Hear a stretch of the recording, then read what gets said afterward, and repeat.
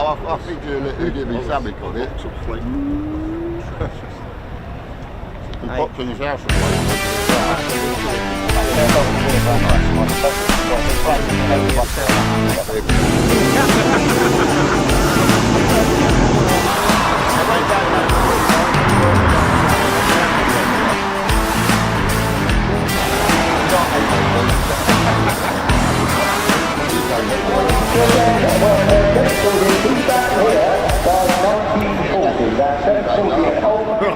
Not only that, been rain, it's quite wet everywhere, that garden there, it's slick.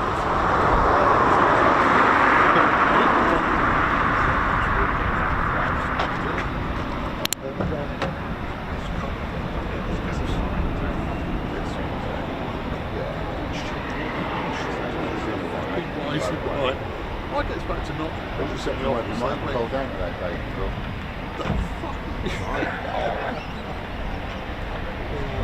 So it's wary about the bottom of ditches. Yeah, can't think you first that one.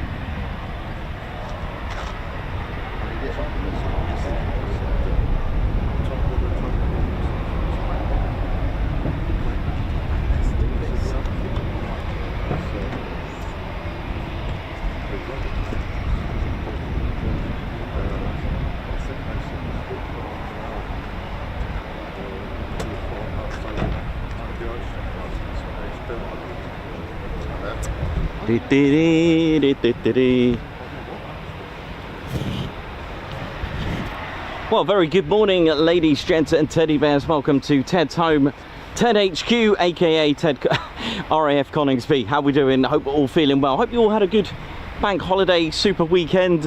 Hope we're all good, and a good morning, good evening, good day, good afternoon, wherever you're watching from in the world. Welcome to RAF Coningsby, Bomber County. We can safely say it's Bomber County, as we do have a Lancaster bomber, but of course the Typhoon being our multi-role fighter. This is a mix of fighter town with some historic aircraft that are flown by the BBMF, but today we focus on our Typhoons that are here. Welcome to the show. Right, what we're going to get today, that's the beauty of military plane spotting, as you know. For those that focus on military aviation will know that it's potluck and a bit of a gamble to see what we're going to get, and that's what makes it really exciting. Although there are Typhoons based here, like I said, we do have the BBMF,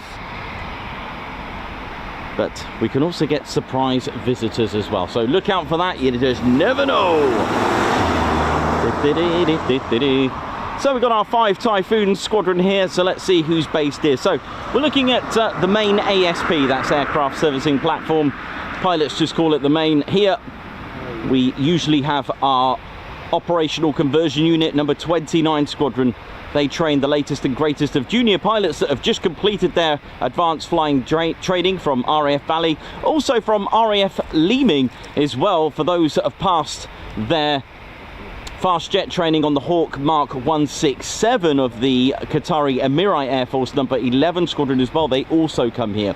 But as far as Royal Air Force is, if the career is tuned for a fighter pilot on the Typhoon, they will come here and train and qualify and fly the Typhoon with number 29 Squadron. They're known as the Operational Conversion Unit. Now, we speak about World War II and the way they have several operational training units, heavy conversion units back then, but now in the Royal Air Force the structure is you have an operational conversion unit per aircraft. Okay, so for example, if the fighter pilot was going to be tuned to the F-35B, they'll go to number 207 Squadron at RAF Marham, because they're the operational conversion unit for the F-35B. Both Royal Navy and Royal Air Force, by the way.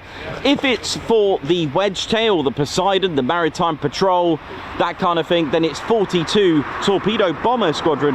They're the operational conversion unit for those aircraft at RAF Lossiemouth. 24 Squadron if the pilot is going to be tuned to the heavies, so that's the operational conversion unit for the likes of the A400, for example, and they also have there the C-17 and other aircraft as well. Not 100% sure Probably with 24. I'll have to ask that one. I would have thought so. But 24 Squadron, I think, will also do the likes of the Voyager, I think. I'm just going to double check that. You've also got an operational conversion unit for the Chinook and other aircraft as well in the Royal Air Force. So there you go. That's how it's structured. So that's our first squadron we're introducing. Next up, we've got number 41 Squadron. They're the Test and Evaluation Squadron. Seek and Destroy with a lot of history. They've taken out a lot of V1 bombs, those very early cruise missiles during World War II, with their Griffin-powered Spitfires back then. Echo Bravo would have been featured on the side of their fuselage during World War II on the Spitfires. 41 Squadron, they test and evaluate the latest and greatest ordnance, software, any upgrades, they will test it out for you. Next up, we got number 12 Squadron. They're the joint Qatari Emiri Air Force and Royal Air Force Squadron, with the interest of the Qatari Emiri Air Force adding the... Oh, here comes a two-ship.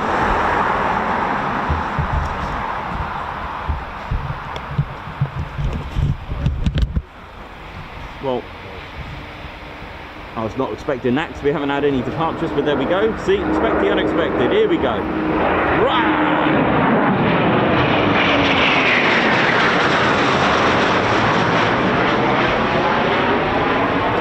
How's that for an intro?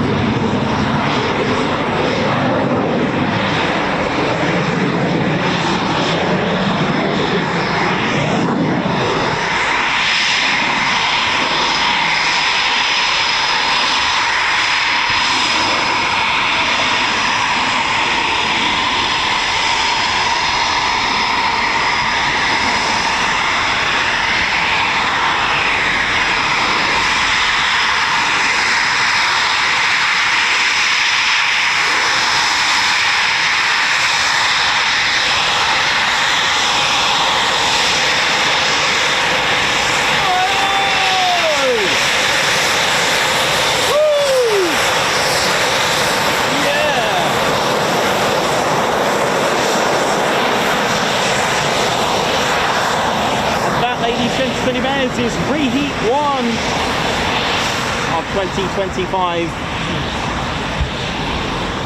Typhoon display pilot for the Royal Air Force.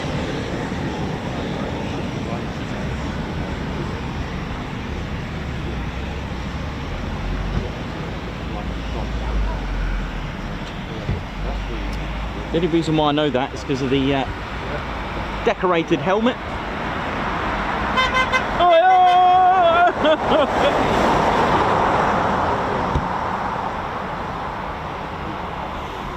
Oh, that's not very good. Let me just sort that out. Okay, Nicholas, concentrate there now. 1 in, 1 out.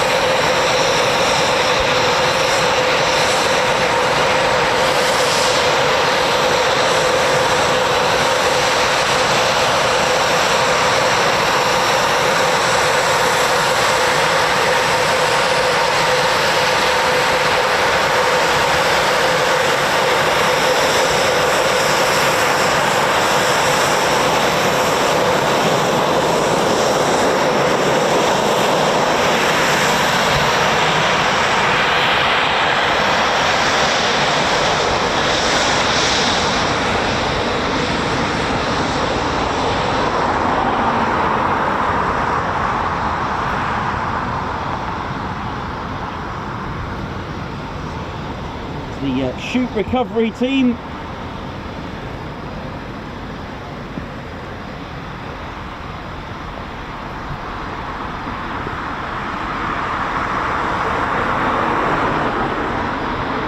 Picking that up then now.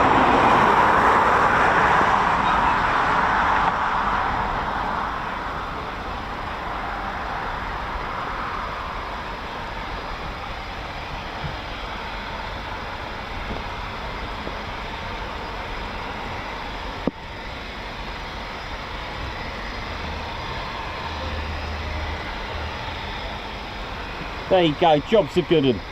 That can be reused lots of times, about 100 times at least, I think, the chute.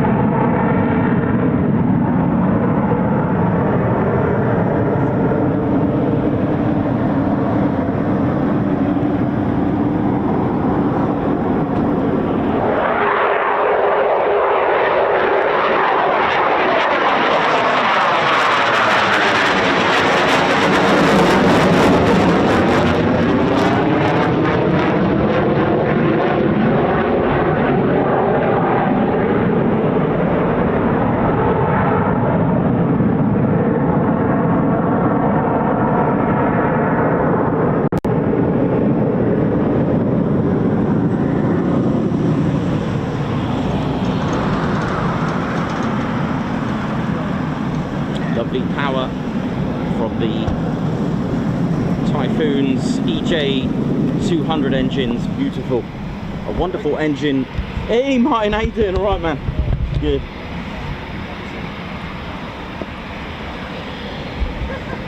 And well, they're just a little bit emotional, a little bit of rain.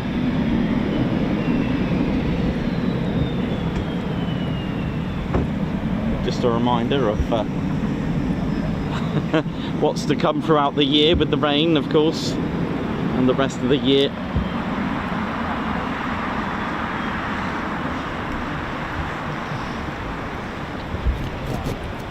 And just finishing off the squadrons that are here, of course, we've also got the oldest squadron that are based here. We've got two frontline combat ready squadrons, and we've got number 3 fighter squadron, which is the oldest squadron here at Coningsby. I mean, their history dates back all the way to where they started near Stonehenge Aerodrome at Lark Hill.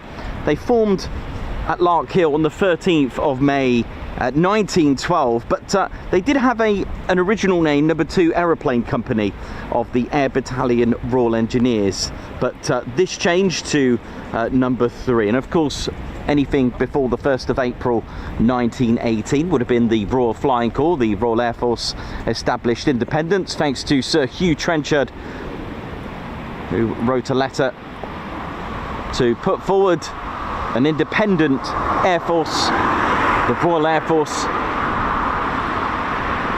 And it's the link with being the first to fly heavier than air aircraft. Of course, we had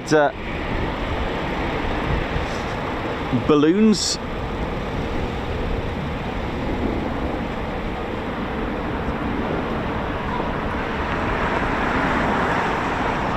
And of course, don't forget, 1912, if you think about it, it's what, 9 years before the very first flight from the Wright brothers. You know, that's not very long at all when you think about it in that manner.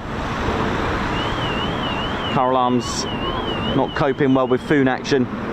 But yes, it's the link with Stonehenge that number 3 fighter, being the first to fly heavier than air aircraft, along with the links with mythology and the links and ties with Stonehenge, it is the fact that if you have a look closely at what looks like Roman numerals on their squadron crest, it's actually a take on to Stonehenge's monolith and trilithons, if you look at it carefully. And then you'll notice a creature on there, which I've mentioned before, called the cockatrice.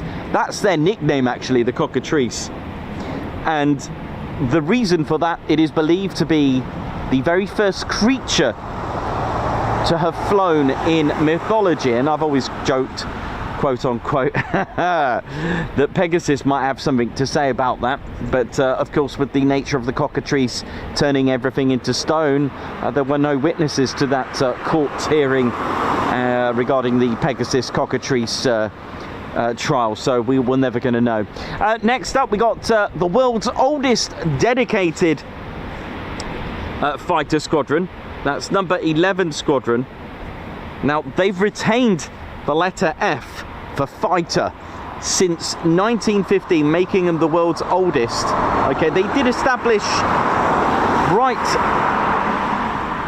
at 1915. In fact, it was Valentine's Day 1915 at Neverhaven in Wiltshire, and they started life out with the Pusher Vickers FB5 gun bus fighters, and that's kind of like the inspiration, with the emblem being the 2 eagles.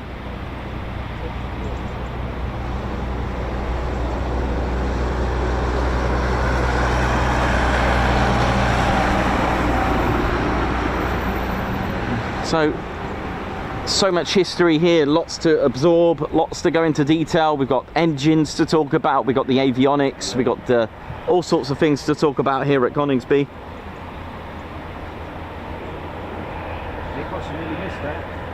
How you doing? All right.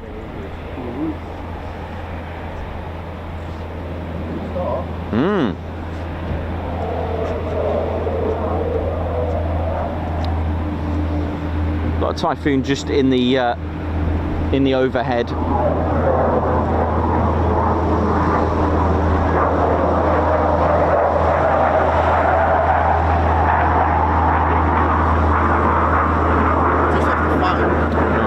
That's good with the flag. It's a good shot.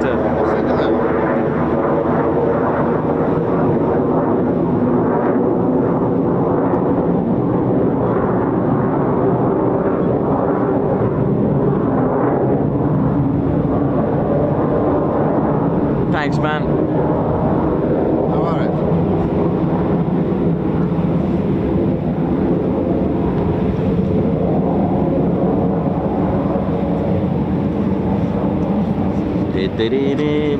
Welcome to the Ted Coningsby channel, ladies, gents, teddy bears. Hope we're all good. Welcome to the show. Hope we're feeling well.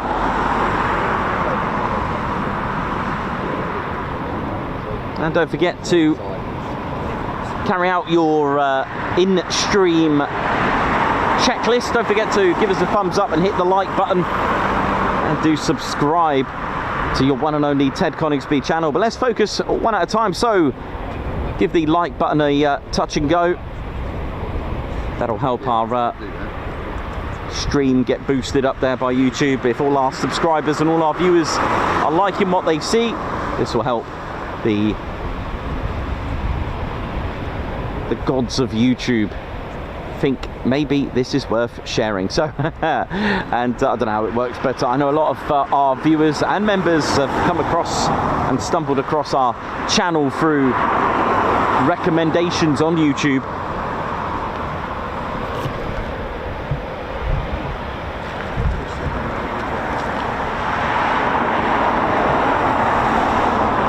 course, do subscribe to your one and only Ted Coningsby channel.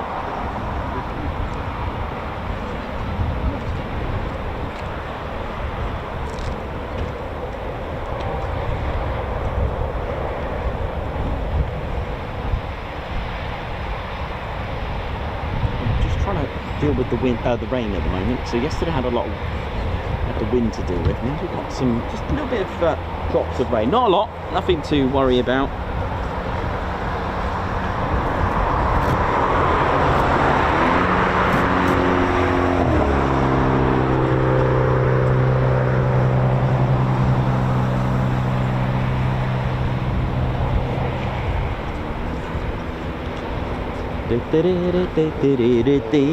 Right.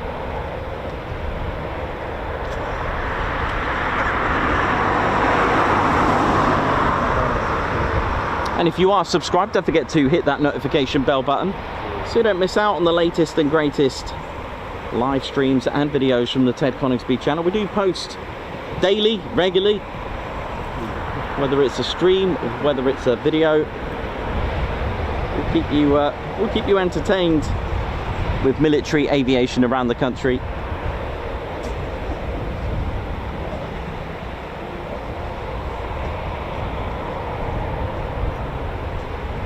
Odin says that's exactly how I found this channel. YouTube recommended it to me. Thank you very much.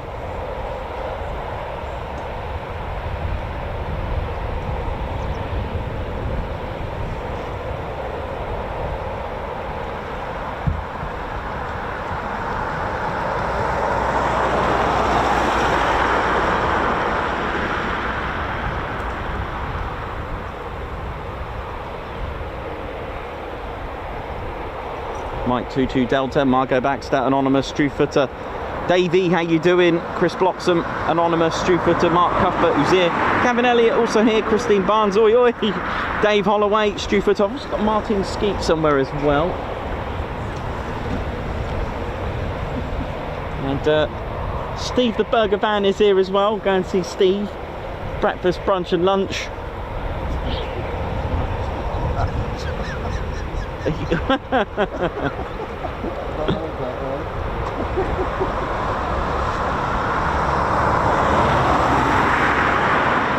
Paul Mayers, how you doing? Abel, how you doing? Perez, Matt Manbush, how's it going? Hope we're all good and well. Some more foons for you. LC, how you doing as well? Lots of our regulars on here. Thank you very much for supporting the channel. Babzar, again. All our regulars, lovely to see you all on here. You know you are. Thank you very much for continuing to support the channel and tune in for Ted's Military Aviation Adventures. Sounds like a YouTube channel, that, doesn't it?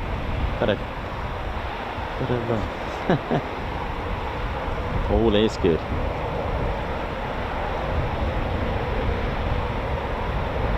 Wibbs as well, how you doing?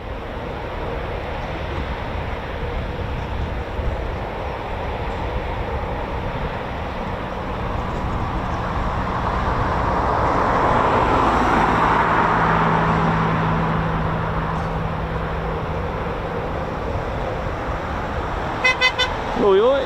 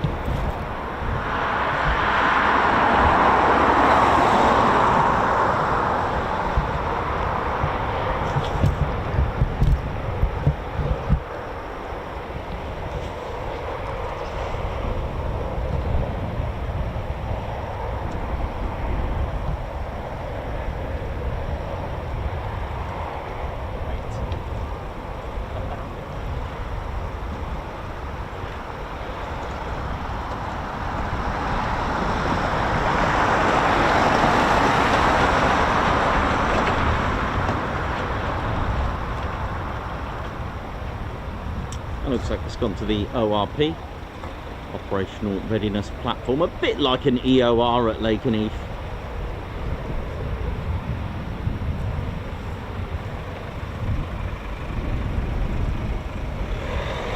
So, in 1962, those Typhoons right now on the ORP would have had Avro Vulcan B2s right where they're sat on the ORP, and the runway caravan would have been a crew bus, a yellow and blue one. I've seen a picture of this from a talented artist that's come here.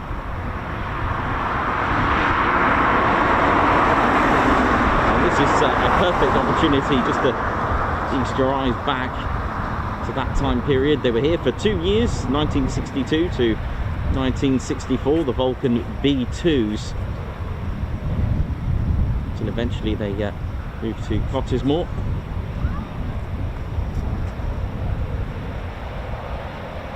Coningsby's seen some amazing aircraft here and changes in era and history. Started life out as a bomber command station under number 5 group.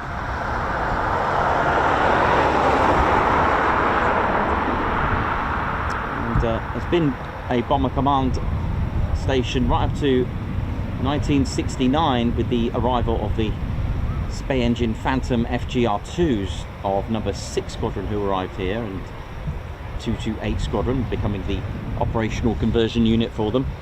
Coningsby also entered the jet era in 1953 with the English Electric Canberra.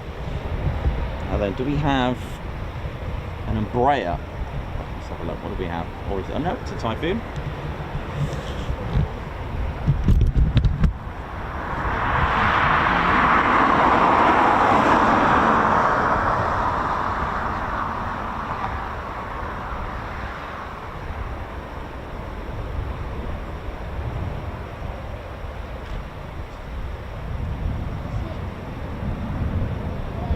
Approach coming up.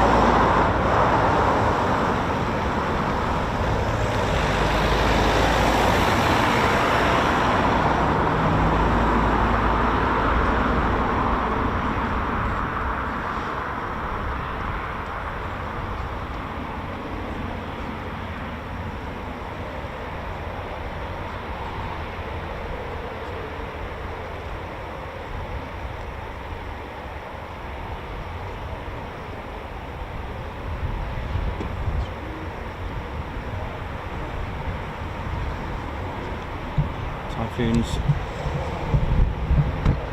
fantastic engines, the EJ200 engines.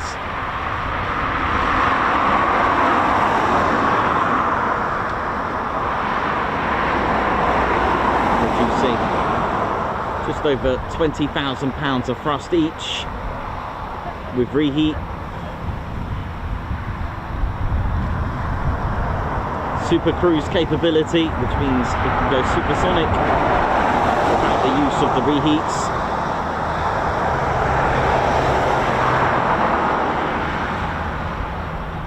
Also got on condition engines as well, which mean that there's no serviceability time for it, as in there's no set hours before you service it. It's made to last 20 to 30 years. And on condition means it depends what it's been through. Depends on what role it's been put through before it will have any type of service. And that's called on condition. The engine's clever capabilities of starting back up if there's been a flame out. Pilot will probably not know there was even a flame out. It will actually just start itself back up again, get the flame going in a matter of seconds. I think it was about 2 seconds.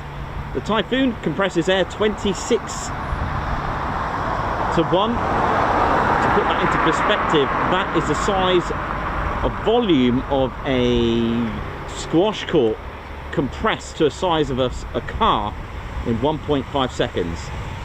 So what went in as 26 cubic centimetre volume of air is now just 1.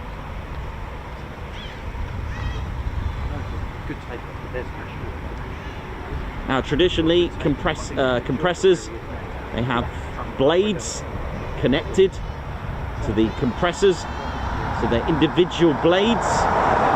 However, the Typhoon has what you call a titanium alloy blisks.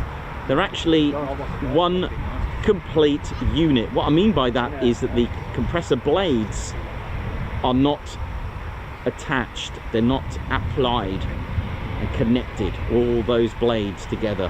They are just one complete disc known as blisks. It's a titanium alloy.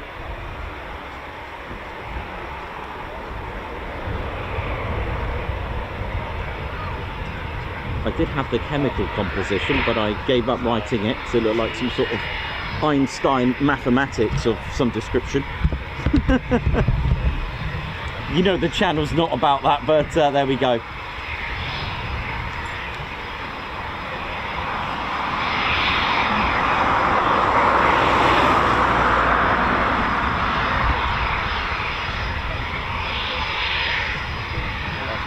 So this one's just taxiing back for whatever reason.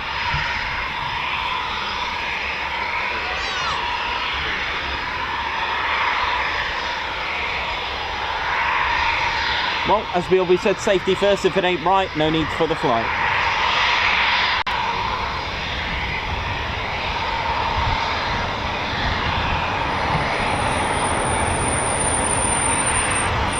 So yeah, the EJ200 engines, like I said, uses on-condition maintenance principle.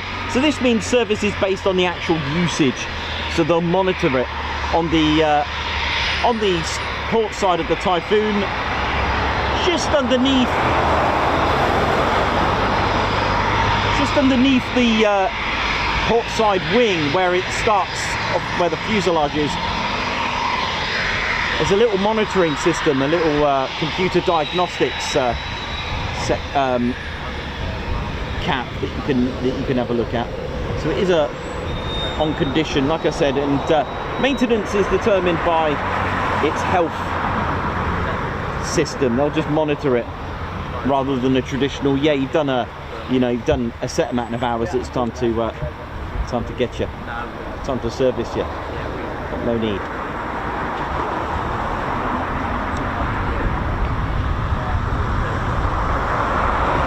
When you get troubleshooting, when you get issues with any aircraft, it's always better to troubleshoot them on the ground rather than in the air.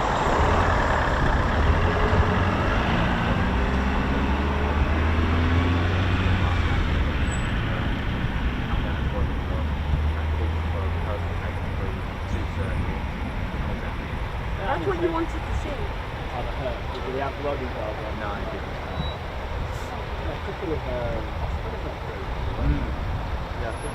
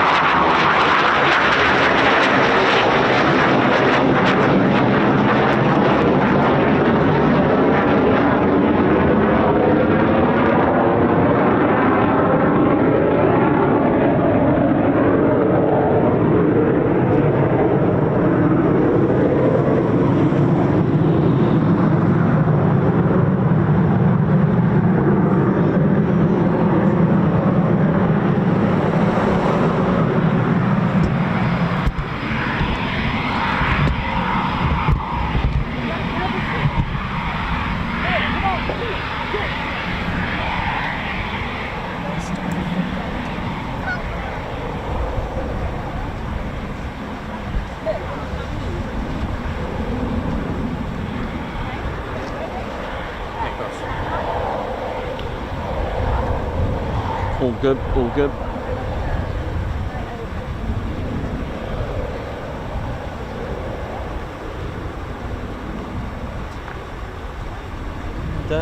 Making his first appearance. It's a bit late on the show. He's just finishing off his salmon.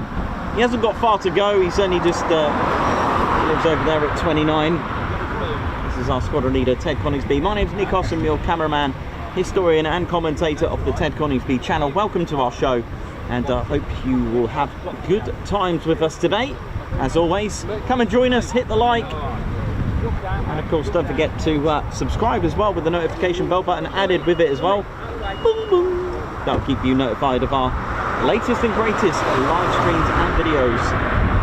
And we hope you can join us on this wonderful adventure as we are not far from September already. It kind of feels like, you know when the air show season has its sort of last month or so, it kind of feels like coming up to the end of the year.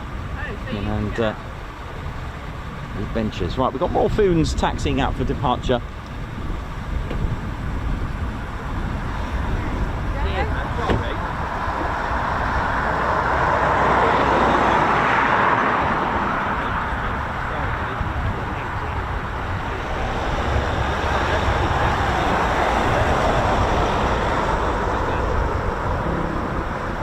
Welcome to the Ted Coningsby channel. Hope we're all good, ladies, gents and teddy bears. Morning to everyone. Aspen, Andrew C, how are we all doing? Hope we're all good. Remco, Davey, Mark Moody. Okay, more Foons getting ready to depart as well. Designated as the Typhoon FGR4 of the Royal Air Force. Royal Air Force Typhoon, as of course, like with many air forces, one has a different name, two has different slight specifications and needs and requirements operationally. For example, the maximum speed of a Eurofighter Typhoon is Mach 2.0, that's twice the speed of sound. The Royal Air Force have tuned it down. I don't think, oh no, why have they done that? Tuning, adjusting max speed can actually increase your acceleration, for example. We always speak of maximum speed, but remember the Typhoon is extremely light, weighing in at just 24,000 pounds empty. Now I know you can't fly without any fuel in it, but that's how you get an idea. When you compare aircraft and then you multiply, you basically get the thrust, which is 40,000 pounds of thrust total, and then you divide that by your weight, so that's known as thrust to weight, and what you want is anything in excess or 1-1 when you fully load it. If you're fully loaded, fully fueled, you get a 1-1. That's impressive. Very similar performance to the Typhoon. Attention, please like and subscribe. Boop. That's new Biffers.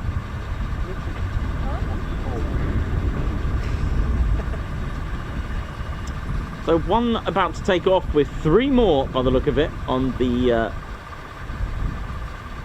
lining up to wait. Now the Typhoon is about 85% carbon composite, a very low metal profile. The canopy's acrylic, left wing made in Italy, right wing Spain, mid fuselage made in Germany. Front section, cockpit area, that's British BAE Systems. And towards the rear we've got the components made of Britain and Italy, as well as Leonardo, BAE Systems, Rolls-Royce.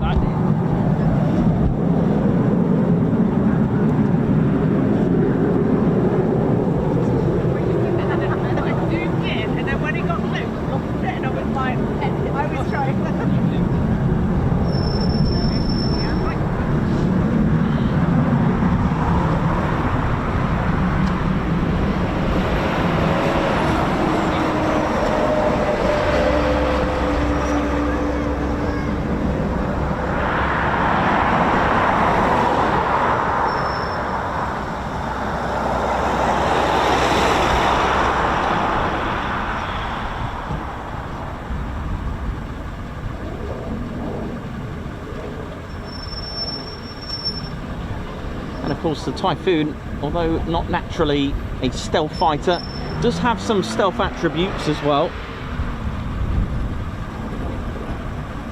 One being a low metal profile, like I said, 85% or so carbon composite.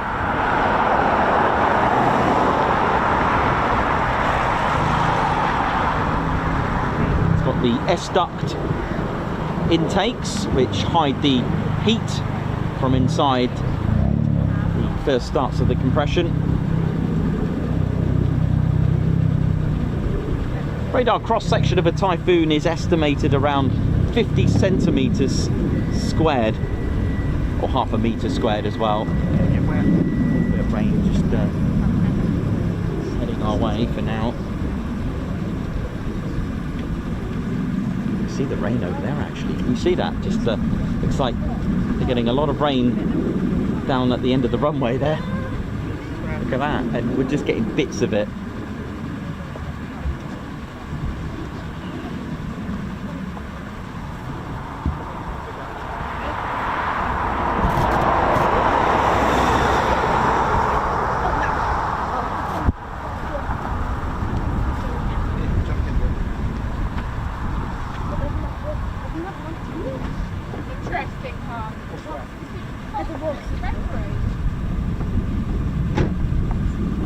So welcome to RAF Coningsby, a base that was completed in on the 4th of November 1940. First residents arrived in February of 1941. It was 106 Squadron that were the first operational squadron here at RAF Coningsby, with the Handley Page Hampden, which is dubbed, was dubbed at the time more like a fighter, a bomber. It was very good for its time, very nimble, very agile, reasonable speed, and it innovated gardening. I know, planting roses in the garden. No, just kidding. Gardening is the military term in World War II for mine laying, so causing havoc and dropping mines in the sea to cause chaos with attacking an enemy ships to really slow their advance, and became crucial during the Battle of Atlantic. And of course the merchant ships couldn't get to the British Isles to deliver our supplies, and the plan for Hitler was to starve us, starve the nation, to destroy all the supplies from our merchant ships, steel, food, that kind of thing, supplies.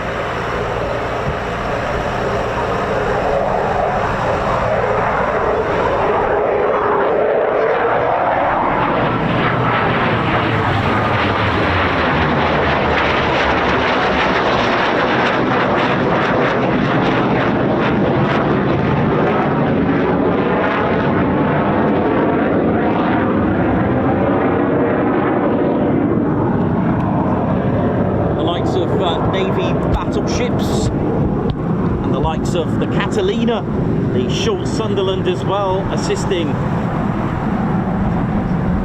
But the Handley Page Hampden not only would carry mines for gardening, but also torpedoes. It could be armed with a 18-inch torpedo as well.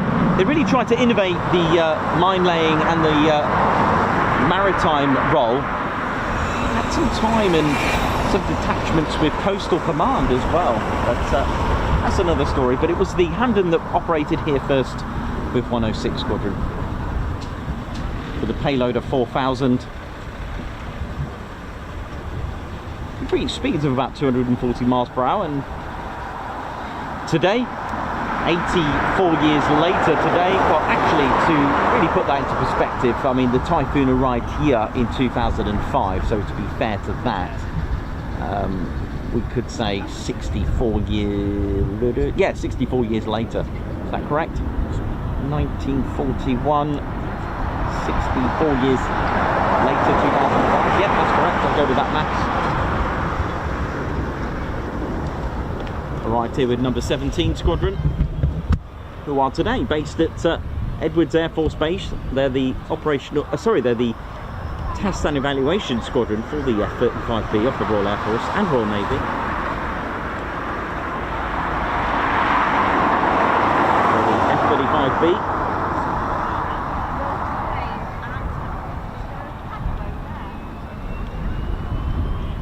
Now that whistling sound, that's the Typhoon startup. No haunting howls involved. Here we go, it's Foon time.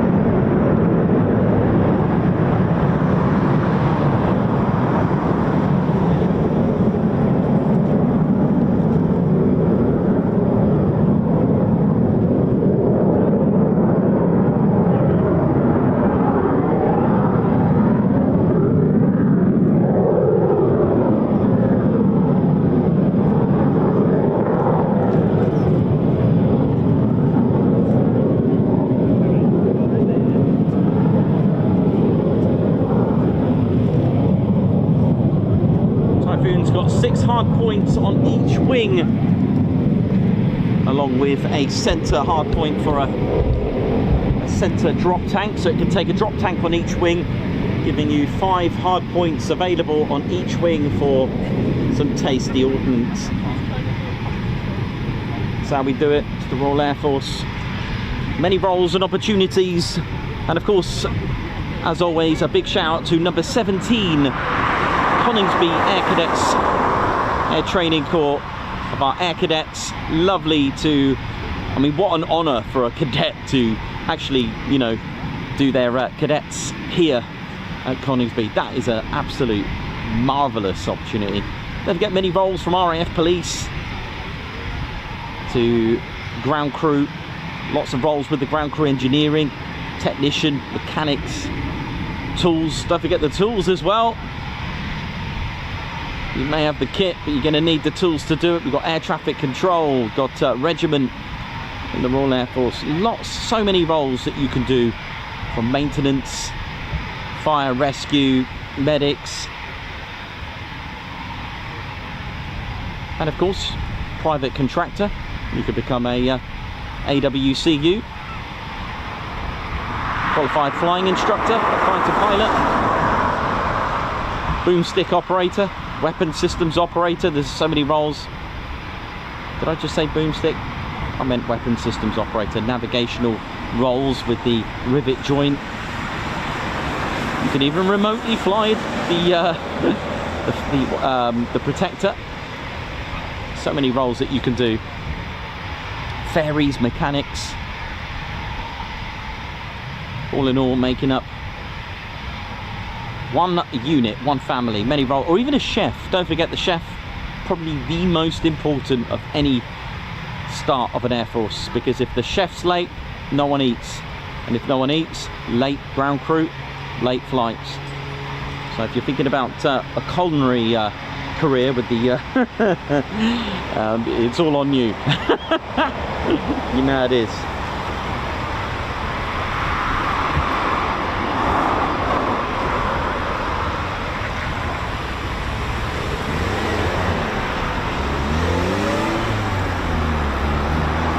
Matt Crossan, how you doing? Aspen Odin, not Captain Weber, how you doing?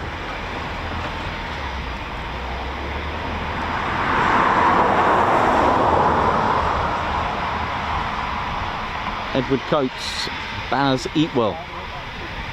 How's it going? Hope you're good. Welcome to the Ted Coningsby channel.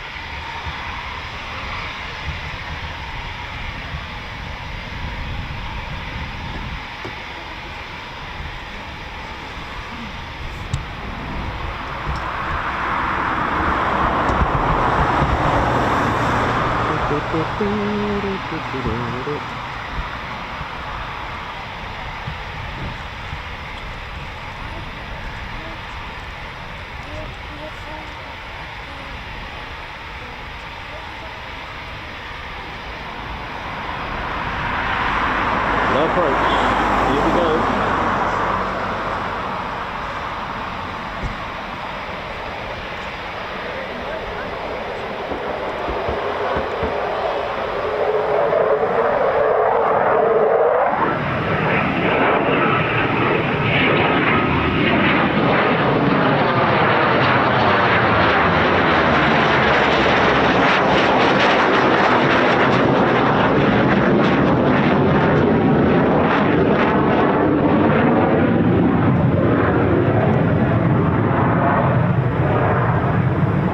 If this is something that you want to be inspired to do, then it's very realistic. From a prefect at Cranwell, or even university air squadrons and elementary flying training, direct entry, there's so many ways you could do this. That it'll be a prefect at RAF Cranwell, and it's off to RAF Valley with the T6. And if it is fast jets you want to do, then by all means it will be the Hawk T2. Good year and a half on there, and then that's it. Similar with the United States Air Force as well.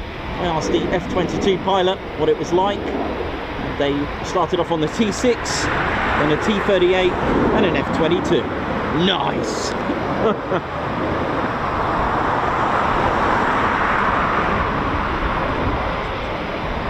Privilege of chatting to two of the F-22 pilots.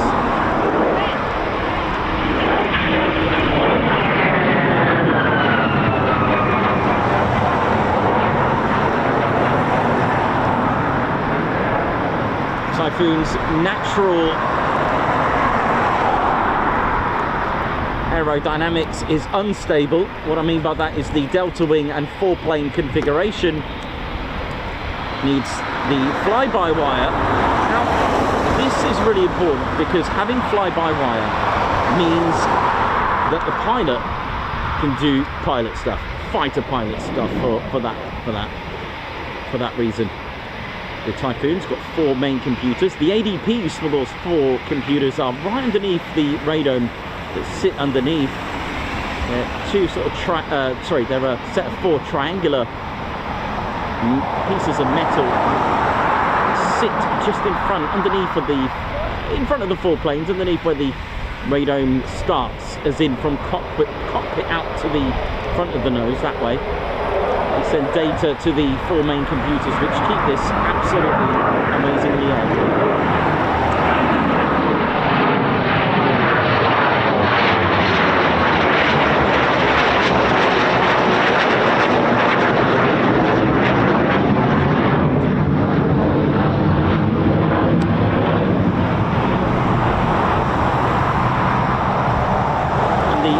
I'll give you a little tour of the Typhoon very shortly. Typhoon's got a lot of tricks up its sleeve for defense and offense.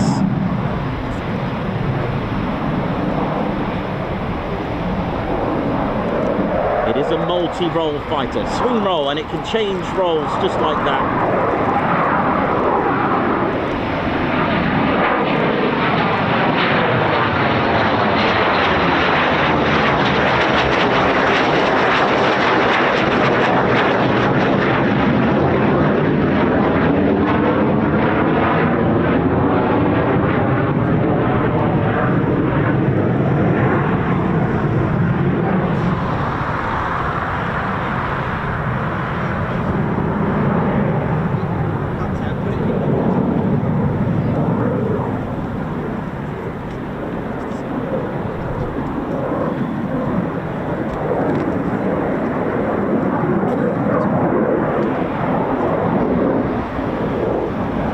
2 more to go.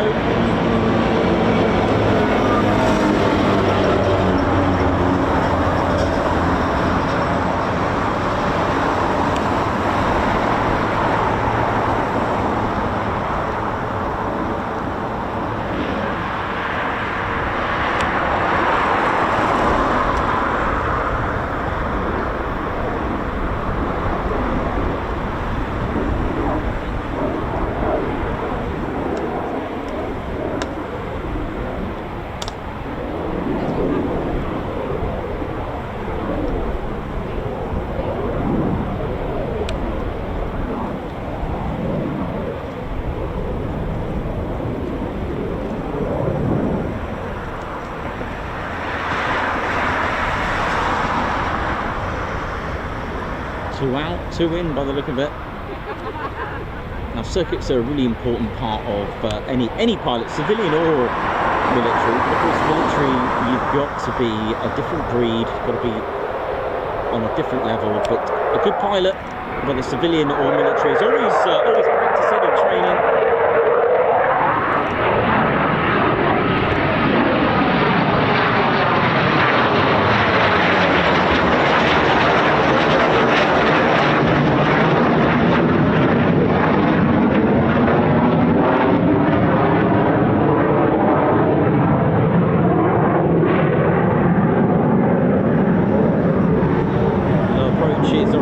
To practice in the event of a split second rather than a minute split second emergency,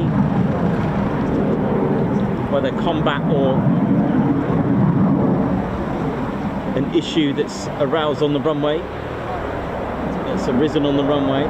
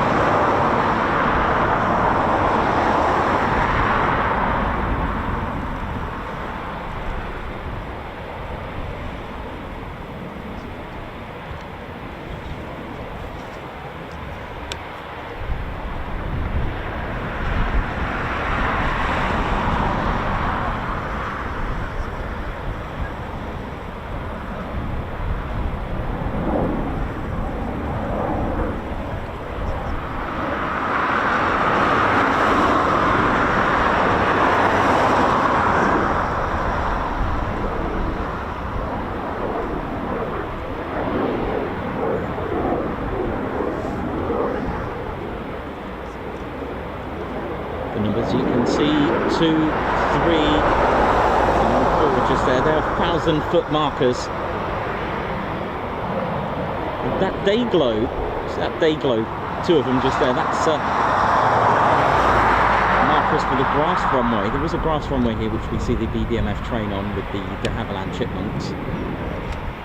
Again, maintenance is strictly observed due to moles digging up the ground, making it unstable, and rabbits digging up burrows underneath. That's also a potential hazard that needs to be monitored. And of course, you've got aerodromes for air shows such as Old Warden.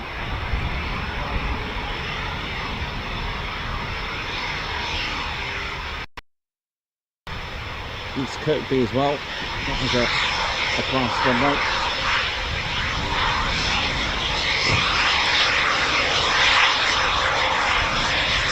It's a 6,000-foot runway actually.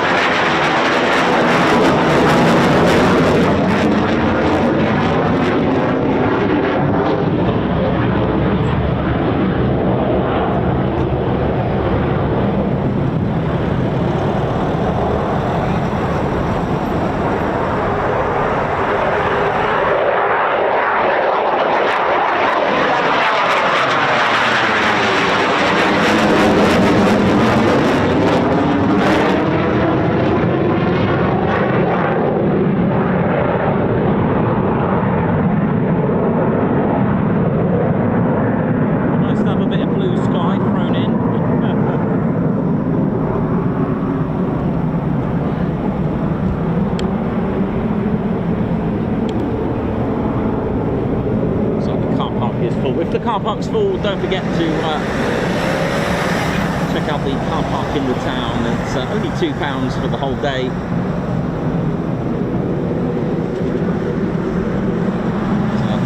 We'll do the housekeeping as well if you are new to this. Please don't park just outside the car park, because it's all double yellows and plenty of signage to advise, to warn as well, but no stopping and any reason.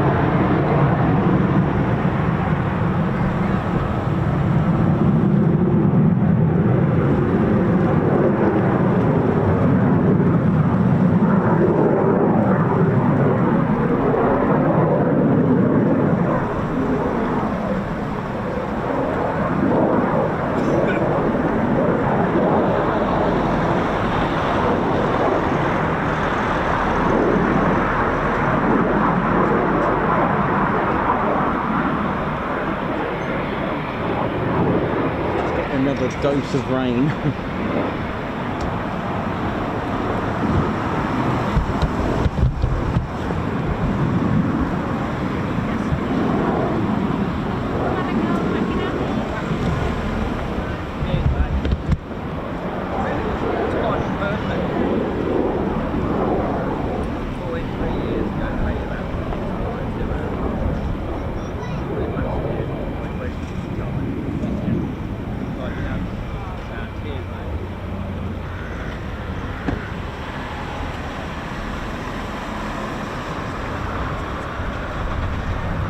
We are in the official spotters car park. Don't forget there's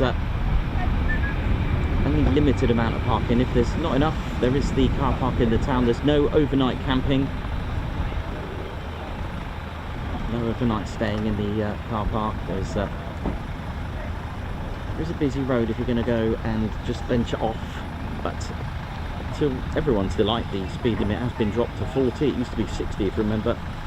We were live when they were changing the signs, which was, you know, it's a busy road. People, you know, they do look, as I've seen incidents where two cars have collided.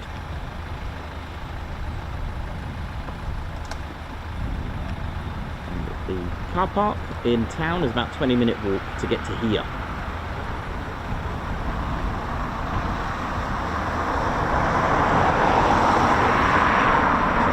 Typhoon and a lorry down there, 3 Typhoons ready to go out as well, lovely.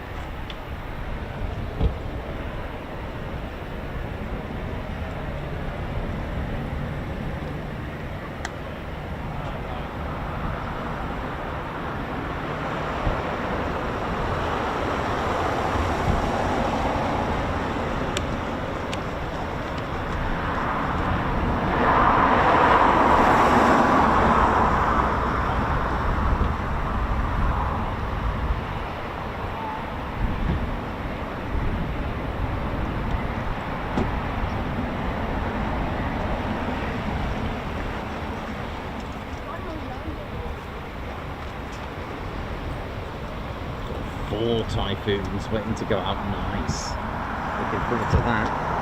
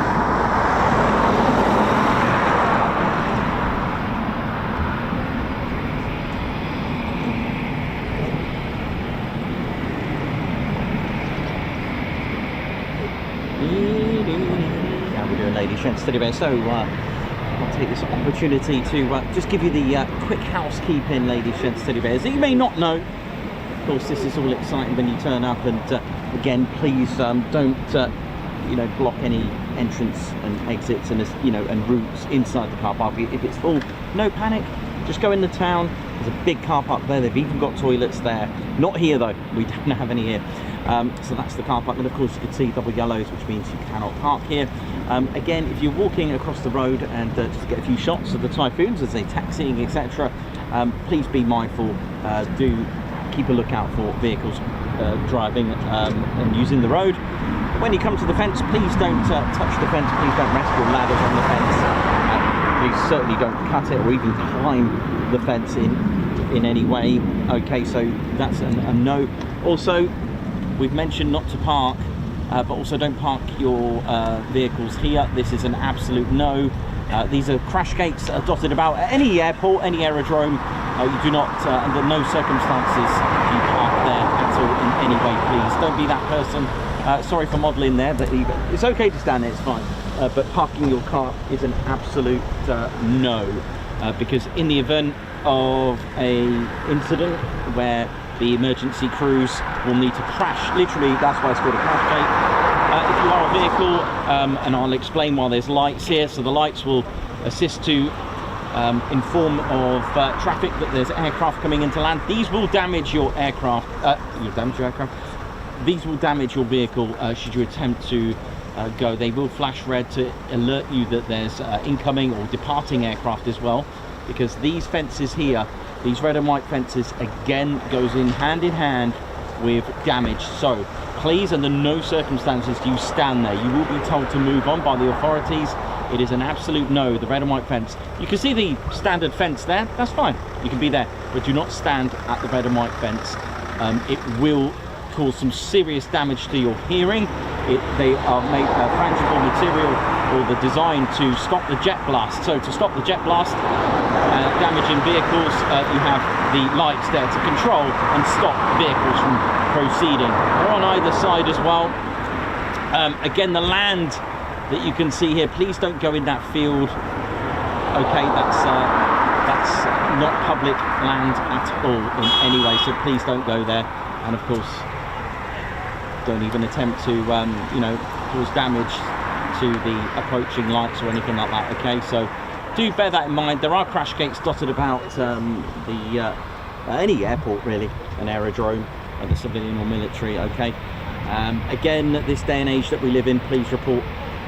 You know, if you spot anything suspicious and you're not sure, there are numbers, especially those that are, you know, trying to attempt to fly a drone or anything like that. Please report that. There are numbers you could ring. There's a number regarding drone usage and things like that if you want to get yourself to the authorities to let them know. We do need to look out for each other. Is that sadly that world that we live in? There we go. Hope you're all good, ladies and gentlemen. And of course, if it is an emergency, then please do call 999. Hope we're all good, ladies and gentlemen. Bears, welcome to the Ted Coningsby channel.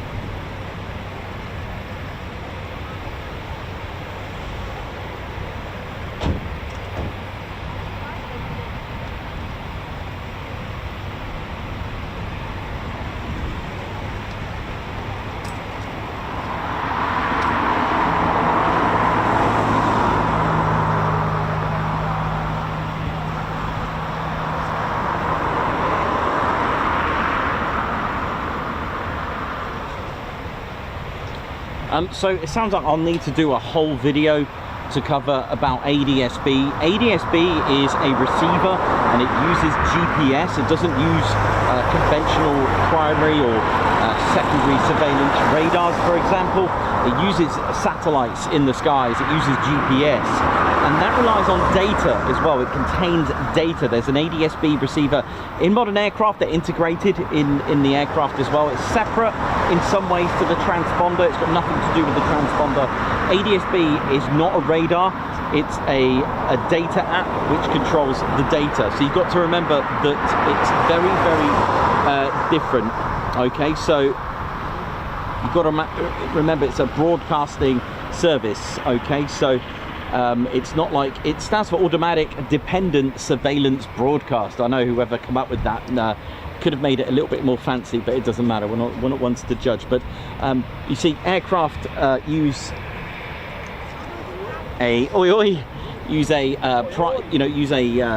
there's many. I mean, I've done an example. I've done some drawings which will probably be easier for me to show you, but don't forget, it's got nothing to do with the transponder being turned off at all or on even. It's got nothing to do with that. You see, when I talking about primary radar, if you imagine a standard good old radar just sending out radio waves, okay, don't forget radar, primary radars are actually omnidirectional. They'll send radars everywhere. It doesn't need a transponder to be on to detect it. It doesn't use that. It's things like the secondary surveillance radar and something else I'm learning, it's the wide area multi-alteration as well. It's kind of replacing here in this country the secondary surveillance radar. You see, it's the SSR, secondary surveillance radar, and WAM that kind of use mode S or use the transponder. So for example, what I'm saying to you is aircraft will still be detected transponder on or off. It's a primary radar. It's waiting for the radio waves to touch an aircraft and come back to it to say, oh, there's an aircraft there. Secondary surveillance radar is different. It works with the transponder using mode S. Now it does contain forms of data on a secondary surveillance radar with the transponder. Transponder is what uses the SSR. So for example, it transmits and responds, hence the word transponder. You turn your transponder on and you're given a code. The point of a transponder is aircraft management. Like you can hear a little tiddly little aircraft just up there. That's got its transponder on and it's given a code and it's managed. All right, so just really quickly, there it is. This will have, oh, you probably can't see it. This will have a squawk code. All right, so this is where you key in your squawk code on the transponder. It's an 8-bit code, so 0 to 7. There's no 8 or 9 in it. So what I'm saying is that the pilot will key in the code. Now each squawk code is a form of identity. It contains details such as the altitude, the speed of the aircraft, and also can give the type of aircraft as well. That's using a transponder. If you turn your transponder off, you can't manage it, because around the country we've got Bulmer, we've got Barnsley, got Swanwick, you've got different managements of radar that is used. Even Coningsby's radar has their own prefix, that's the word I'm looking for. Prefix, so 04, I think, I can't remember off the top of my head. We can probably do it in a moment when this takes off. So it would have been given a squawk code of 0411, and then if there's another aircraft in the same flight, 0412, 0413 if there's another one, so on and so on. It just goes up one digit. It's a form of management. If you turn your transponder off, you can't manage that aircraft. It's doing what it wants to do, which will be a very bad thing to do over any country's airspace, especially a military aircraft flying with the transponder off. It will probably initiate an emergency scramble or something of that nature. Okay, so it's not the right thing to do. You could also cause an incident as well. Now ADSB is different. It uses satellites. It doesn't use radar. There are satellites in the skies, and there is an ADSB receiver inside modern aircraft.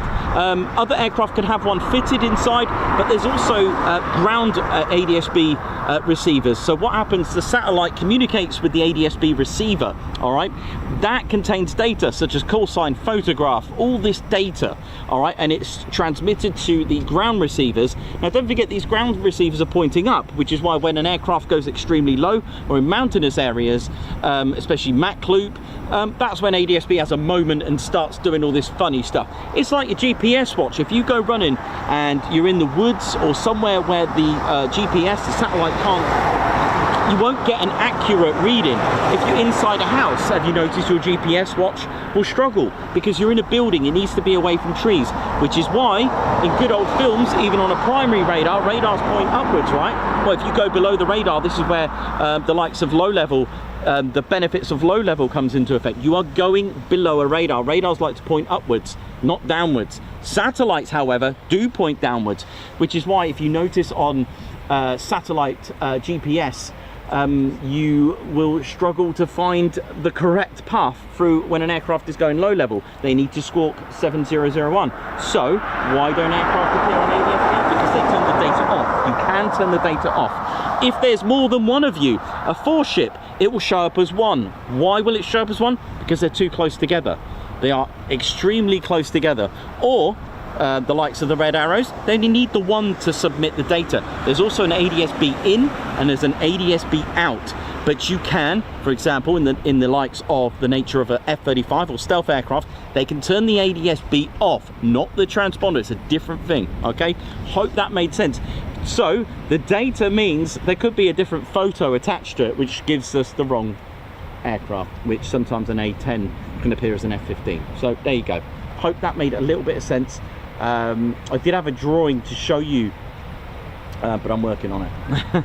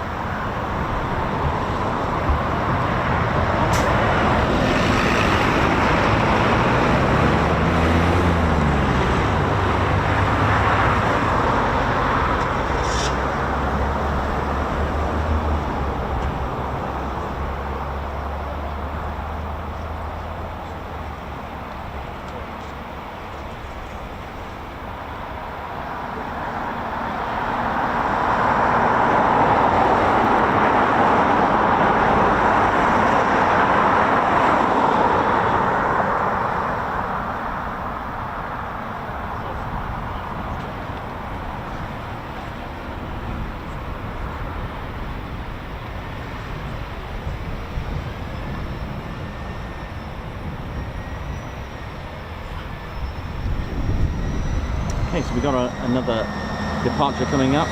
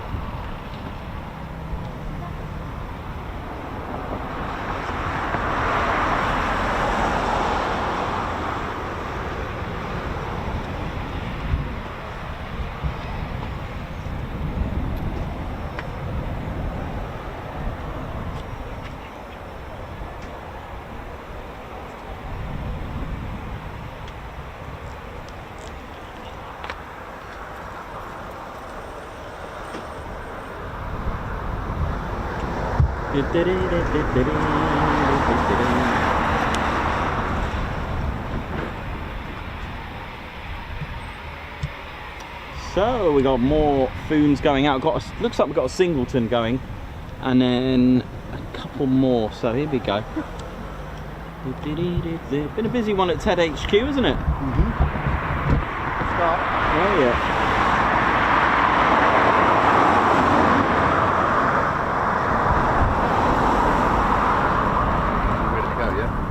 Here we go.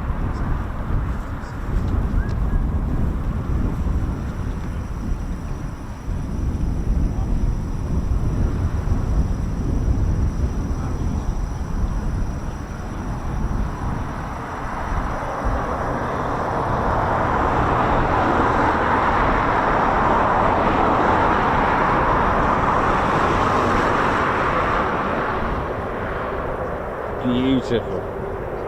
You'll notice the Typhoons rarely use reheats or afterburn up.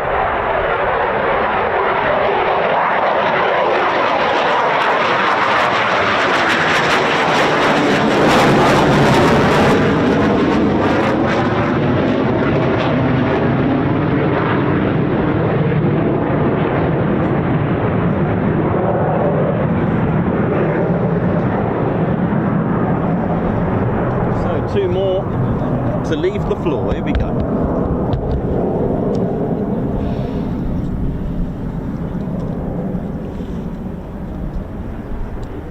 give you a little tour of the Typhoon and all the bits and pieces around it from what I can tell you.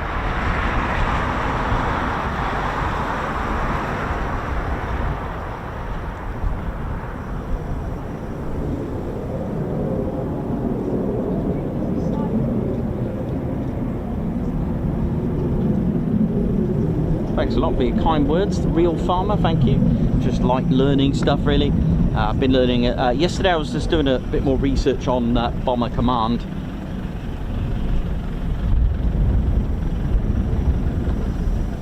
Jimmy G61, how you doing? Chris White, Paul Mayers, Bloxham, how you doing?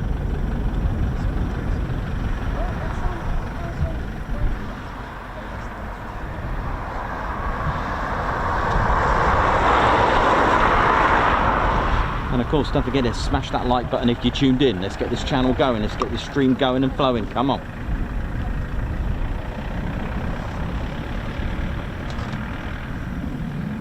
Aspen, thank you very much. I do try.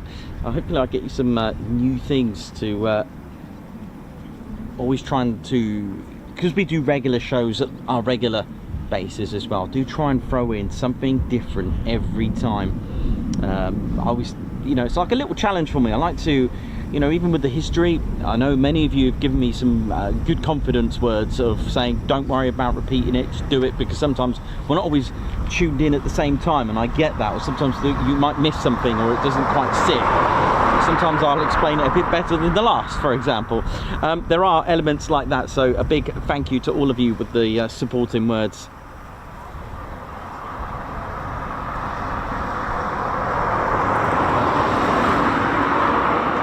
But yeah, when I'm on the stream, I'm not always on the chat, so if I do not see your comment, it's because I'm looking at the screen and filming. But if you've got any questions, sometimes I'll get on the chats. We've got LCFC who's here as well. Got Argan, how you doing? Mark Moody.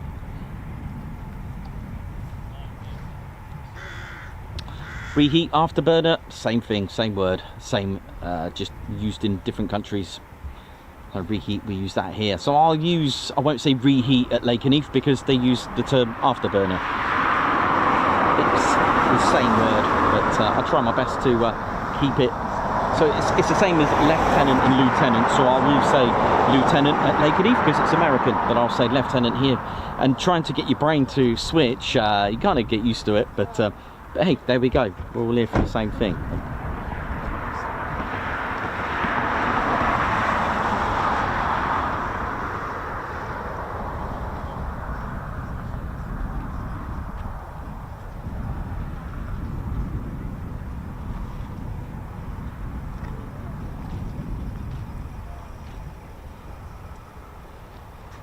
So 2 more to leave the floor, and then it's cup of tea time, I think.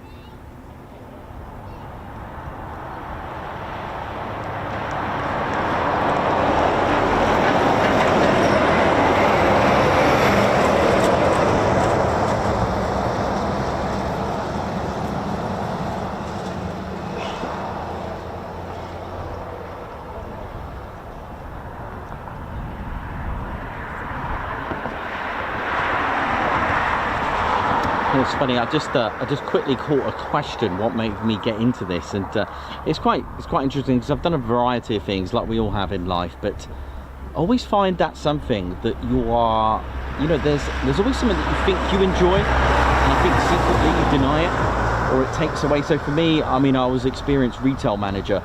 I know, real different to wedding photography, but it was taking the creativity out of me, I believe, even though I enjoyed it. But I learned things. It's taking and learning things along your path of life, and then finding something that brings it out, that has a balance with enjoyment and something you're good at. Because sometimes the things we're good at are not always the things we want to do. Does that make sense? But you'll find it. And the same with me. I mean, I had no idea I'll be taking a teddy bear to military bases, and not only that, connecting the two, but actually make a fun community, let alone a channel.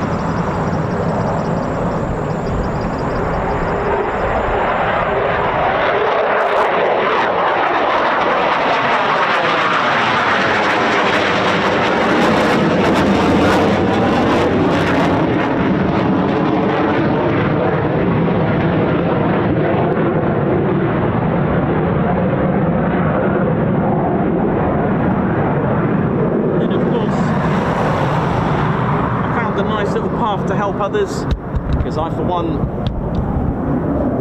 wasn't always in a good light. You know, I've had my rough rides and bumpy rides in life, like many of us. And sometimes we feel that we're alone at this, and that really isn't the case.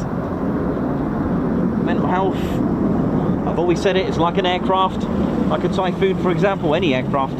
It looks good on the outside, but it's obviously has issues on the inside. And that, I find, a great connection with mental health to take an aircraft. Who remembers Blackjack? Beautiful, looked great, but it had a few issues inside. And that's where you need your ground crew, that's where you need to talk to it. And that's where I think diagnostics is a way of talking. Look at these two. These two here having a good time. Good for them. Good, that's what it's all about. Don't worry, you're not on camera, but I caught that, and good, that's what it's all about. Keep it happy, keeping your...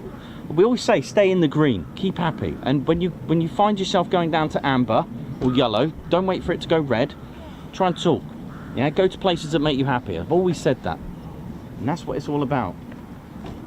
The power of going and watching and hearing military aircraft just makes you feel good. I always found that when I was studying history, looking at instruments from prehistoric, like Bronze Age, some of the drums produced very, very low frequencies, and it can actually affect the brain in a good way, or it can start doing weird things. But then let's go back to this when I was 16, right? Drum and bass, you know, bassy sounds. You go to a nightclub, it makes you feel good. Music makes you feel good. And what I'm thinking is that frequencies perhaps make you feel good, and maybe the sounds of aircraft can also make you feel really happy. The bassy tones of, I don't know, the Hawk starting up. But there is obviously a connection with smiling, happiness and aircraft. It really does. And yet, at the end of the day, when you look at it like that, it's not, you know, when you look at it like that, think of the historical context of it all. You know, the RAF and the United States Army Air Forces combining to one, you know, during World War II, ready to scramble. These men and women right now are doing the same thing. So we are, in essence, not only having fun and appreciating the sounds, but also appreciating what they're doing. There is a function of protecting UK airspace, and that's what the Royal Air Force does. Of course, not to forget the other segments of Ministry of Defence and our armed forces. Again, they all play a part. We have the Royal Navy looking after the seas, got the Royal Marines as part of the Royal Navy. You've got the Army. Every aspect, one joint force to basically protect the very land, the very sky, the very seas that we all are in. And I think that's a wonderful thing.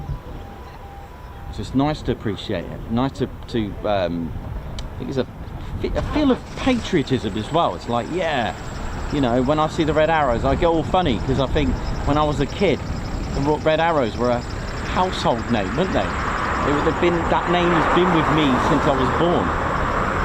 You know,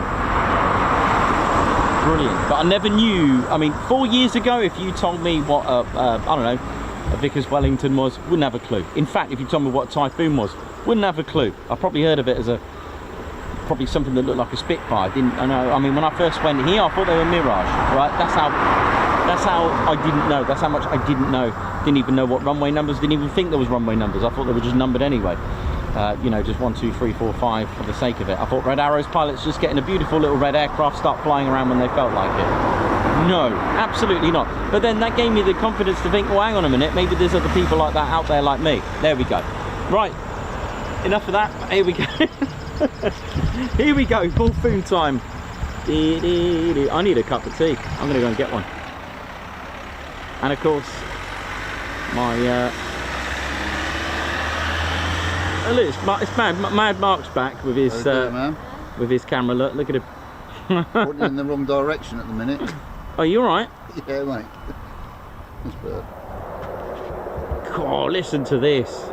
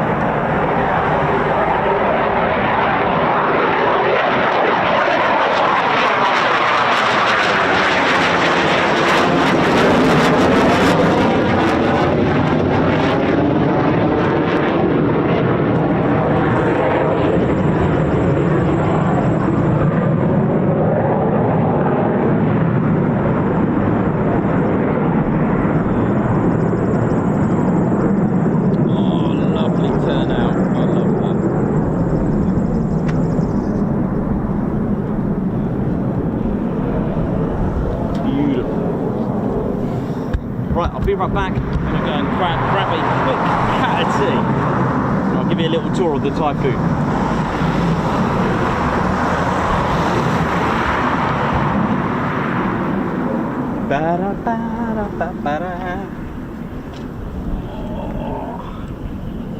You're doing a bit of macro there, Mark, yeah? I'm the pilot, yeah. How you doing? All right, yeah. Good. It's good to see people. Love the channel there, by the way. Yeah, Richard's actually, yeah.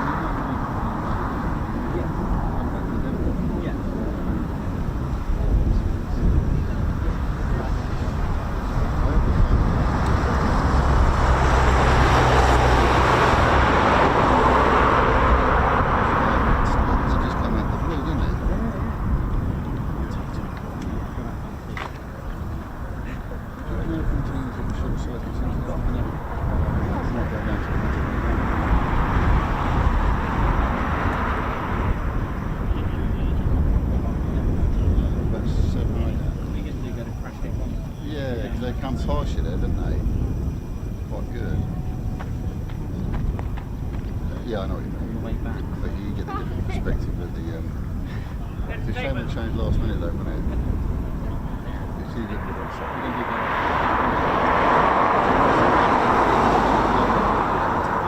It's kind of that way on the way home. In the circle. Alright, yeah, you alright? Just the battle deb, how you doing, alright? Enjoy. You alright? It's good, man.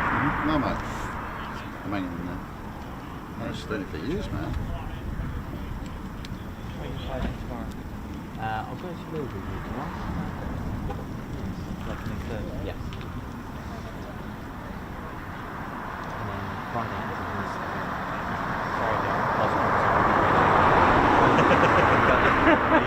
Go for me instead. yeah. That's my pre-op. Oh, bless you. I hope everything's alright. Yeah. Good. Still the same thing. Yeah.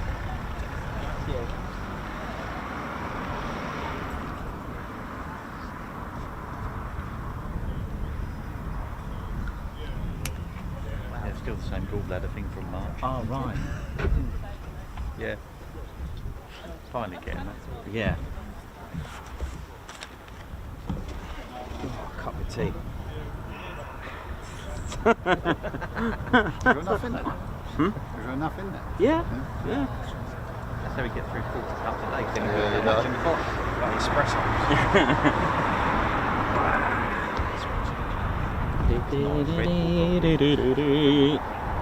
Right, let's see what we got here now. Here we go. Here's our Typhoon.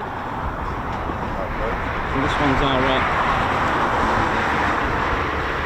41 Squadron model. How we doing, ladies, gents, teddy bears? Let's have a little tour of the Typhoon. If you've got any questions of what certain parts do, I've got some diagrams to show you a little bit more. I like to keep it raw and, you know, I haven't got any CGI or anything. I'll just show you the model. It's a lot more fun, isn't it? Because otherwise, I suppose if I showed you like a CGI version, it kind of becomes monotonous. So this way, it's kind of improvised in more ways than none. So there we go. So we got our Eurofighter Typhoon made in 4 different countries.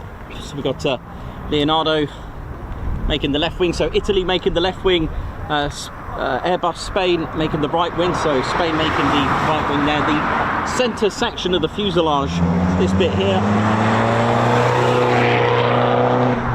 speeding ticket. The centre section of the fuselage made in Germany. The front, this whole section here at the front is made in Britain. Okay, and you've got components at the back from Leonardo, BAE Systems, and of course the engines, the EJ Eurojet, along with Rolls-Royce as well. Lots of components and avionics from BAE Systems, Leonardo, and all the way back from Marconi with the ECR Captor. Now, I can't tell you too much detail because there are upgrades going on here and then, unaware to us, but that's fine. But what I can tell you, we'll start from the nose and work our way to the back. The Typhoon's ECR90, when it first started out as a Mark 1, the AESA, can actually, this is your battlefield radar here, this could detect aircraft 160 kilometers away, and it can also detect aircraft 300 kilometers away, so that'll be for like larger aircraft, which again, when you watch the movies of Top Gun, you know, when they're so close together, doesn't really happen that often if you've got the capabilities of locking onto aircraft 160 kilometers away. So there goes that out the window. But then again, there are scenarios where you will engage in aerial combat of that close nature. Again, if you've had to go low level to go under radar and you have no option but to pull out, and you know you will know that you're going to be spotted, then okay, that's probably when you're going to engage. But there you go.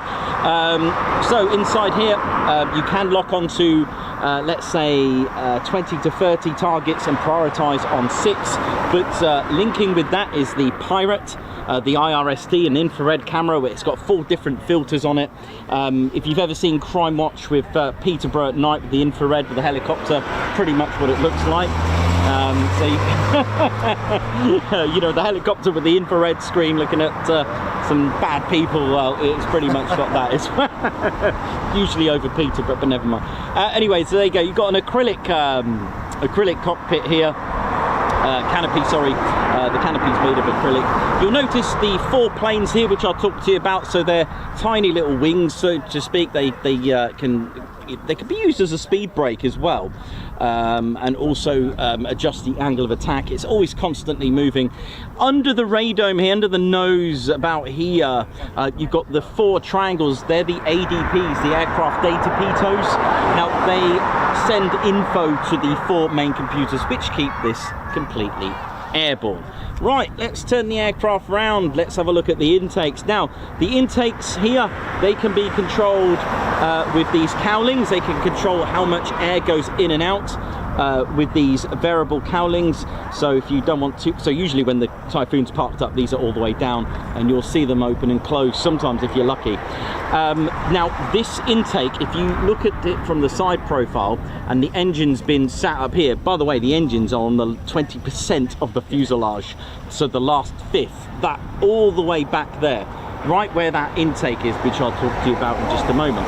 This is called an S-duct system, which means it's a little bit stealthy because it hides the heat created from the compression blades. You can't actually see the compressor blades here, the first stage of the engine, you can't see it. Now, what's this scoop all about, this little splitter? This splitter is a really important aspect of any aircraft. There's one on the they're all on aircraft, by the way, but they're all on different designs. The F-16, which I haven't got with me, I usually show you it. It's got this same scenario here. This is for the boundary layer. Now, air is fluid, okay? Now, what I mean by that is, if you imagine it as water, if you were to pour water right now on this Typhoon, you'd naturally think the water's just gonna, you know, just bounce and just fall off. So if I was to pour water straight away on here, it will just go and drop here and won't affect the bottom part. That's incorrect. When you drop water, it will stick to the body of the Foon and it will start to create drag. It will start to create pressure. This is known as boundary layer. What's so bad about boundary layer? Well, you're now creating different pressure. Imagine we had this intake without the splitter bridge. Okay, so let's push this up. What you're going to get is the boundary layer going in, and then your usual high and low pressure, your usual high pressure air going in and low pressure air going in there. What I'm talking about is that you've now got 2 different types of pressure going in, okay, because it's sticking to the top of the Typhoon's intakes. If you did that, what you're going to get when the 2 different pressures of air hit the fan, you're going to damage your aircraft. You're going to damage it. Another purpose of the splitter this splitter here is to also control the amount of air going in when going supersonic. All right. So just to give you an idea, here's a drawing I made from earlier, a bit like Tony Hart. Here you go. There's that's the low pressure compressor stage. That's the first stage. So you're going to get the boundary layer hitting the top, and then our usual air. So you're going to have a drag, so high pressure hitting here and the lower pressure in there. It's spinning. You're going to get 2 different types of air, and it's going to damage your engine, and that's not good. Mind you, while I'm here then, let's talk about this. Now, the Typhoon has a 3-stage low pressure compressor, all right? It's these, now they're called blisks. Now, usually these compressor blades are separate. Here's one I found off a Buccaneer. There you go, that's what they look like. Now, these are connected individually, look, they're locked in individually. Now, they're clever, aerodynamic, they've been designed to channel the air and make it pressurized, okay? So, what does this mean? Well, the Typhoon doesn't have that, they're all connected. It's actually one whole disc with the compressor blades actually molded in. They're titanium. The Typhoon also has 5-stage high pressure, which I'll talk to you about. What this means, it's going to be compressing the air. Why do we use compressed air with engines? Well, it's more economical. So if you breathe in air now, that air is what we've got. But wait, what if you're breathing scuba diving tanks? Well, think about scuba divers' oxygen tanks. There's actually so much air in there, but it's been compressed so that you can have more in a shorter space. What I'm saying is that you've now got more air than what you had because you're compressing it so you can fit a lot more air. So to basically rectify what I just said in a way, because that didn't quite make true, is the fact that you haven't made more air, you've made more space to fit more air in by squeezing it. Does that make sense? So what you're doing, the Typhoon compresses air 26 times the atmospheric pressure it started. So if it was at 26 cubic centimeters, it's now 1. Let's put that into context. If anyone plays squash here, it's basically, it compresses a volume of a squash court into a size of that Mercedes just there. In 1.5 seconds, by the way, just thought I'd let you know. Compressed air is a lot more combustible as well. So let me show you what that would look like. It would look a little bit like, here's a diagram I made earlier. A bit like that. There we go. So the air's going in. Okay, this is my generic drawing. The air's going in. There's our 3-stage low pressure. Now you'll notice high pressure, it squeezes air. So it's basically going to get smaller and smaller. Think of poor old Veruca at Charlie and the Chocolate Factory when she gets squeezed. Think of those adverts that have claimed to have a 1-litre carton of orange juice with about 20 million oranges squeezed in. You're squeezing it, it's getting compressed, and it compresses it to 26 times. It goes in a combustion chamber. So don't forget, you've got all this air now squeezed in here. You can fit a lot more air than what you had. You then spray it with fuel, bang. This will then turn it's got a twin spool here for the Typhoon. You've got a high pressure turbine and a low pressure turbine. This is what turns this round. That kinetic energy spins the turbine, but the turbine been spun, okay, so the high pressure turbine actually powers the high pressure compressor, and then the low pressure turbine actually powers the low pressure compressor. How cool is that? So if we take away the afterburner or reheat, that is basically the same engine as you would have in any of your commercial airliner. It's a jet engine, okay? Yeah. So this is generic, so this one's got like 3 turbines in total, but the Typhoon's only got the 1 high pressure and 1 low pressure. What about here? What's going on here? Well, to get afterburner, you've got to think of the word afterburner. Afterburn, you're burning something after, reheat, you're reheating something after, which is why they use more fuel. Why is that? Well, you're basically spraying raw fuel into the hot gas section. There's no compressed air anymore. You're basically just bleeding out raw fuel with non-economical compressed air, but it does give you more power. Here's our nozzle here. Now the Typhoon's got 12 fairing flaps, they're called. That's this bit here at the back, which I now will show you. There's our Typhoon.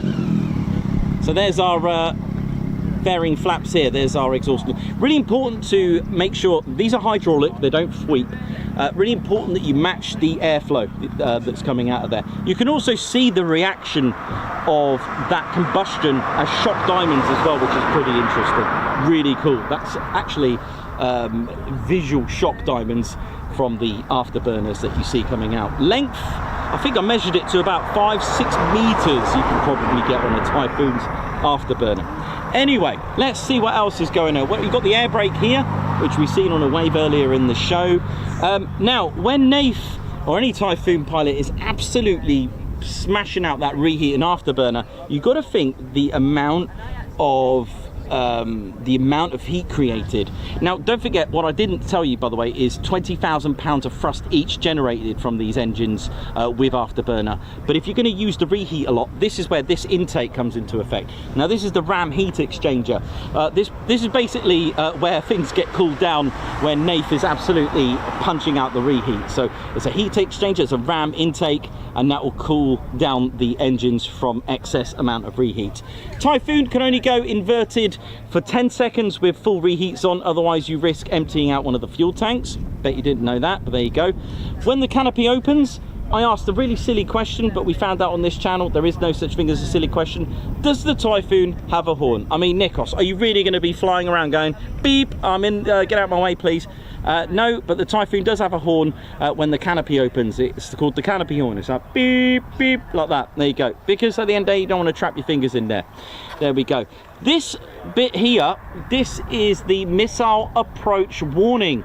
This little radar here uses Doppler. This is a survival part of the Typhoon. This Doppler is sending out, so whether it's radar or infrared heat-seeking missiles, it will detect it.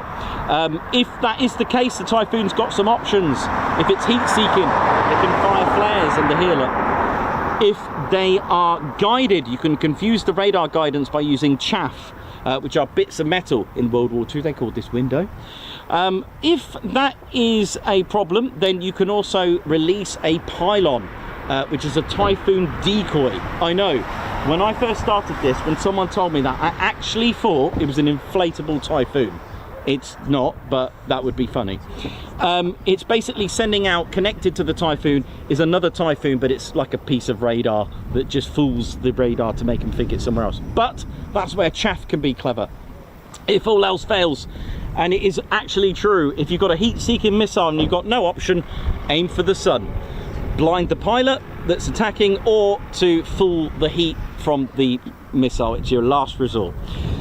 Another question I get asked a lot, what's this soot here? That is literally burnt fuel, but this bit here is actually the APU, the the auxiliary power unit. This is where you can plug in a Typhoon and start it up.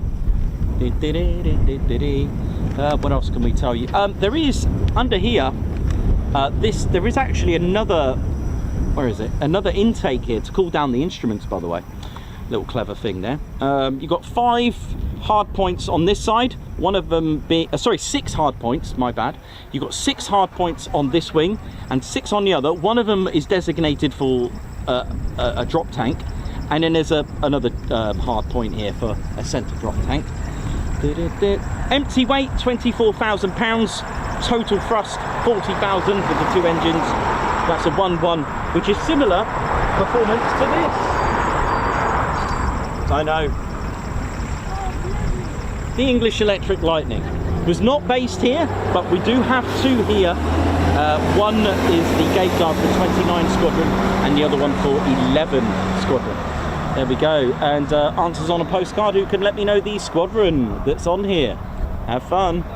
So yeah, very similar performance, these two. Very, very similar. So the Typhoon being a 1-1 thrust to weight ratio means, here we go. So, line up on weight, speed 2-1. When the brakes are released, full afterburners. Let's go. 1, 2, 3, 4, 5, 6, 7, 8 seconds gone. Typhoon's reaching speeds of about 185 miles per hour.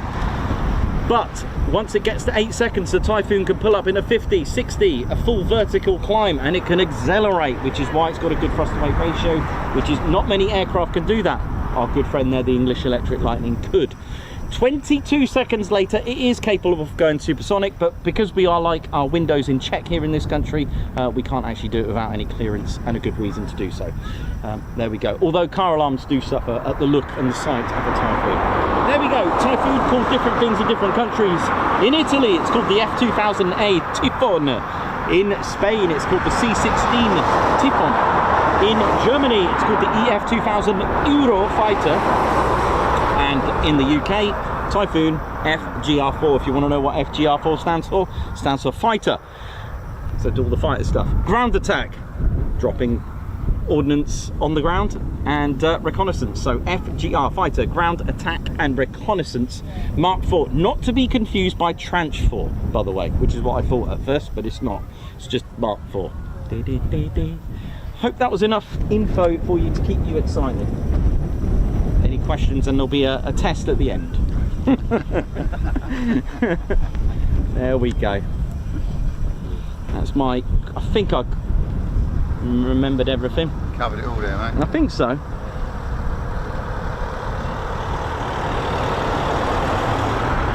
And for those wondering the answer, it was 74 Squadron Tigers. Oh yeah. Meep meep. Right, cup of tea time. There we go.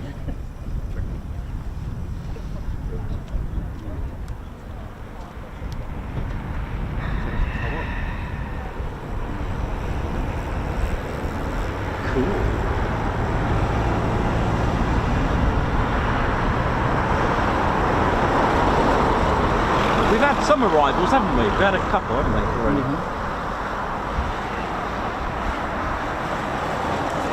Good start.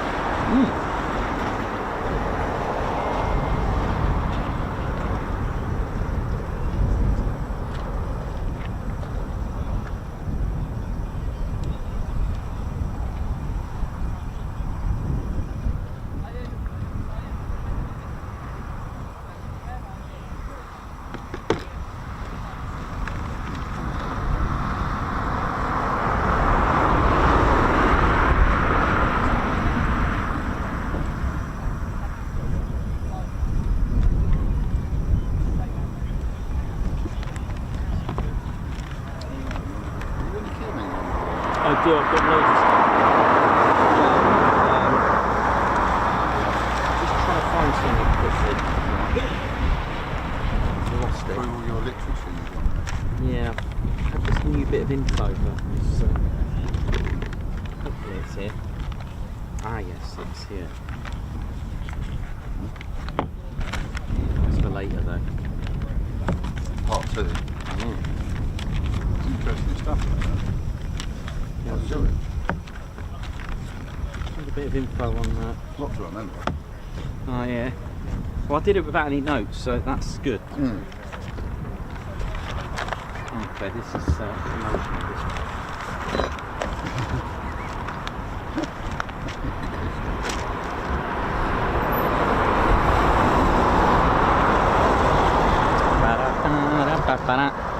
How we doing, ladies, gents, and teddy bears? What I got for you is something I found. I forgot to show you it.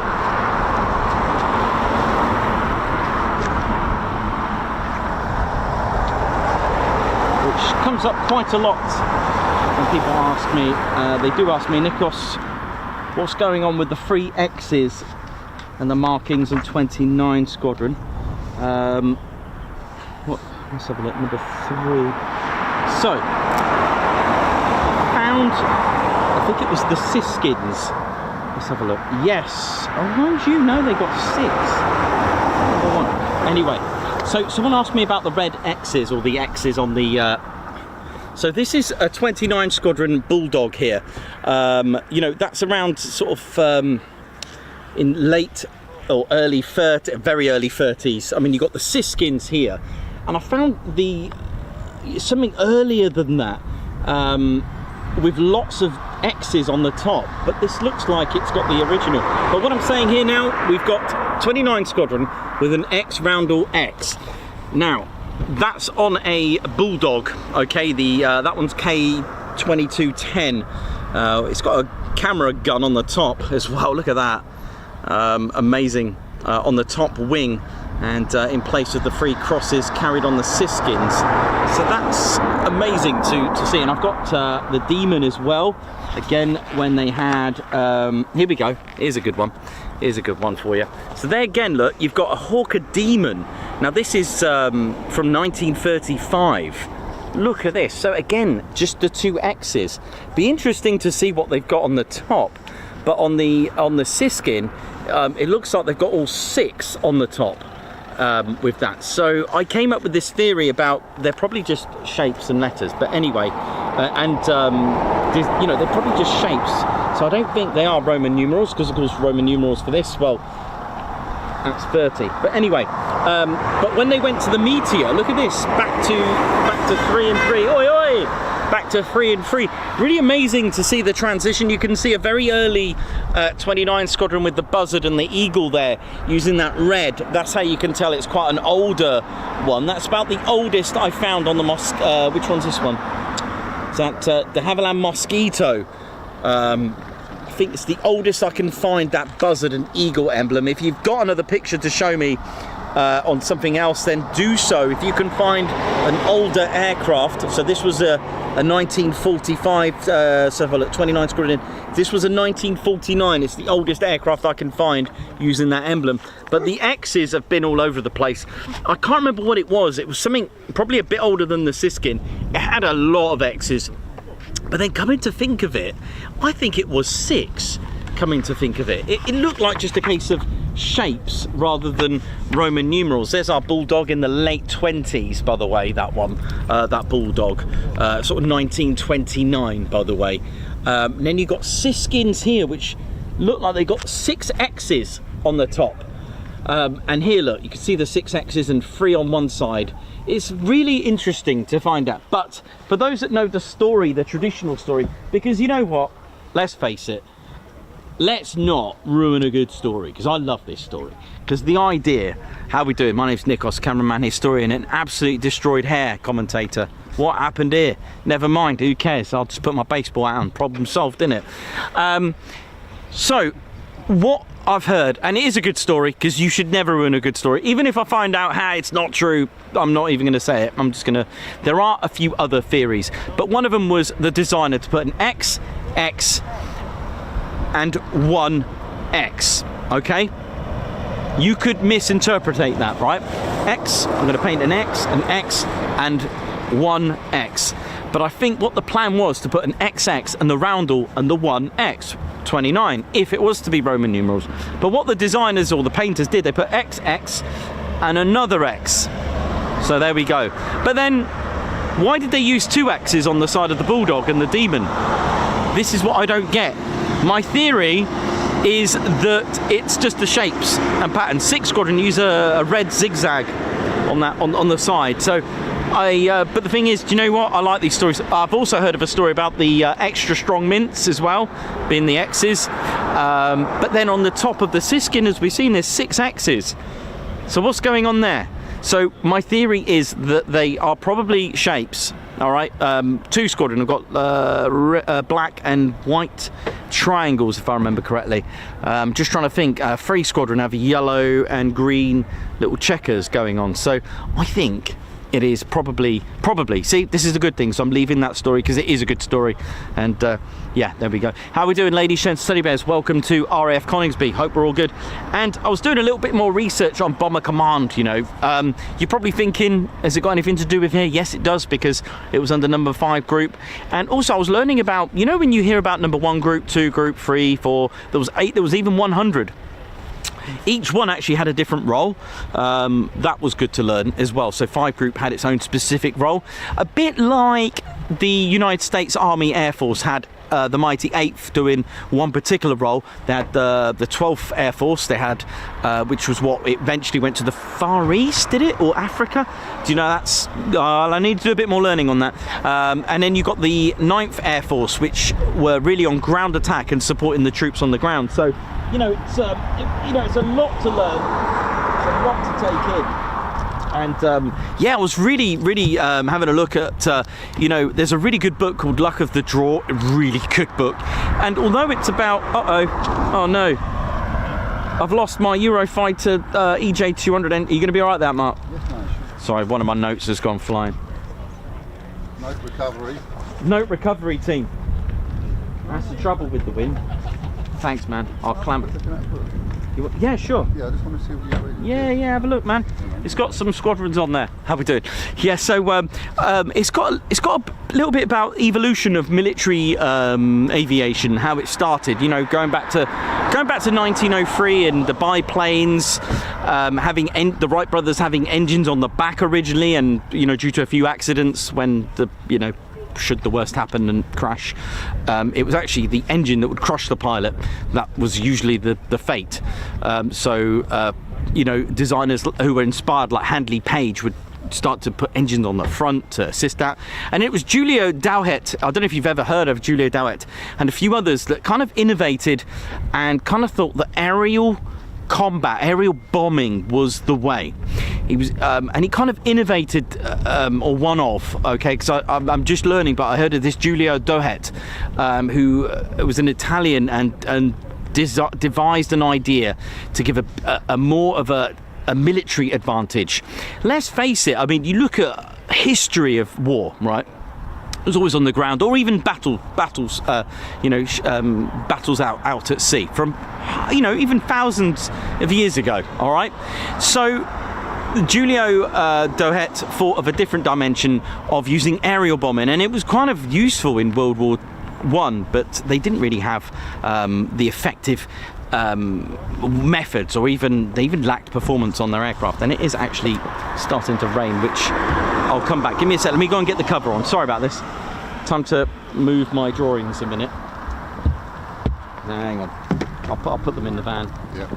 Let me just put that on there, nice and heavy, and let me just get rid of the notes. My 4 little drawings, they're not waterproof. Actually, I'm going to buy these little covers for them, actually, those little sleeves. Yeah, get them A4 sleeves. Yeah. Rest of it.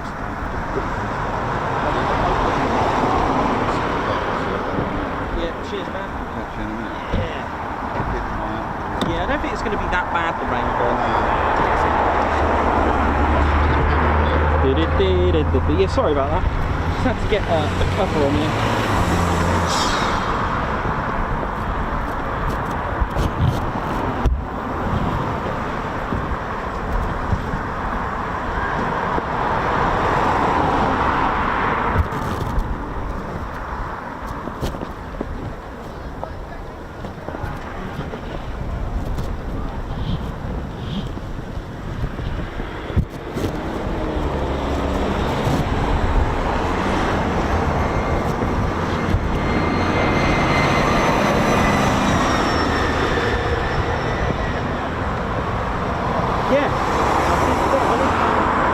Take care.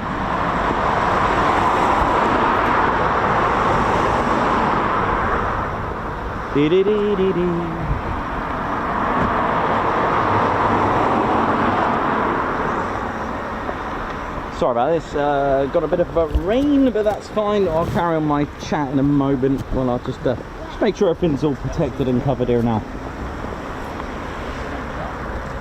But yeah, I was learning a little bit more on the evolution of, you know, aerial combat. It's really interesting, and it's funny how one book got me to that.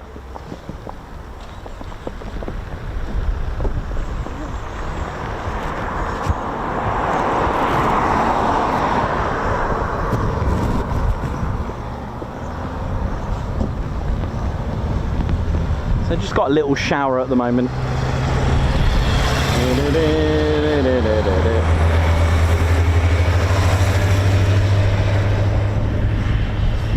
Yeah, so I was thinking about laminating them and putting them in those sleeves, but the problem with using I mean, it's a great idea, don't get me wrong, it's going to be great. I was just worried about the glare. It might cause a bit of glare, but then again, we're better off having glare, aren't we, a little bit. I can always move the camera, have a little bit of glare rather than getting damaged, because they are getting tired, bless them, and it does take a bit of time to do the drawings. Oi, oi.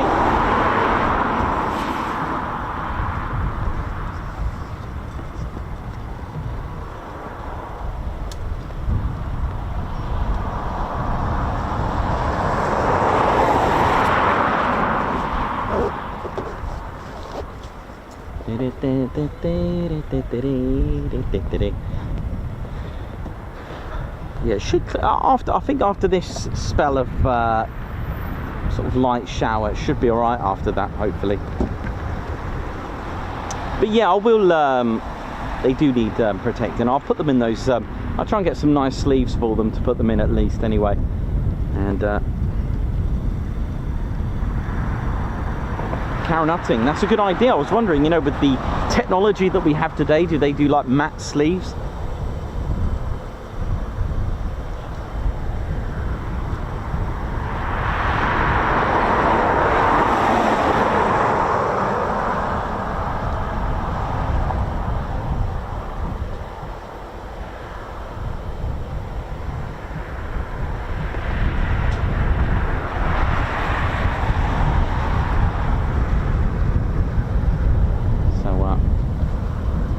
got a little wave of rain, unfortunately, but no worries.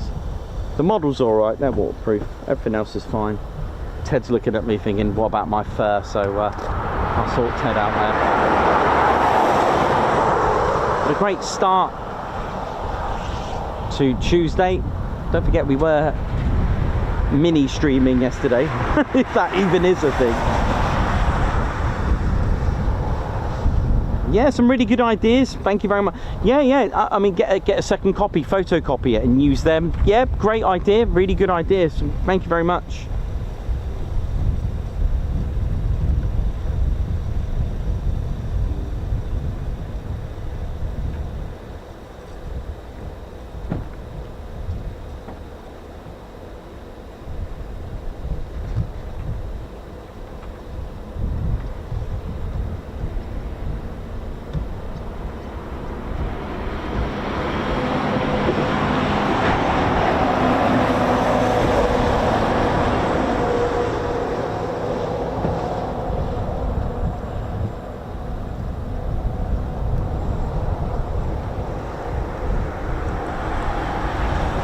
Yeah, great idea. I will do that. That's a good idea. I'll scan them. Really good idea. Thanks for your help.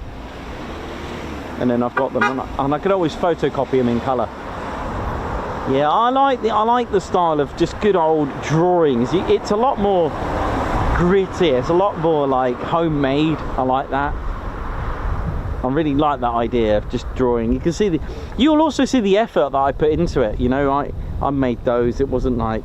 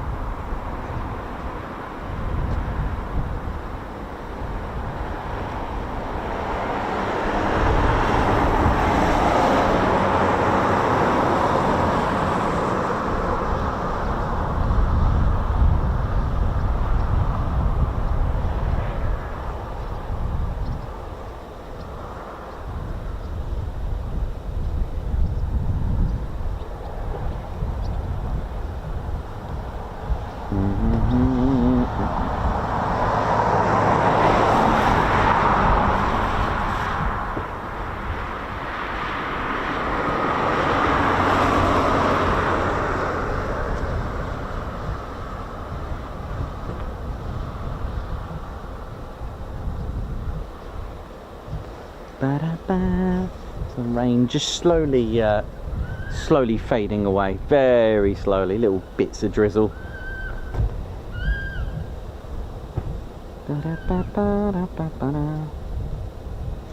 But yeah, I was really loving this book I was reading. It had a lot about Julio Dohet's slogan as well, the bomber will always get through.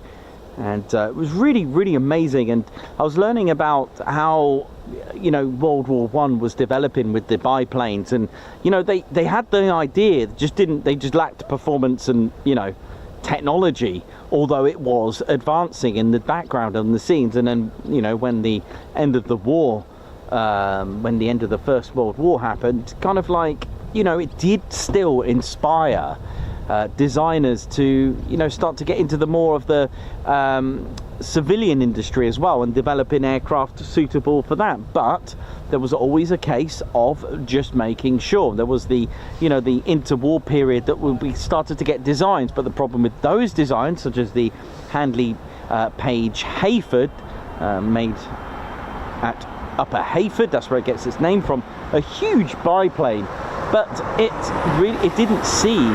It came out, you know, a bit like the Avro Lincoln again, another story, you know, come out a bit too late, the Gloucester Gladiator, but they all found their own roles. Eventually, the Handley Page Hayford was eventually used for the likes of training, because we had the Hampdens, we had the Wellingtons, we had the Blenheims, monoplane, more powerful designs that were really taking on a better function to what Bomber Command was dreaming of. But again, other problems with Bomber Command: they lacked the size, they lacked accuracy, they didn't have, you know, they didn't have everything there on a plate. they had to develop it, which was really amazing to learn about the formation of Bomber Command, which is of course what Coningsby developed into under the control of number 5 group.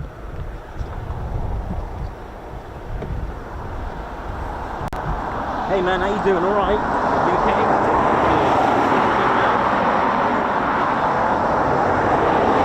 Oh, nice. Oh, cool. All right, mate. You all right? What? That's cool. But yes, I was having a look at the book with Julio Dohet's sort of third dimension aspect of using bombing as an effective method, but in World War I they really did lack the performance. But don't forget, it was quite new. 1903 was the Wright brothers developing their first aircraft, and bombing was on, you know, military targets and marshalling yards, bridges, comms. There was a strict treaty as well, the Versailles Treaty, that forbid, you know, any, you know, basically the protection of civilians. There was actually a treaty to put in to say, look, you know, you cannot just, there was, you know, and also the likes of the Hague, and in 1922 international agreements were imposed to restrict and prohibit aerial bombing on non-military targets. Even that, and of course when you come to think of it, you're creating a Bomber Command in 1936 which formed, but it had a few problems of its own. So the size as a strategic force, rules of engagement, targets allocated to Bomber Command. You know, don't forget, during the Second World War, not everything was like, yeah, let's you know, we got a bombing mission to do. It wasn't like that. They had to get allocated a particular mission, and they weren't. They didn't have that. And technology, the lack of radar and navigation, and of course accuracy. So this led on to having operational training units, and then you train to what you've got. You've got the likes of the, you know, let's have a little look. I mean, we had the Hayford bomber, and in 37 and 38 we had the, I think for me, looking at the stats, I think the Wellington bomber was probably the best option, because don't forget, you've got range. Don't forget about range. It's all very well having the altitude, but the range was the problem. You know, you got 235 miles per hour on a Vickers Wellington in 1938. It could do a range of 2,200 miles. That was one of the good things that it could do. It had a service ceiling of 22,000. We had the Whitworth Whitley. You know, that's at about 222 miles per hour, but the range at 1,650 miles. Service ceiling quite good at 26,000. You got the Hampden in 38. You also got a nice punchy 254 miles per hour. That was developed or given the namesake of like a fighter bomber. It had a range of 1,720 at 19,000 feet. But then you also had the sort of a light bomber, the Blenheim. That was quite nippy at 266, because it was considered quite slow, but it was quite nippy. Problem was, it could only have a bomb load of 1,200 pounds. That's not a lot. Service ceiling was good at 27,000, but the range poor at 1,460. I think that was the least of the four. So the Wellington bomber was, you know, designed beautifully. It had you know, the geodetic airframe to take some beating, and then eventually they decided to organise and reorganise groups. So number 1 group was eventually situated in France. Number 2 group for light medium bombers. 6 group were allocated to the Royal Canadian Air Force. We also had number 8 group for the Pathfinders. Also training groups 91 and 21, I believe 26. And then we also had 100 group. If you've ever heard of 100 group, they dealt with electronic warfare and the training of countermeasure equipment as well. And you know, it was considered as a development stage, and I think it wasn't until the late 40s until it really was really effective in that respect. You know, and you've got to remember the technology they had.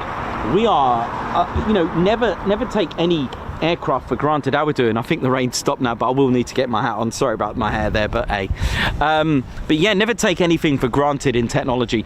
I think it was, how far was I totally forgot how far Berlin was from London. Was it 600 miles?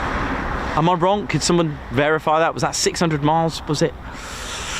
I've totally forgotten, from London to Berlin, if someone could do that. But my point is, navigation was an issue. If you got, I mean, especially they started off with raids in the daytime. The reason for switching is because on raids they'd come back with 50%. it wasn't good enough. Although they might win and win a particular battle or actually hit targets, they came back with half of what they started. Carry on like that, you're not going to have a bomber command left. So they switched to nighttime bombing because of that reason, because they were just losing. But then nighttime bombing had its own issues. I think it was, I forgot the amount of percent, but the percent of actually hitting targets, the best was probably hitting within a 5-mile radius, which is quite poor. Not many hit the targets at night. It was really hard, and that's where Pathfinders came into effect. Thank you. Got some incoming. So we had Pathfinders as well, which helped to drop flares on the targets at night.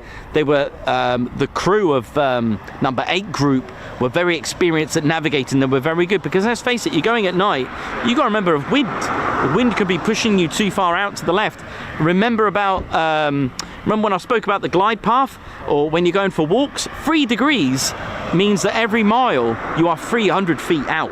Can you imagine that? Imagine, so they got to go 600 miles to Berlin. If you are 1 degree out, you are in serious trouble. Oh, hello, might have a photo here. Oh, thank you. So 577 miles. I was close. So 600 is not a bad guess, right? So 570. Thank you very much, Davey. And who else sent me some? I think is that Chris Bloxham. Thank you. Yep. Cheers for that. Oh, well, that's quite cool. But yeah, and then escorting fighters as well. Thanks for that photo, because it was really important. The introduction of... Yeah, that did sound good. I'm not really a car fan, but that did sound good. Actually, I am a car fan. It's a military aviation channel. The introduction of the P-51 really changed things for me. From what I read, because it had the range to really escort those bombers and to do away with any attacking fighters. So that was a really good introduction, the P-51, in my eyes. Really good from what I've read, with the range as well. I mean, the P-38s were good, the Mosquitos as well, but the P-51, the introduction to them really helped out with bomber command efforts as well. But yes, and then when the US Army Air Force came, the mighty 8th, 1943, they were using a different type of bomber, the B-17s, but they did their own thing. But again, the bombing wasn't totally accurate, which is why I said to you earlier regarding the evolution of aerial bombing, is the fact that they weren't really allowed or supposed to bomb anything other than they couldn't bomb non-military targets. So these included factories of where they were developing aircraft, ships, factories, ports, gun positions, communications, anything like that. But you got to remember, at night you are lacking your technology. So the G radar, HS2 and all these other things started to come in, and the help of the Pathfinders. I think around 44 is where they really, for me, Bomber Command really, they really had it going good. I felt, but yeah, I'm still learning. Okay, so if there's any errors that I've said, do apologise, but I am still learning. We're learning together. I'm quite impressed. I thought 600 miles and it was actually 577 wasn't too bad. Probably was 600 miles, and don't forget, you've got to come back, and that's going there and back. So amazing. Here they are now, 2-ship ride.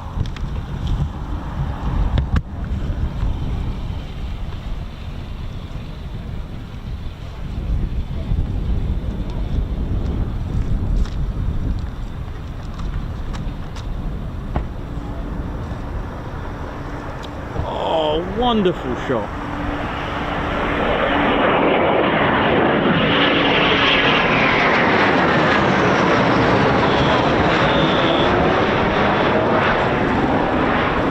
That was beautiful.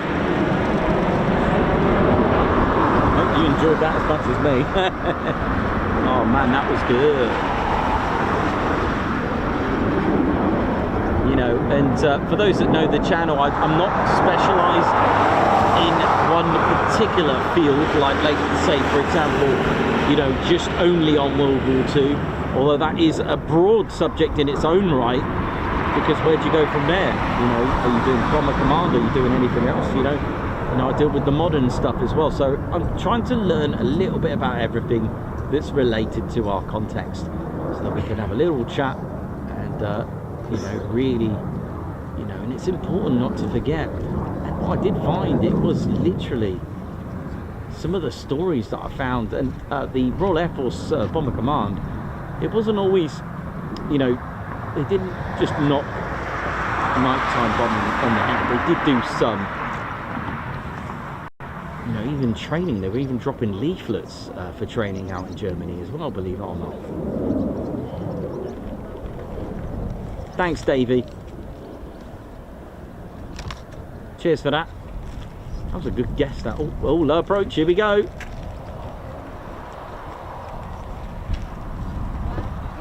Davey, also a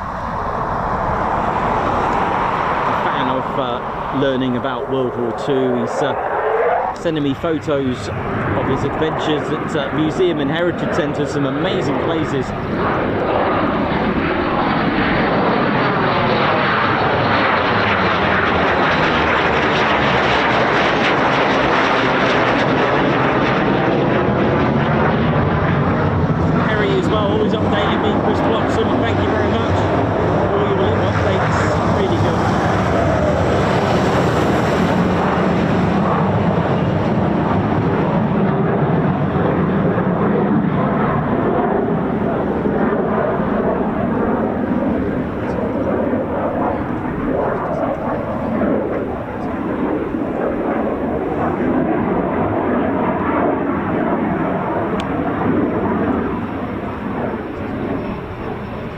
From Siskins to this, you know, you can't knock it. You know, 1903, Wright brothers, the Wright Flyer to this. Newport, the Bruget to this. It's to the F-35.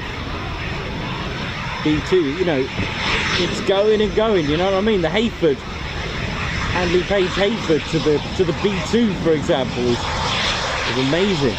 Reconnaissance aircraft. And then let's take a PR-19 or a biplane, and then you've got, like, what about Bruget, you know, 1-3 or a Newport 1-7 and an SR-71, you know, they are played the same role, but oh wow, technology is way out.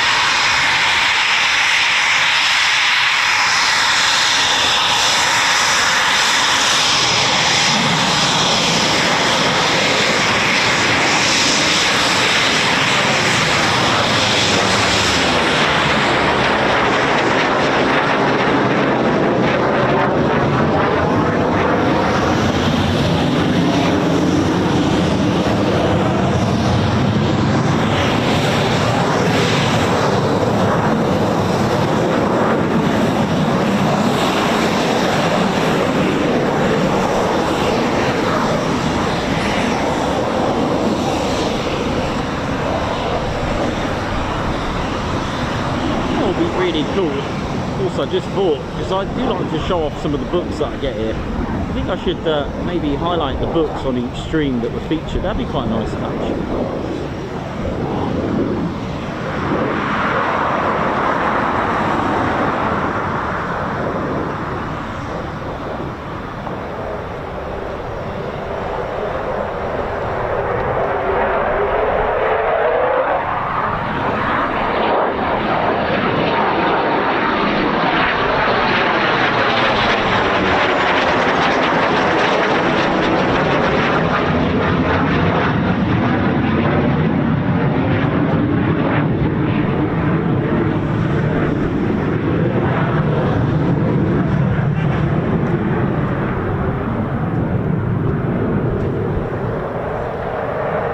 Circuits as well today, you know, really good.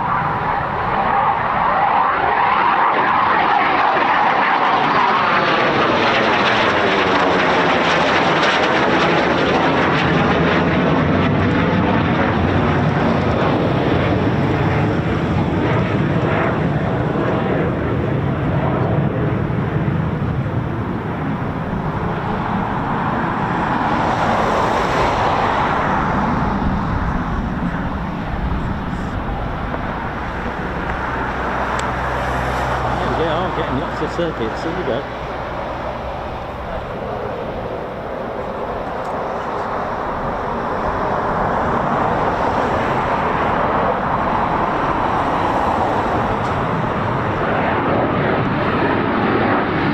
See, the intake's really open.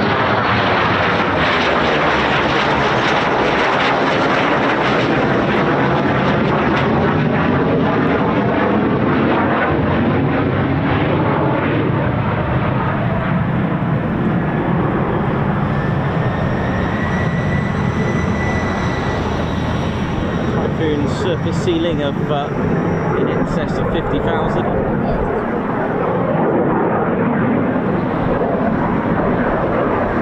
Feet.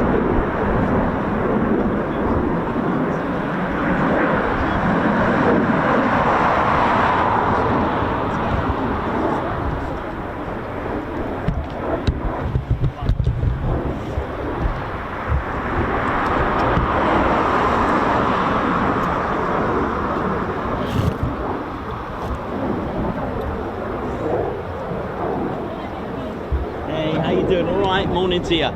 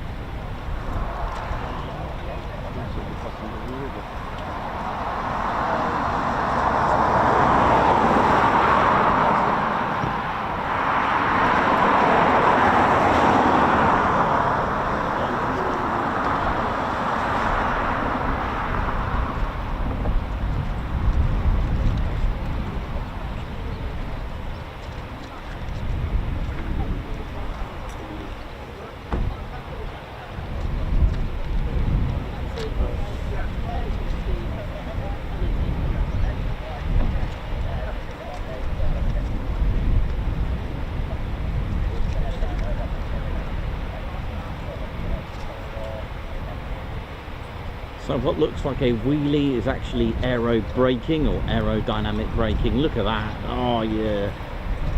And what that's doing, it's the whole purpose is just using aerodynamics, or rather drag, to assist to slow down the aircraft rather than stressing out and using the braking systems. Just let aerodynamics do it. It's like turning the undercarriage into like a parachute, creating drag. Similar effect to sticking your hand out of a vehicle that's going quite fast.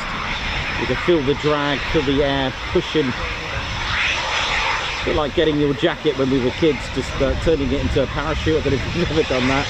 It's slowing down the aircraft naturally, or aerodynamically to be exact, rather than it's taking away the stresses of the front nose gear and the braking systems going on.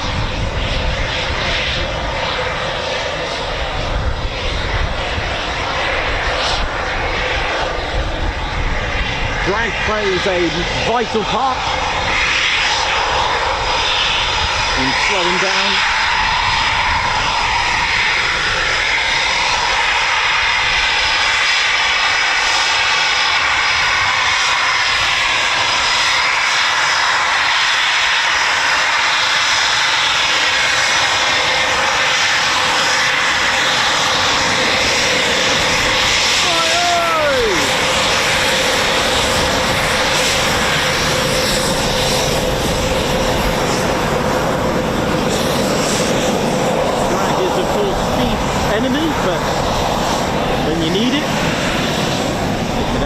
Down. So the air brake, for example, just that air brake on the spine of the fuselage on the top can assist to slow the aircraft down. We see that quite a lot on the F-15s as they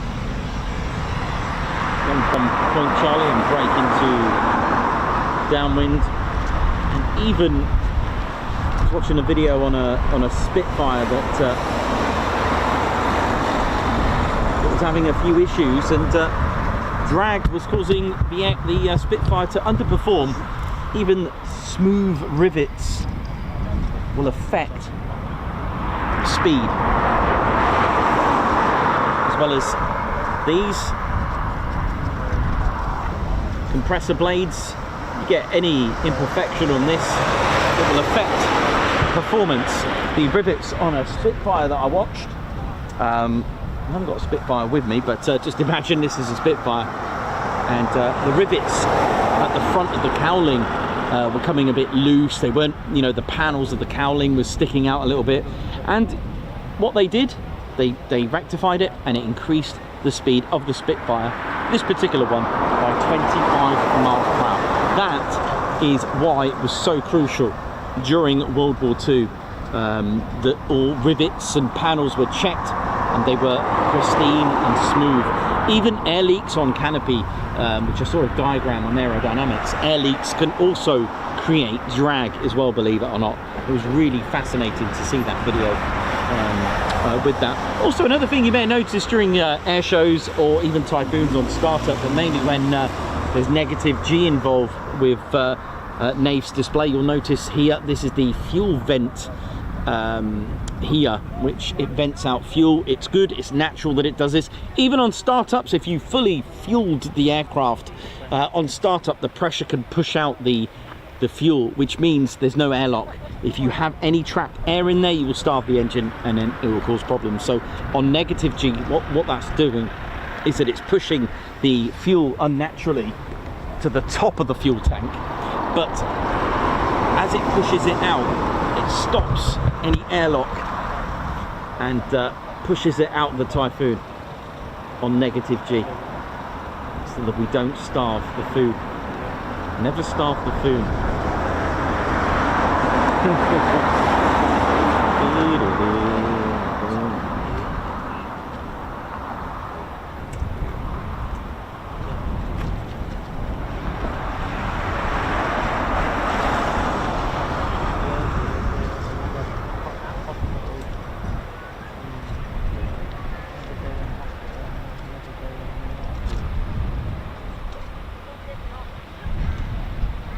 Our aero braking right there, another example.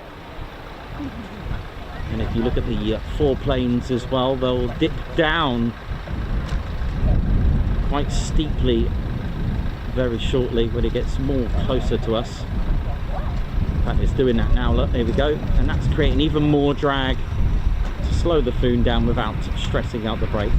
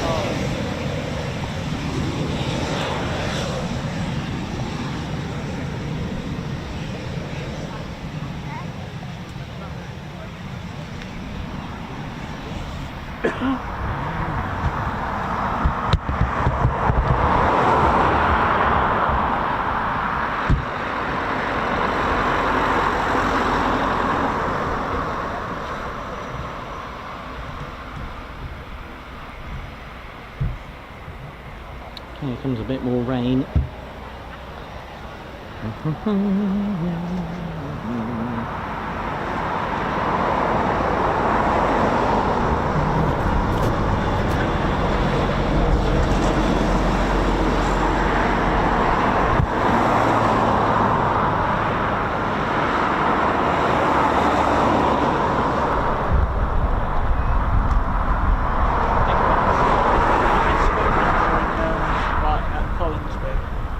There's 5.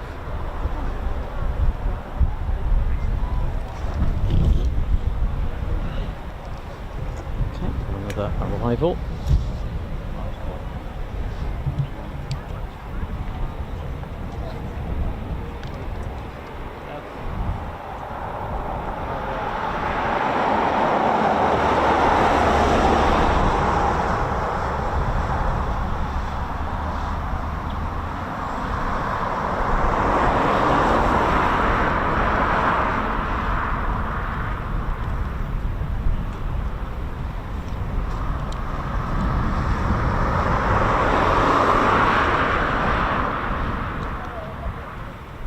Nice, just slowed down really nicely, didn't it? Look at this.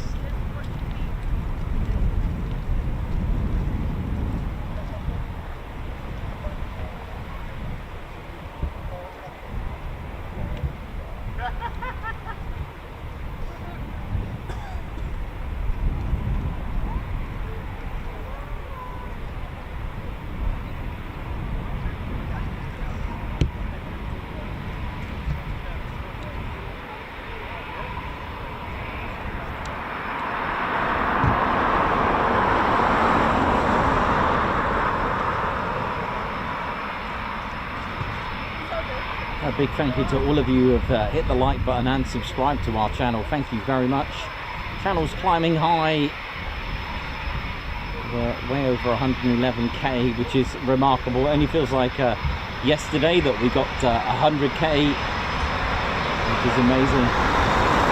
And that's all thanks to all of you and all our viewers and fans that have joined us for this wonderful adventure of the little channel. It'll always be my little channel, look at it.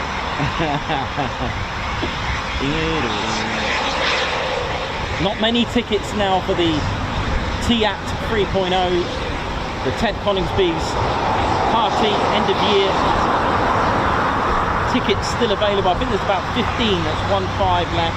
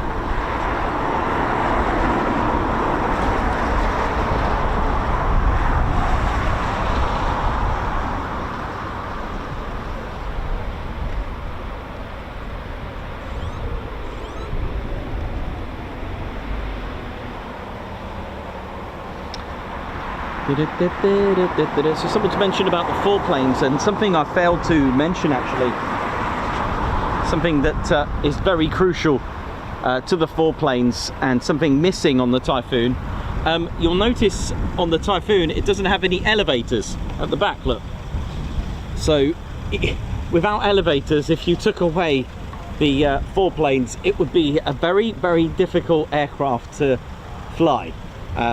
You know, you can take these off and have elevators at the back, which would make it quite an interesting design. So the Typhoon, because it doesn't have elevators, it has foreplanes. Like I said, it can control the angle of attack, pitch, and can also be used as a speed brake as well.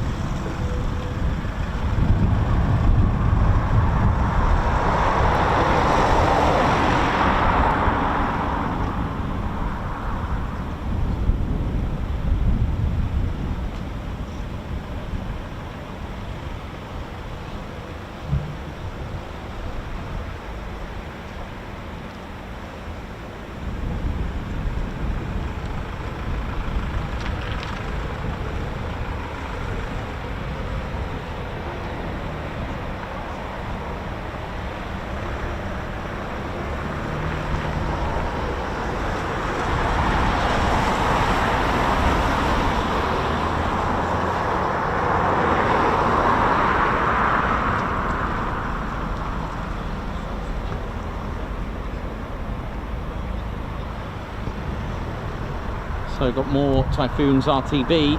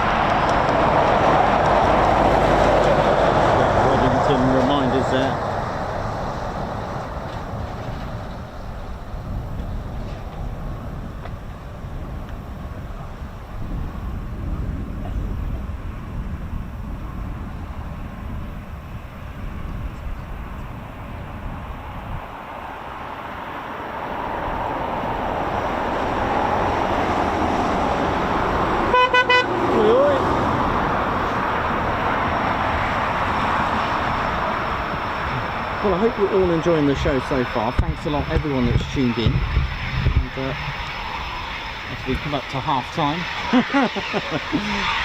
there is never a half time, but you know what I mean. Because like with what are we? Yeah, coming up to quarter past the hour.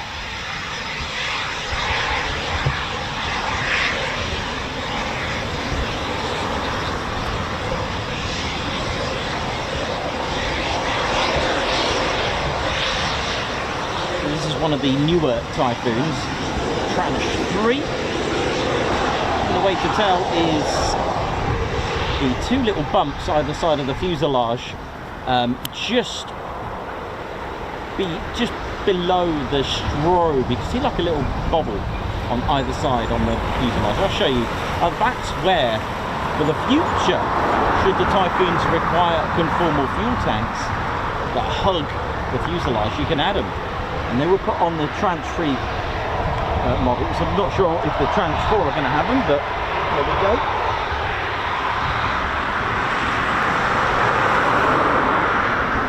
They were here and here. There are these two little bumps here with little black dots on them. I guess that's where you connect the conformal fuel tank. And again, it's got that aerodynamic design that kind of goes. It's a bit like the F-16 ones. They kind of go like that on either side. The reason, by the way, this may sound daft, but there is actually a reason for this, for the fuselage to bulge out here rather than go straight flat. It's because they found that a flat fuselage during the when it was put through that wind tunnel, there was so much drag being pushed, and drag is speed's worst enemy. So they made this sort of fuselage to span out, to bulge out. I guess that's why conformal fuel tanks kind of do the same, because it creates drag. But very clever, very clever.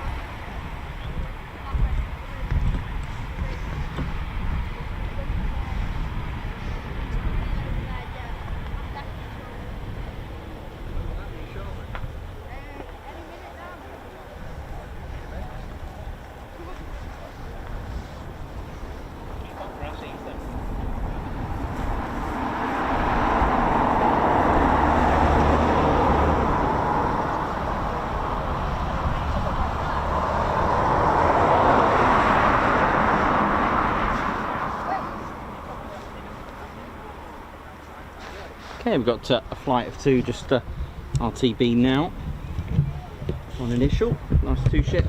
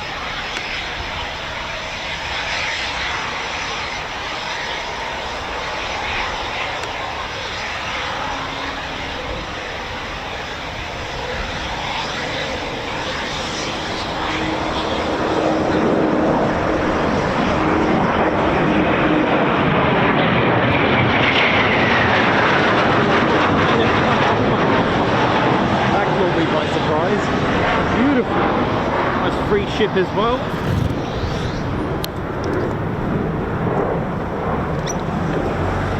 Awesome.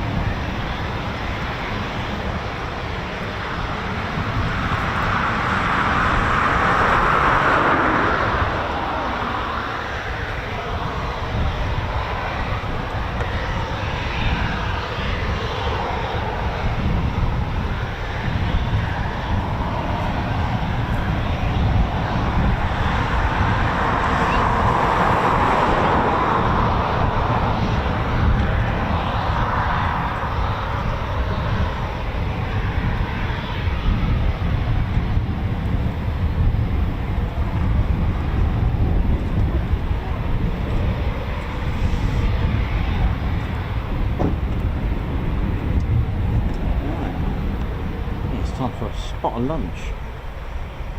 I think it's safe to do so, isn't it? Can recharge the batteries and yeah, have a little break. Hope you enjoyed it, ladies and teddy bears. Let's go and grab some food.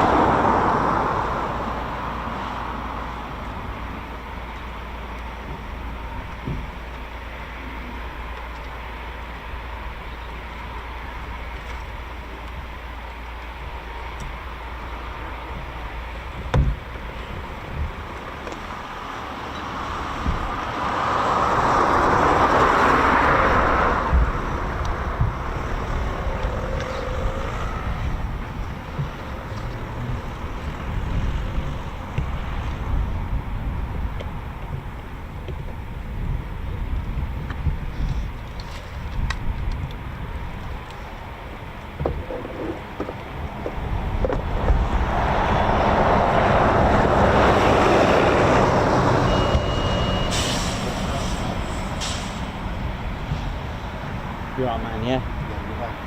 Yeah. Just gonna just swap the mag over.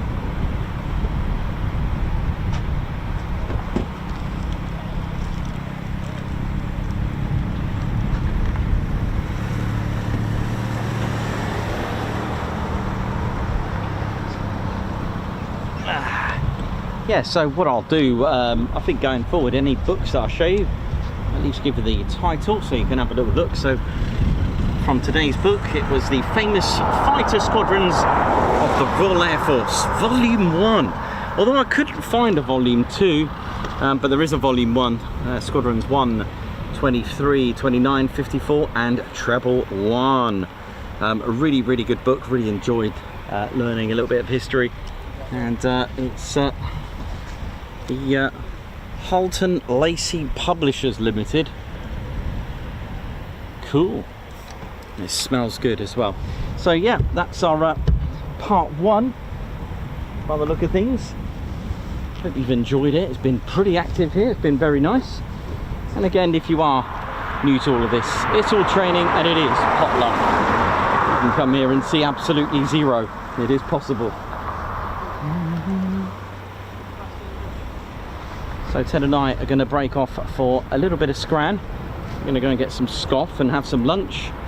And Ted is here to give you some guards marches as well. And if you're kind enough to give us a super chat or a super sticker, gift a membership or take out Ted Coningsby membership, Ted will give you a special guards march. So Margot Baxter giving us a super sticker, guards march to you, thank you very much. Davey with 30 months membership, who's put an absolute pleasure to have been part of this with you all. A huge thank you for your support and much love and respect to my colleagues at Spannerflight. Of course, Davey is also part of our Spannerflight and also a Ted Coningsby posh officer as well. Thank you very much.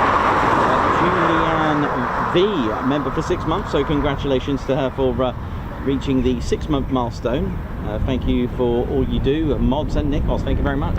Babs R, a regular, a very loyal member to the Ted Coningsby. She's just gifted a Ted Coningsby membership. Guards march to you and a high five.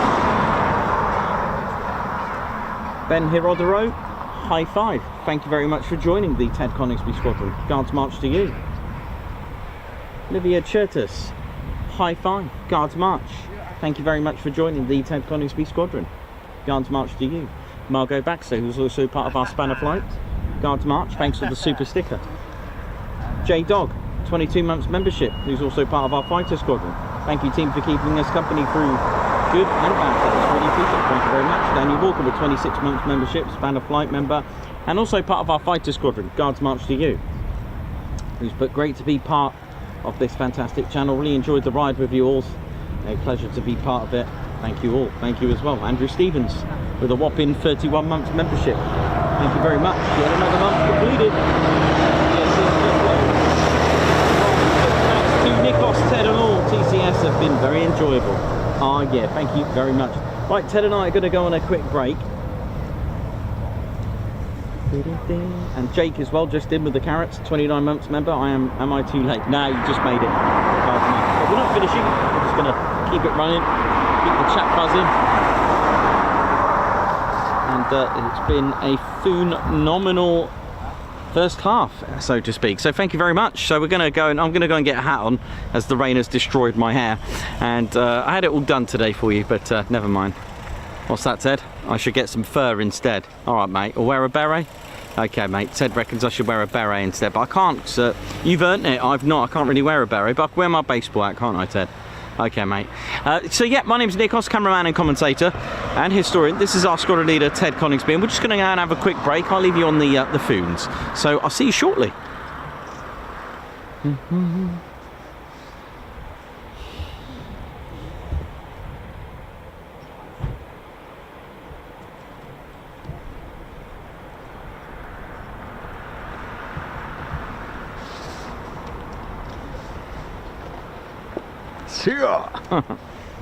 Right, time for some scran.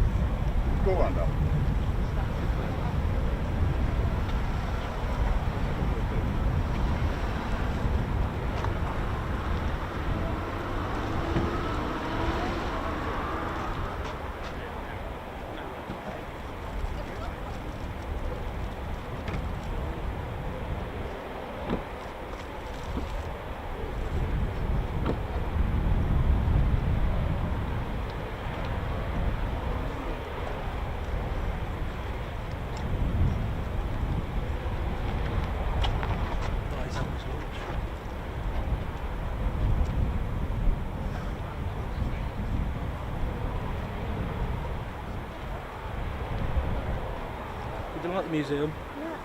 The little thing. See those old frames?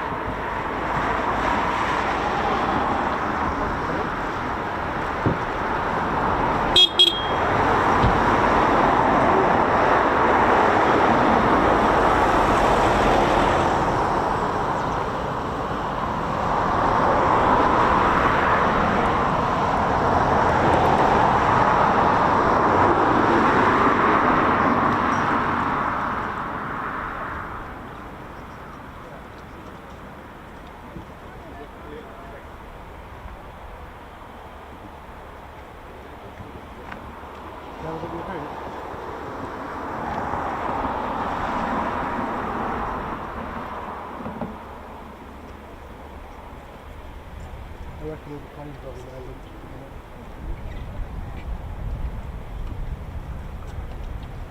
There's a little bird around in there.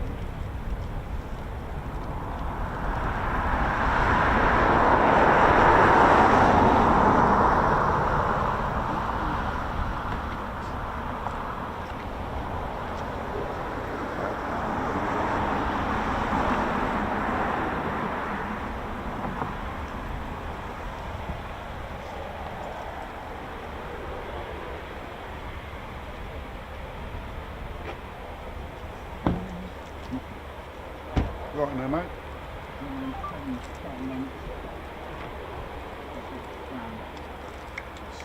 Grand.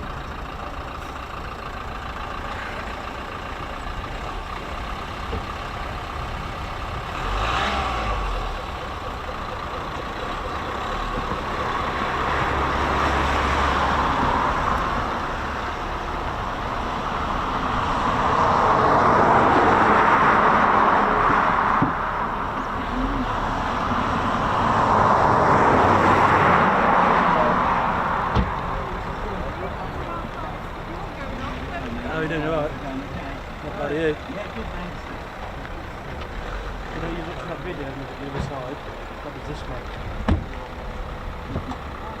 Looks like oil. Yeah. Right, pick up some food. See you later.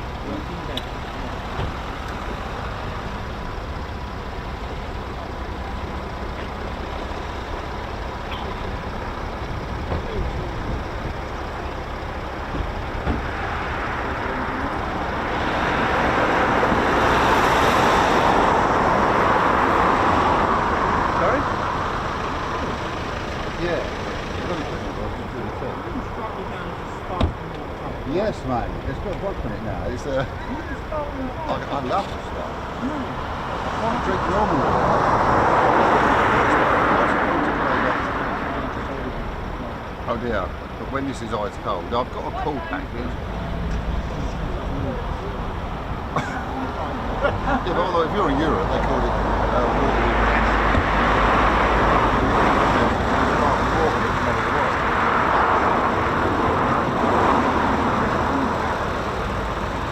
When it's ice cold, we had a little fridge in our B&B, but I put the cool packs in there, so it's on a little. Yeah, I love it. And these bottles on the butts are not too bad. I'm going to put them down. They're not too bad on the engine. I normally spend it, I just don't do it. Yes. We might head to Crash Gate. But you reckon there'd be another round? Yeah.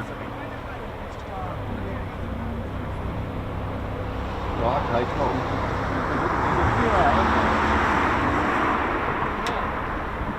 So you know if I'm going away a weekend? Is it this? Maybe, yeah. Well, that's good. Getting about, isn't it? It's been going like that for a minute, with the door undone. You know the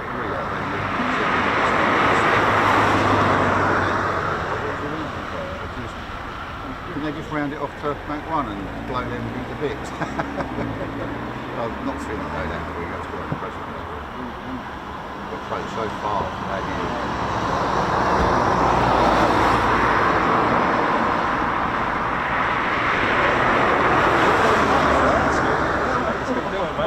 I don't know how many photos it took in that burst. Yeah, exactly. That was funny. What did that feel like being back behind the Yeah, camera? it was great. I just had a great time. Video camera. So you took it into the show itself as a spectator? And I didn't try, I didn't do like the whole displays and things. I was doing a little bit and then just such a cute buzz. I had the best time. The build up was good, I was watching. So I just took some time out for me for and I really said It's good you can take it in.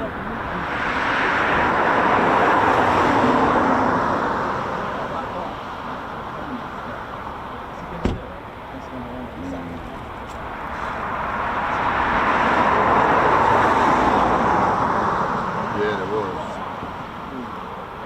Is this like when you're at the air show? yes. That was quick. My dad's Let's see. not took me to an air show for a long while. Since I was like 6 or 7. Oh right. I've been there for a while.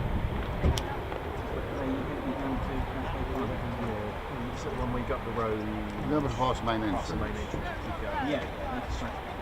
Right, yeah, and then they'll come along. But when they land, we might just get them. Well, we were just saying We'll that, leave one but car here just in case, yeah. the windsocks, I can't see them. no. So if it's a neutral, they're favourite.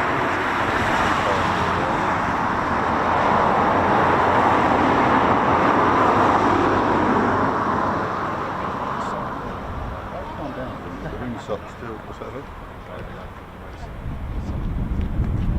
Oh, okay.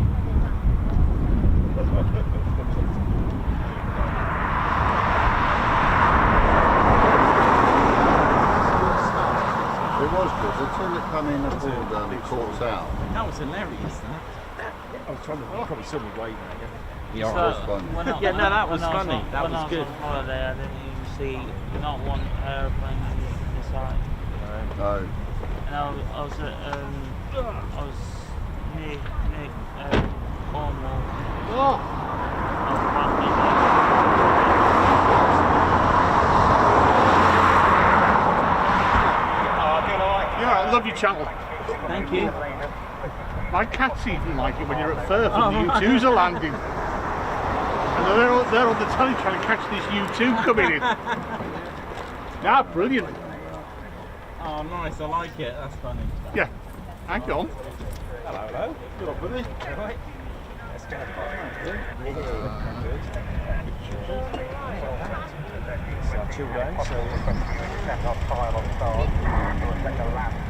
Yeah, not bad, mate. Not bad. Yeah. Busy, but yeah. There you go. Oh, All right. Oh, wow. Yes, that's hilarious.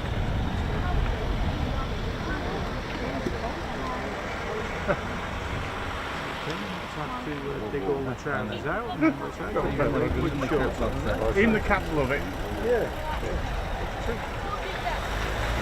They're only young, so it's getting them into the idea early. That's kids music. That's brilliant. Yeah.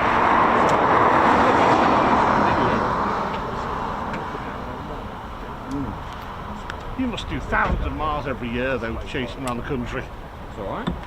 Do you enjoy it? Yeah. It's all right. It's what a car's for. That's it. We're now on lunchtime.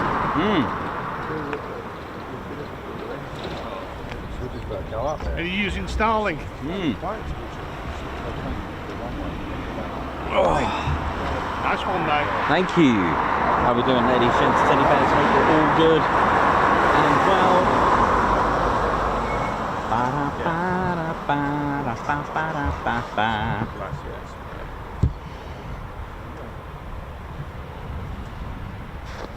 Weekend then? All right? Well, yeah, what's that? Yeah, that's been No, did it? No, yesterday. Oh, was it yesterday?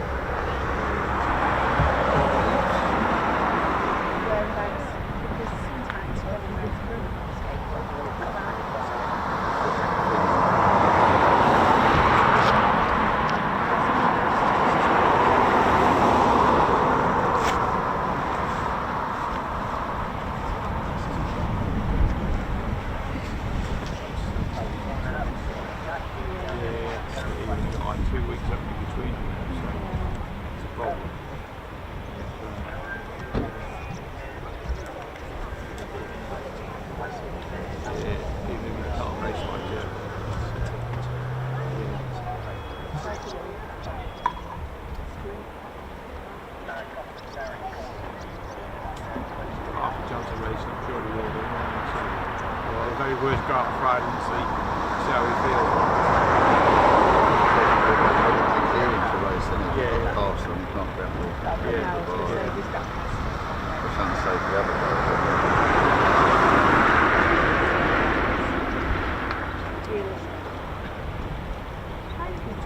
It's hell of a repair sometimes. Yeah. It's done a repair well, a lot of riders struggle with that.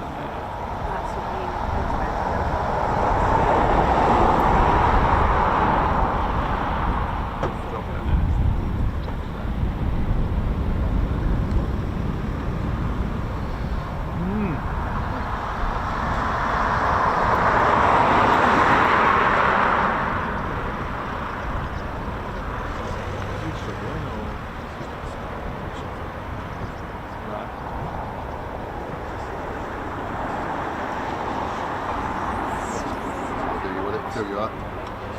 She's surprised by this. Towards the back of the field. I probably went 6 of these a day. So what you'll do, not a beer. Special glass. Well, that's similar. Just, gas. I haven't heard back from the restaurant yet, neither, but last time it took about a month to get back to me, but as soon as I get the conversation, well, it's weird because the first time we done it, they took about a month, I was getting a bit worried, and then suddenly got an email saying thank you for giving me Richard said that was good. Yeah. Yeah. What I might do, if I don't need one, I'll copy you again, Pretty decent when you're doing your Grand Prix circuit as well. yeah. It's just every meal we've had has been fantastic. Yeah. It's really popular. It's incredible. Besides that cinema, you know the Yeah, cinema, yeah. they've got 2 more screens in it. Yeah. And an outdoor one as a drive. That's Which you actually do that stuff. But yeah, because it was so alright in the down that first bottom year, end. we The first voice we just knew straight away.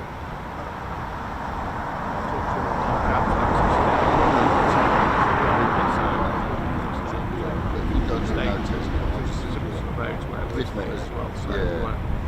Well, I don't understand why you don't. I wondered why you've gone. she's been there I sort of didn't 2 or 3 know. times.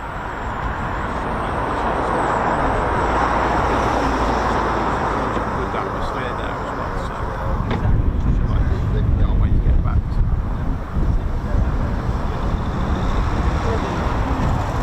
See what it's like and give it a go. There you go. So head right So, yeah, with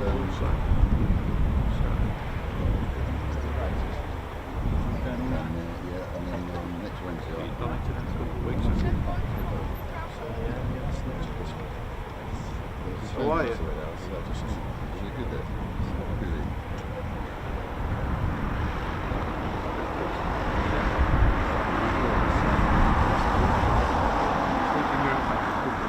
See that. Yeah, man, yeah, do it. Yeah, Thanks, yeah. Actually, then, I tell her I said hello. We can see. But she got like that. So, as soon as Luna comes in, Just been a busy stuff. weekend. So you going well So with we your arrived, what say, and I met up with some friends for something to eat on What do you Friday like on Drove back to Manchester, drove back to Manchester, and drove all the way back here. They done 2 sections, you've got the bag section Lose separate. so much, just lose to the death. You Absolutely, know what I mean? You lose so much.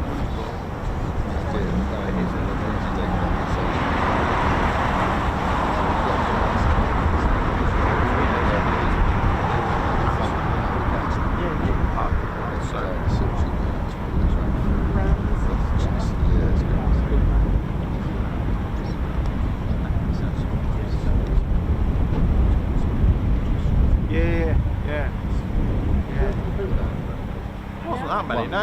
No. There was a few when we arrived that we just stood out to the west or something.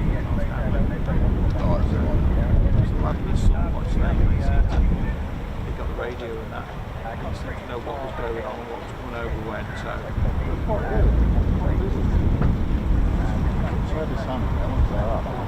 Yeah. Not ideal, is it,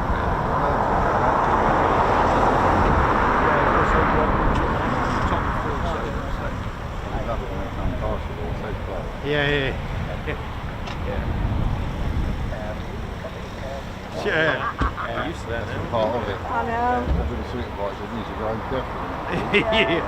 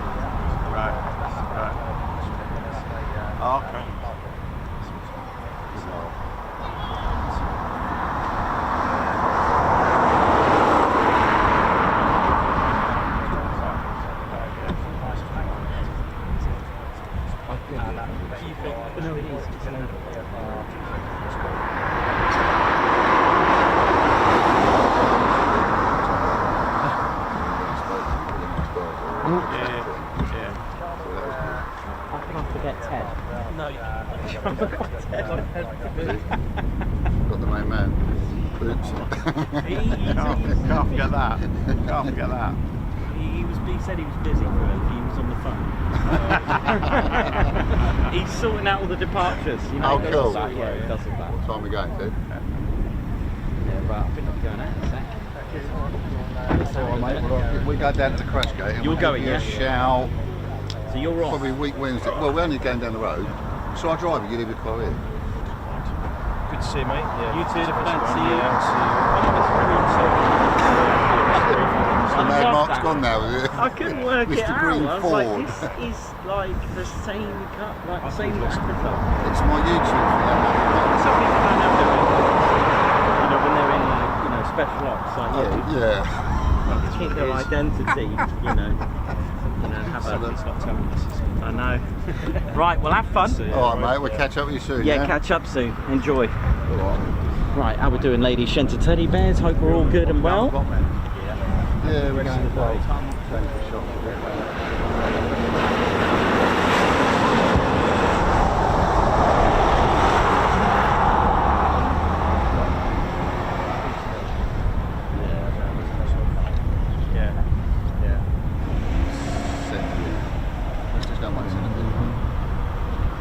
How's everyone doing? Andrew C, Margot, Mark Dudley, Wee Stevie Boy, Alex, Black Cat, Dave Holloway, Oi Oi, Edward Coates, Christine Barnes, Paul Mayers, Margot Baxter, Davey Aspen. What's going on? Hope we're all good there now.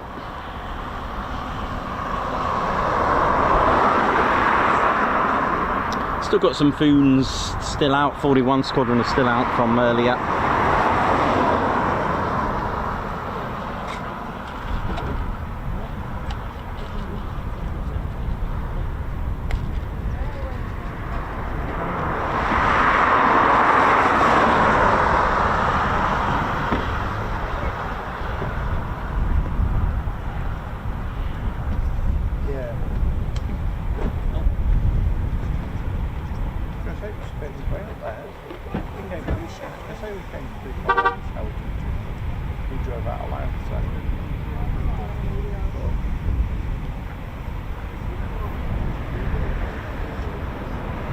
So we've got Squadron. Over there, the operational conversion unit. And we've got Foons just taxiing out by the look of it. You never know, you might. Okay, 1 second. Alright, buddy, yeah, you mate, take care.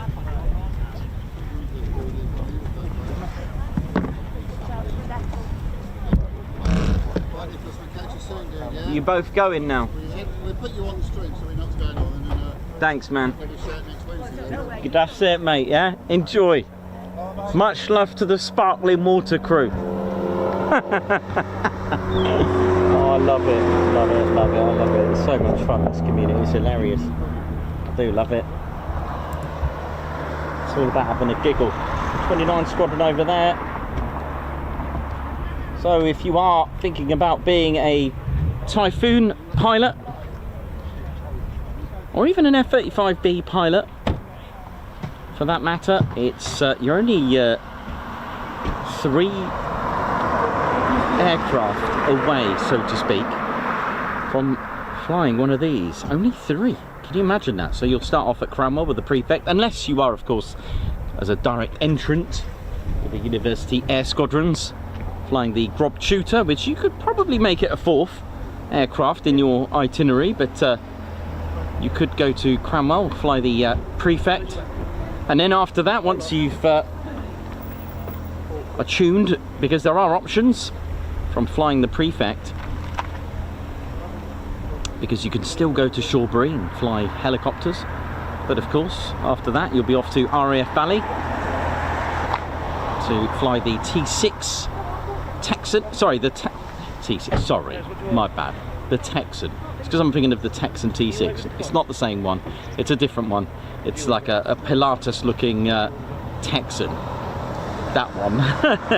And then after that you'll be on a fast jet with 25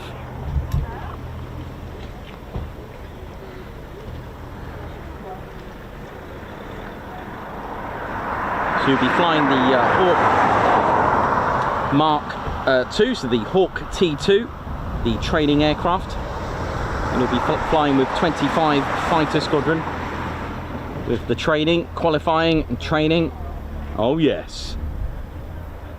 You've also got 4 Squadron as well that also fly the Hawk T2. And once you've done that, if your career is tuned to the Typhoon, then you will come here and fly with, well, qualify, train and qualify with 29 Squadrons, so you'll be a qualified Typhoon pilot. And you'll be here with the operational conversion unit. This is where new pilots who have passed their fast jet training at Valley, called the Advanced Flying Training Course. And the pilots are awarded, of course, their wings, and the pilots, after a year and a half flying the Hawk T2 at Valley, will now have a career path. And if it is the Typhoon, then you will come here with 29 Squadron. If it is the F-35B, you will go to 207 Squadron, which is the operational conversion unit for the F-35B, and they're based at RAF Metheringham.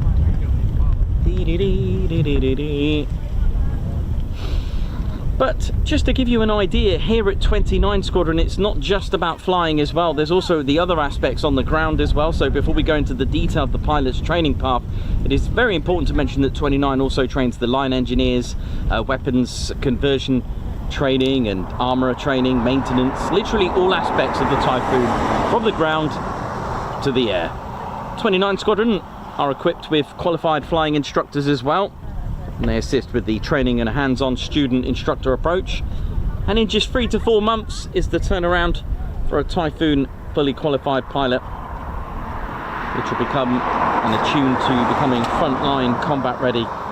But before a new pilot gets to fly the aircraft, the first thing is getting to know the Typhoon. So they'll spend a lot of weeks, 8 weeks of ground school training, getting to know, making them a competent Typhoon pilot, learning about all the configurations, learning about the Typhoon, even the G-suit as well, just learning all aspects. And that's big thanks as well to BAE Systems, who run the ground school with all the software that they put in with that. So the new pilots are destined to have a frontline fighter pilot career. I mean, they know how to fly, but this will tune them in. And this course lasts up to 8 weeks of training and prepare them for their first solo flight, teaching them the Typhoon systems as well as how to fly it. Now, familiarization is key. They will need to learn all that. The unique G-suit, also part of the training. All aspects will be covered, and there is also the power experience, because the pilot would have never felt such power. I believe even the experienced Typhoon pilots will never quite sort of get not comfortable as in like this is not nice, but will always be the power of the Typhoon will always come as an element of surprise. It's something you won't get used to. You'll know about the power, but it's something you may not be used to. But pilots would have never experienced that. So it's a backseat ride in the T3 Typhoon, a 2-seater family version. Sit in the back and whack on the afterburners, just so they can experience exactly what they're dealing with. Right, we've got 3 Foons at the end of the runway, at runway 25.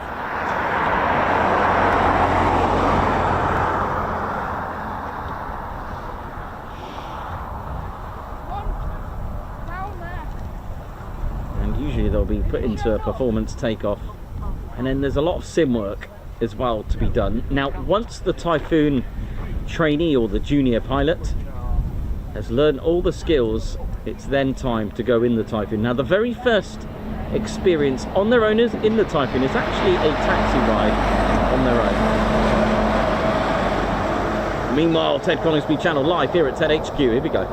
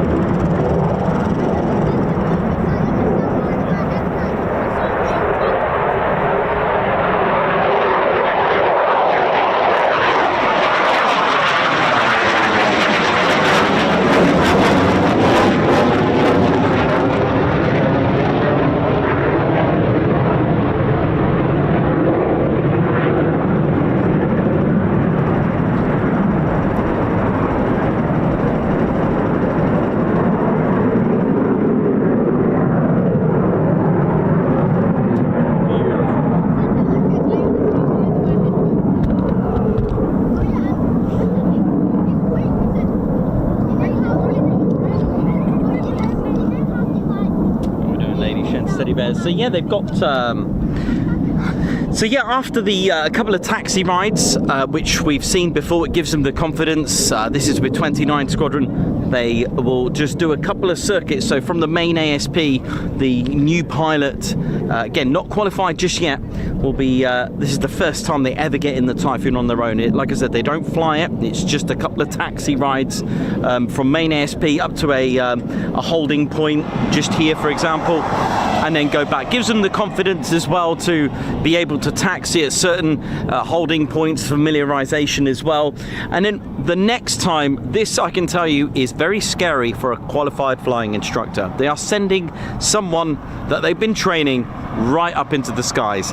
Now, before they can pass, let's face it, the fundamental aspect of fighter pilot, it is air-to-air combat and doing all the weaponry, okay? But it is frontline combat ready stuff. So in order to pass, you have to be able to lock onto your targets. It's as simple as that. If you can't do that, then you won't pass, you won't qualify. So to do that, they will go up with their qualified flying instructor. It is a timed dogfight, and the student must lock onto their qualified flying instructor. They must get a lock, they must get tone. So that is how you do it. And if you don't, I don't know what happens after that. Do you get another go? I don't know. It's something I'll add that to the list when I speak to a pilot next about that. So it's a good question. What happens if you fail? And then after that, once they're qualified, there's so much more. It's, you know, it's not like just left them to it, because you've got air-to-air refueling to do. You've got low level. You've got air weapons ranges. You've got practice scenarios as well. The 29 Squadron do take part in a lot of exercises, such as Red Flag. Now, Red Flag is a really good hands-on training for any new pilot. It's putting them in a battlefield, but a controlled one, okay? So a controlled battle experience for them to get in the zone, which will teach them many things as well, mistakes as well. There's also qualified flying instructors will make mistakes in some of their student qualified flying instructor, just to see if their student pilot will pick it up as well. And then after that, it is various amounts of squadrons from Lossiemouth. You've got 1 fighter, 2 AC, you've got 6 squadron, and you've got the Greenbats number 9 Squadron, and then here we've got 5 Typhoon Squadrons. They may be on to becoming a qualified flying instructor themselves, or with 1435 flight at the Falkland Islands as well, with the 4 Typhoons playing the role of the QRA in the interests of the Falkland Islands. So there is that as well. So many Typhoon Squadrons as well. And who knows on from there? Maybe they'll become a Red Arrows pilot, because of course, as you know, the Red Arrows pilot demands that you have minimum of 1 operational tour to have been completed, 1,500 hours of training, flying hours, sorry, and to be classed as an above average type of fighter pilot. So there you go. So you could become a Red Arrows pilot, for example, but that's up to you. The choice is yours if you want to do that, or if you're more of a hands-on, like to keep your feet on the ground. There's other roles in the Royal Air Force Regiment as well, if you like to look after assets and all the things around it, or maybe you want to become RAF Police. There's also the more Typhoon or hands-on the aircraft type of thing. You could also become armourer, engineer, mechanic, tools. There's all sorts of trade that you can do. Or do you want to manage the aircraft, or if you actually prefer to fly the Voyager and actually air-to-air refuel aircraft as well, or more of a cargo airlift. There's A400, there's Loadmaster. There's so many roles you can do. The C-17s as well, fly one of them. P8s, you got the Wedgetail that's coming. So many roles that you can do. The P8 Maritime Patrol, loads of stuff that you can do with our Royal Air Force. And I like the fact that I think any moment now you'll get a recruitment link on the stream by one of our Spanner Flight, who look after the stream, by the way. Big shout out to them. How you doing, Spanner Flight? Keeping the chat sweet and neat, making sure that everyone is all good and safe in the chat room, because the world out there, yeah, that's meh. The world can be a funny place sometimes. We can have some viewers that aren't quite TCS. So if you are new, do check out our guidelines. There are rules. That's why we keep it a safe environment. There's things you leave behind, and there's things you can bring into the chat room. Chat room is your fun questions as well, which have been amazing. You know what? Since that Eastbourne air show, the questions have been absolutely rock on. I've been really enjoying it. Yeah, so really good. So far and away, anything to do with the history or the way things work. And if I can't answer it, there's going to be someone on the chat that can answer it as well. And I'm never afraid to say that I've got it wrong, because I'm always learning as well. Big shout out to them in the base, bless them, they're brilliant, absolute legends. So yeah, all is good. So let's have a look. I'm going to go on the chats. Actually, I'm going to go on the chat room, see what's going on.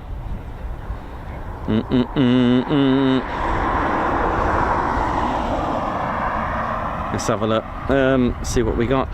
If you've got any questions, I'd love to try my best to answer them as well. Lots of you on the chat room, so thank you very much. Yeah, the guidelines are in the actual description as well. Brent R. Mosley from 15 Ring Henrietta, thanks for the photos that you sent me of the snowbirds. I love that. I think that's brilliant. That's all good. Not Captain Weber, how you doing as well? Andrew Heatley, Aryan, Margot, Anonymous. Who else we got? Dave, Toretto. We've got Kevin Hawthorne from Lakeland, Florida. Nice. Lots of viewers from around the world there. Thanks for the support. We Stevie Boy in Maccabi, how you doing? Kevin McWilliam, we are at Lossy very soon. Keep the notification bell button on where you'll know, because we are heading that way very soon. So Warren Lishman, how you doing?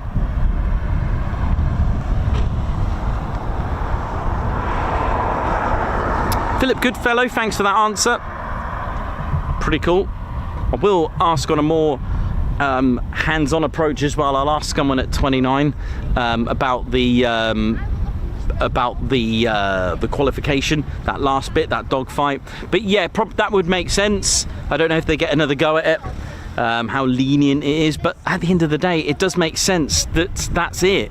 I mean, think about the role itself of what you're doing, and if you get it wrong, then it's not for you, then, is it really? I guess, being as brutal as it sounds. But I'll find out as well, and I'll give it a way on that. LCFC, what is your favourite aircraft? Of course, I have to tell you this. It has to be the Typhoon, because otherwise Ted will, yeah, you don't want an angry bear.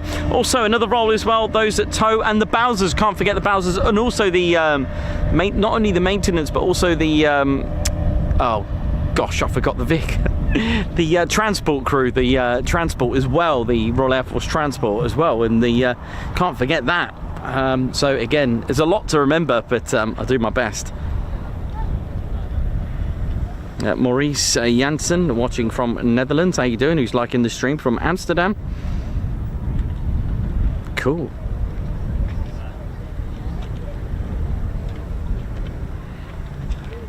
Nikos, did you find out if 29 Squadron have Blackjack's tail? I can't answer that on the stream. There you go.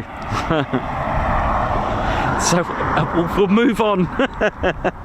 Good question. No, Siri. Oh gosh, Siri's just trying to activate it. Maybe Siri might answer it. Perhaps, I don't know. We've got Slovenia as well. How you doing? Hope you're good. Oh yeah, Blackjack, never forgotten. I mean, it was Ted's first flight. That one. Ted got his first ever flight, and amazing, isn't it? Absolutely brilliant. But yeah, really good. Yeah, not often, because, you know, there's not many. I don't think I've ever been to any of the places we've covered that have flown this. All right, their squadrons may have flown the English Electric Lightning, but they haven't actually been based. So Marham, you know, Coningsby. The nearest English Electric would be the English Electric Canberra, but I know it's not the same aircraft. But I don't think even Valley didn't have one of these. No, Lakenheath, Mildenhall, none of them have actually had these based. So amazing, isn't it? Oh, hang on. Long shot. Did Watersham have these? Did Watersham have English Electric Lightnings? I bet Perry knows the answer to that. Did Watersham have these? It's a good shout, but Do you know? It's a good question. Did Wattisham have English Electric Lightnings? Maybe not. Maybe I'm completely wrong, but it's worth a thought. Maybe some of their squadrons were flying them. That's probably why I remember it. But I don't know. It doesn't sound right, does it? Wattisham English Electric Lightning. Someone's gonna. Davey might know it as well. Davey's probably on the case. He's probably going to message me in a minute. But you'll find that there are 2 here, and that's because of the squadrons that actually flew them. So 29 Squadron did fly the English Electric Lightning, and number 11 also have one of these as a sort of like a squadron guardian, so to speak. They were also flying these. This is, of course, the 74 Squadron Tigers. Very similar, very distinctive engine alignment, the vertically aligned engines. And one of the funny stories about the engines, of course, if engine if engine 1 had an issue, you'd have to actually take the bottom engine out to get to the top one. Stuff like that. 56 and 111. Really? So I was right.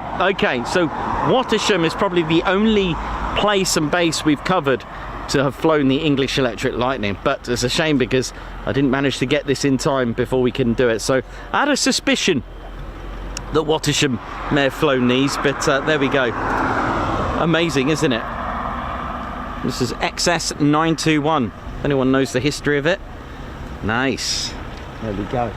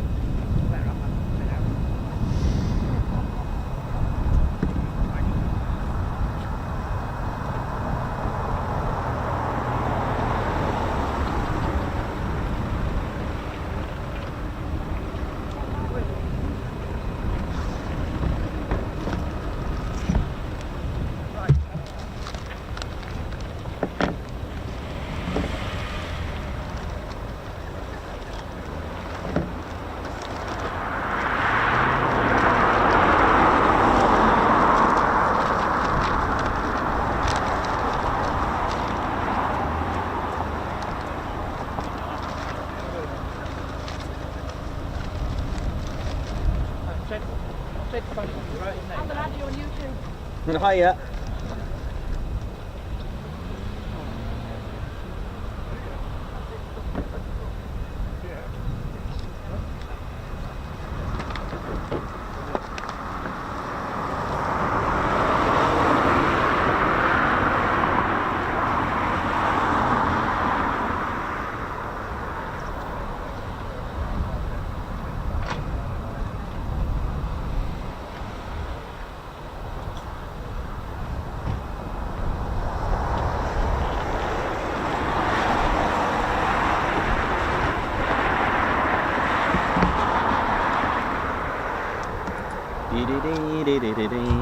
How we doing, ladies, gents and teddy bears? Hope we're all good and well.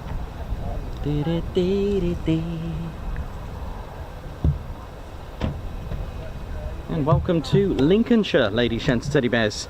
England's second largest county. How are we doing? Hope we're good. Welcome to England's second largest county. And, well, you may have heard, you may have seen on the title that we always dub it as, you know, it is dubbed as Bomber County, and it sure was, especially during the Second World War. It was nicknamed Bomber County.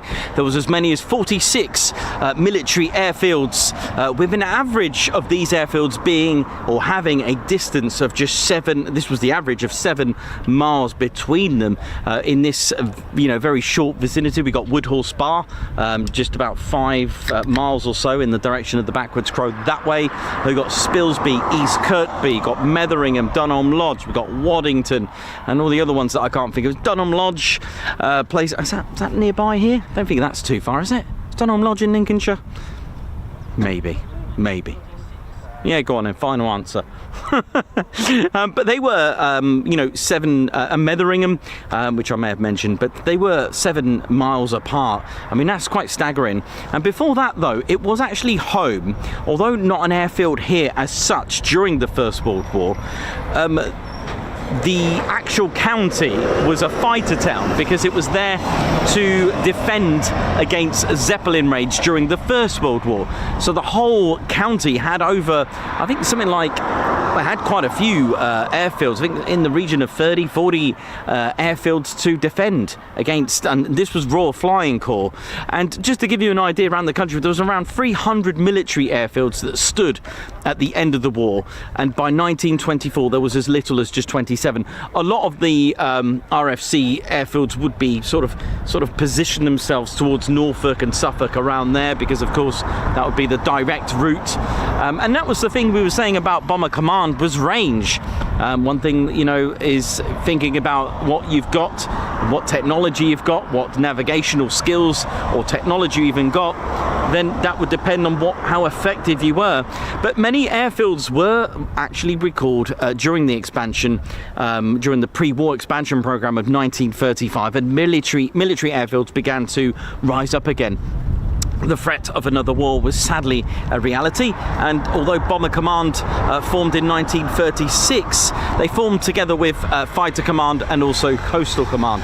But having a command is not also about having everything you need at the time. It was the size, the skills, you know, and also your inventory as well. I mean, 1936, well, the Handley Page Hayford was booming then, but of course it was a bit too late for it when the monoplane started to arrive. The bomber with those bombers with the monoplane with twin engines and more powerful engines, 1,000 horsepower Bristol Pegasus started to come to effect, for example.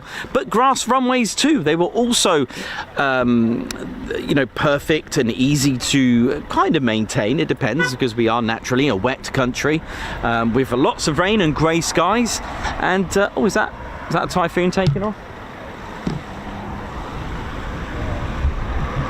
I think we've got a Foon taking off. Talk history, get planes. Here we go. I bet you said PTO as well.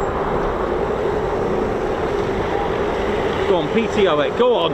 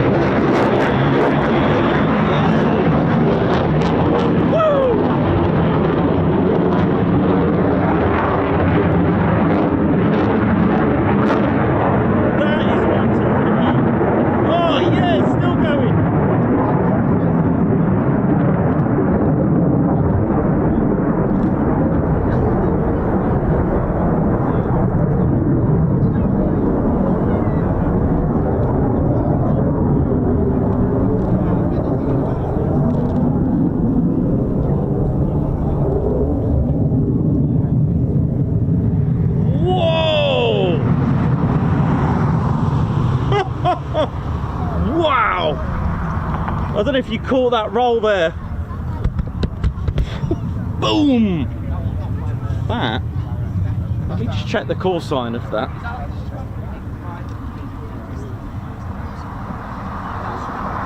Yep, that, my friends, is a practice QRA. Now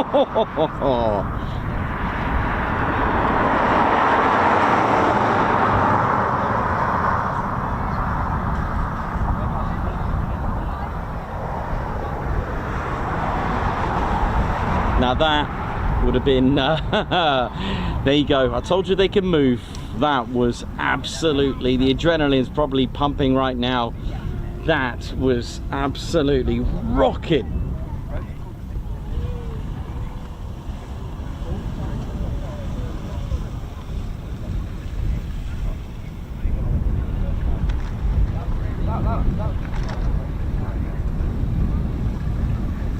Did you see that?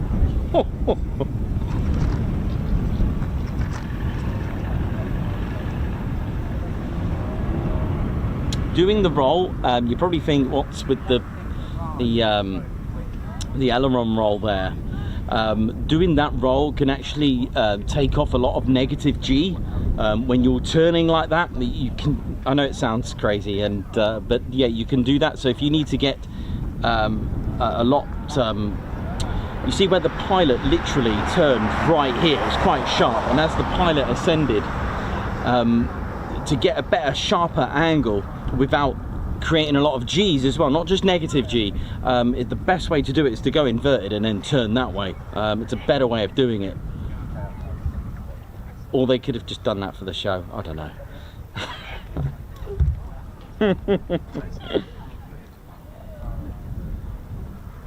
That's what I'm talking about. So you'll notice the call sign there.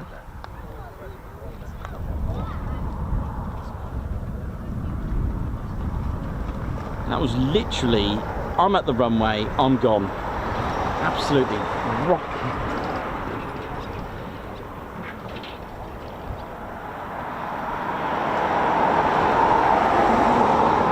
So it's just shy of 600 knots, or thereabouts.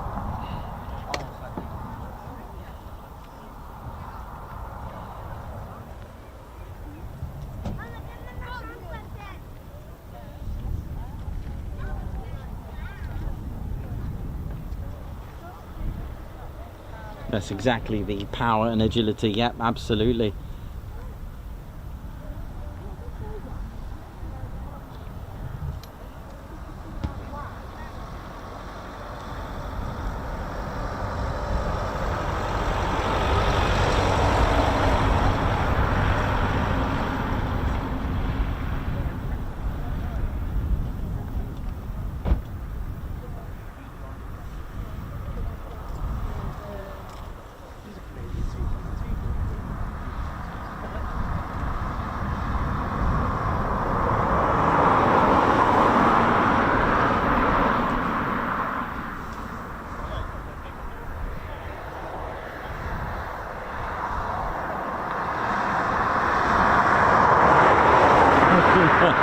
Was absolutely banging. Oh dear, I wish I stayed with that now actually. I wasn't that was really good. Well, there you go, there's the powers in it. Yeah, Davey, EJ200 in it too, right? Well, I'll talk history again and see if we can get another one, right? I'll try that again. Don't even know where I was. There you go. We always say talk history, get aircraft in it. Unbelievable. That was amazing. I love that. We've had that before on the show. We've had a real one, but that was a real good demonstration of what the Typhoon's capable of. And of course, it is very capable indeed. But yeah, we were talking about grass runways and the construction. We do have a grass runway here. But again, even on a modern times, the AWCU, they do have to monitor the condition of it, the drainage, the Thousand Likes, thank you so much. The moles, you know, imagine mole holes everywhere. You know, when they dry up, they're going to be a bit of a bumpy ride. Rabbits as well, making it unstable underneath from digging up, you know, burrows and all that kind of stuff.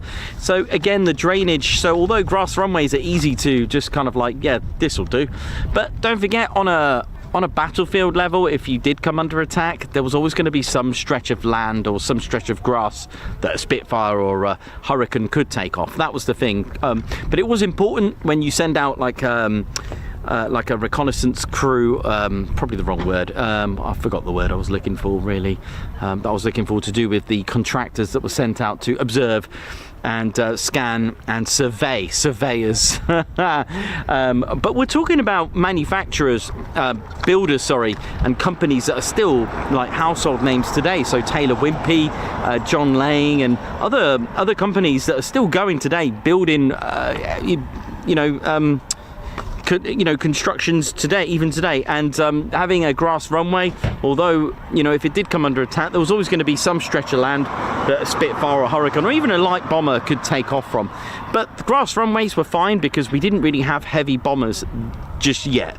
So from 1934 to 38 to 39, grass runways were fine until when we started to get into the 1940-41, we did start to have like the Halifax, the Lancaster, and of course the first one, the first heavy 4-engine heavy bomber was the short Stirling bomber as well. But until then, grass runways were fine, and it was only during the war, a year later, after the start of the Second World War, that the Air Ministry said that all runways had to have a hardened concrete runway from then onwards, especially if it was going to be for bomber command use. But it was the thing. Hardened runways were a lot more robust, they could take a bit more damage, and they were a lot more adaptable, and they were suitable for the 4-engine heavy bombers as well, and other aircraft as well. Hardened runways were a lot better, but they did have to do a survey, they did have to find out how the drainage was. You couldn't just pick a spot. They were thought of. They did do some monitoring of the wind. They would have the Class A configuration. The standard one would be about 6,000 foot runway with 4,000 subsidiary runways, some smaller runways for that as well. They'd align them because it doesn't matter where you are in the world. Even in one country, one end of the country will have real different wind directions and effects from the other side. So that's why they're all different positioning.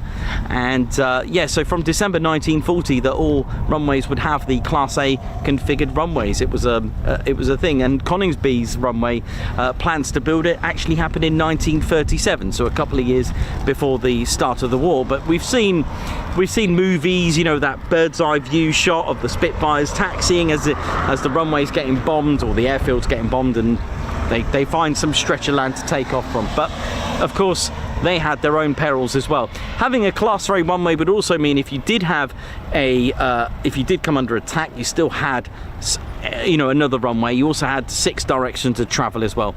When the plans were finally made, it takes a good 18 months to finish off a runway thereabouts to have the residents there with the hardened runways. But Coningsby opened in 1940 on the 4th of November, and it was ready to operate with the grass runway. And it was under the command of number 5 group, and the first residents to arrive at Coningsby was, as you know, our regulars, was the Handley Page Hampden bomber, a bomber that was dubbed as a fighter bomber. It was light. Is that another one? No. Thought we had another one then. It was light. It could take 4,000 pound of bombs. I also found out that it innovated the torpedo bombing, or at least gardening.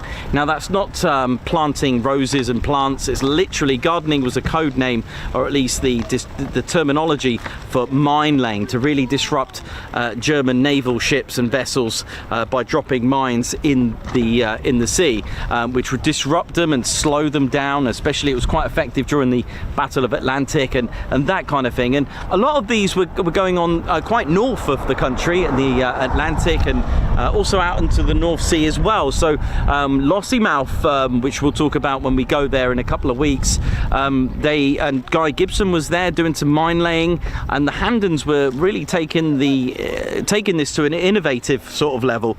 It could also carry a torpedo. They even made a TB B1, I think it was, Torpedo Bomber 1 version of the Hampden bomber as well. It had a crew of 4. It was pretty good. It had a a good speed of about 240 miles per hour. It was it wasn't like a Wellington, although the Wellington had its own attributes and standards as well. So, what we had was the Hampden here. Now, 106 Squadron arrived here, and I'll just show you the Hampden bomber for those who don't know what it looks like. Here it is. So I want you to imagine the Hampden bomber. I'm waiting for another Typhoon takeoff. That was good. Waiting for a... So here we go, the Hampden bomber, crew of 4, and Guy Gibson really pushed to have more guns on this, by the way, because he really liked it. It was a bit of a fighter bomber. It was quite light, and it was with 106 Squadron. It would have had squadron markings for 106 would have been Zulu November, so you would have had Zulu November on there. Don't forget, if you're not familiar with the World War II markings on the Royal Air Force aircraft, the 2 letters would indicate a squadron, okay, and Zulu November was 106 on those. 29 Squadron, this was a matter of interest, Romeo Oscar. There we go. But before that, did you know, for example, in 1938, squadron numbers were actually just written on there, but that wasn't very good for security, because you could track it back, find out what squadron is where, and go on from there. So they decided to abolish that, which was lucky, wasn't it? So the Hampden bomber, labelled the flying suitcase, and could have a crew of 4. The only problem was that very claustrophobic fuselage, just less than a metre wide, by the way, 3 foot wide, which had some very loving nicknames, such as the flying suitcase or the flying tadpole. The way the pilot was sat in the top there, he was kind of closed and shut off away from his navigator and the rest of the crew because of the folding seat. So should the pilot get injured or worse, well, they had a bit of trouble trying to get the pilot. Now, they had a bit of a reputation, the Hampdens. They had quite a bit of a reputation as well, but I'll give you some of the specs. With the Hampden, it had a nice little Bristol Pegasus engine, a 9-cylinder air-cooled radial piston engine, 1,000 horsepower rated. So this was really making, aircraft like these, bombers like these, were really making the Handley Page Hayford a little bit obsolete, really. The big biplanes. This was nimble, faster, quicker. Could get speeds of 240 miles per hour. At a good 247. Could push 250 at a good cruise speed of 210. And it had the service ceiling of about 20,000 feet as well. It could be capable of that. Wingspan at 69 feet 2 inches. That's 21 meters and 8. And it could take 4,000 pound of bombs. I also found out it could take some bombs on the wings as well. So they did try to extend and modify this, but as I mentioned earlier in the stream, this and a few others is what Bomber Command had. They didn't have the heavy bombers just yet. So it entered service in 1938. Took its first flight in 36 actually, but introduction to its operational duty in 1930. Also took part in a lot of the 1,000 bomber raid as well. And they served quite well, and it was a total of 1,430 Hampdens were built, 500 by Handley Page themselves, 770 by English Electric, and in Canada by the Canadian Aircraft Associated Aircraft Consortium, and some did actually remain in Canada. I can't remember if the Soviet Union had some as well. They purchased some, and they could have been, I'm not sure if I'm right, but I think I've seen a Swedish marking one as well. Almost half the Hampdens built, so 714 were lost on operations, with 1,077 crew killed, with another 739 missions. It was German flagged, which accounted for 108 of these, and 214 failed to return. And Luftwaffe pilots claimed 128 Hampdens, with 92 shot down by night fighters. So there was around 263 Hampdens written off through a variety of crashes and incidents as well. And it was 106 Squadron that then had a reputation for becoming the worst squadron of Hampden losses per mission. So although it was kind of loved by the pilots, it didn't really have a good record in that respect. But there we go.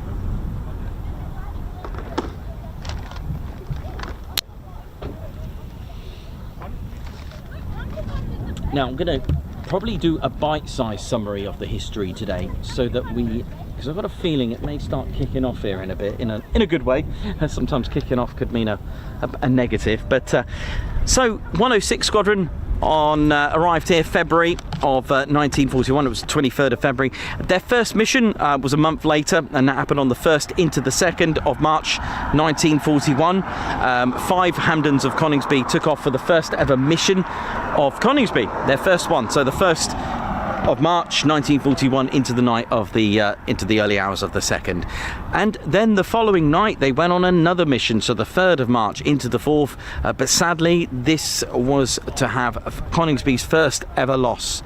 It is guaranteed, ladies and teddy bears, no matter what mission, there'll always be loss all the time. And the first loss of Coningsby, it was all 4 crew of X3002 which failed to return. The first losses of RAF Coningsby. On the 15th of March, 106 Squadron were joined by 97 Squadron. Their markings were Oscar Foxtrot, and they were to operate the Avro Manchester. I won't go into too much detail like I normally do, but we all know now safely that the Manchester, a twin-engine bomber which looked like the Avro Lancaster because it was a derivative, it derived from there because Avro or Avro and Roy Chadwick and his men, although they had the Rolls-Royce Vulture engines which looked great on paper, 1760 horsepower, which is absolutely ideal, sadly the engines were the fault and a failure to the whole thing. But the airframe, and Roy Chadwick and his crew had a perfect aircraft frame, and the rest of it, it was to become, of course, as we know, the 4-engine heavy bomber. That's exactly what Roy Chadwick and his men did. And the thing is, the Vulture engines, the ball bearings were the issue inside the engine that heat up and catch fire. Powerful engine on paper, not very good actually in real life. Even the propeller started to feather, causing all sorts of damage and problems with the Avro Manchester. But Roy Chadwick took away those engines. Instead of trying to rectify the engines, he got rid of them and added 4 new engines, the Rolls-Royce Merlin 20, and extended 6 foot either side to allow for that. He even added a 3rd tail in the H, so it would have had 3 fins on the H tail. So kind of not quite a H, but you know what I mean. On one of the prototypes, it was BT308 and then DG595, the second prototype. Early 1941, we had the prototype at Waddington that way, and it was all good. And on Christmas Eve 1941, it was 44 Squadron that were to have a very good Christmas present, an Avro Lancaster. And you know, towards the end of the war, the Tiger Force, the Southeast Asia Command, and all the Lancasters were being modified, which led on to the Avro Lincoln. And then, of course, after that, the Avro Lincoln turned into the Avro Shackleton. But that's another story. So I hope you're all good with that. So yeah, Coningsby had a couple of squadrons here, 106 and 97. That's all we had at that time. And while I was talking about the development of the Manchester into the Lancaster, what I was going to say is the fact that while this was going on, this is exactly what they were waiting for. Guy Gibson in 1942 arrived here to become 106 Squadron's commanding officer. He was the youngest wing commander at just 23, at just 23 years old. Now, you could read lots of books. I don't think a lot of people liked him for being the youngest, but hey, there you go, and he kept to it, and he proved himself because he didn't like desk jobs, and he got himself into flying 16 sorties, a lot of them consecutive, and he got a really good reputation by the Air Ministry, and they noted him for his missions. And what they found is the fact that, yeah, this is our guy, and of course with Air Marshal Harris, who really thought highly of him, probably got him the thumbs up to become the commander of of Squadron X, as we know, turned into 617 Squadron, a squadron dedicated and designated to become the Dam Busters, hence the Dam Busters. We're still flying today. They are flying the F-35B. Imagine telling them that. Imagine telling 617 Squadron, do you know, in about 80 years' time, you're going to be flying a stealth 5th generation fighter and it's going to be hovering.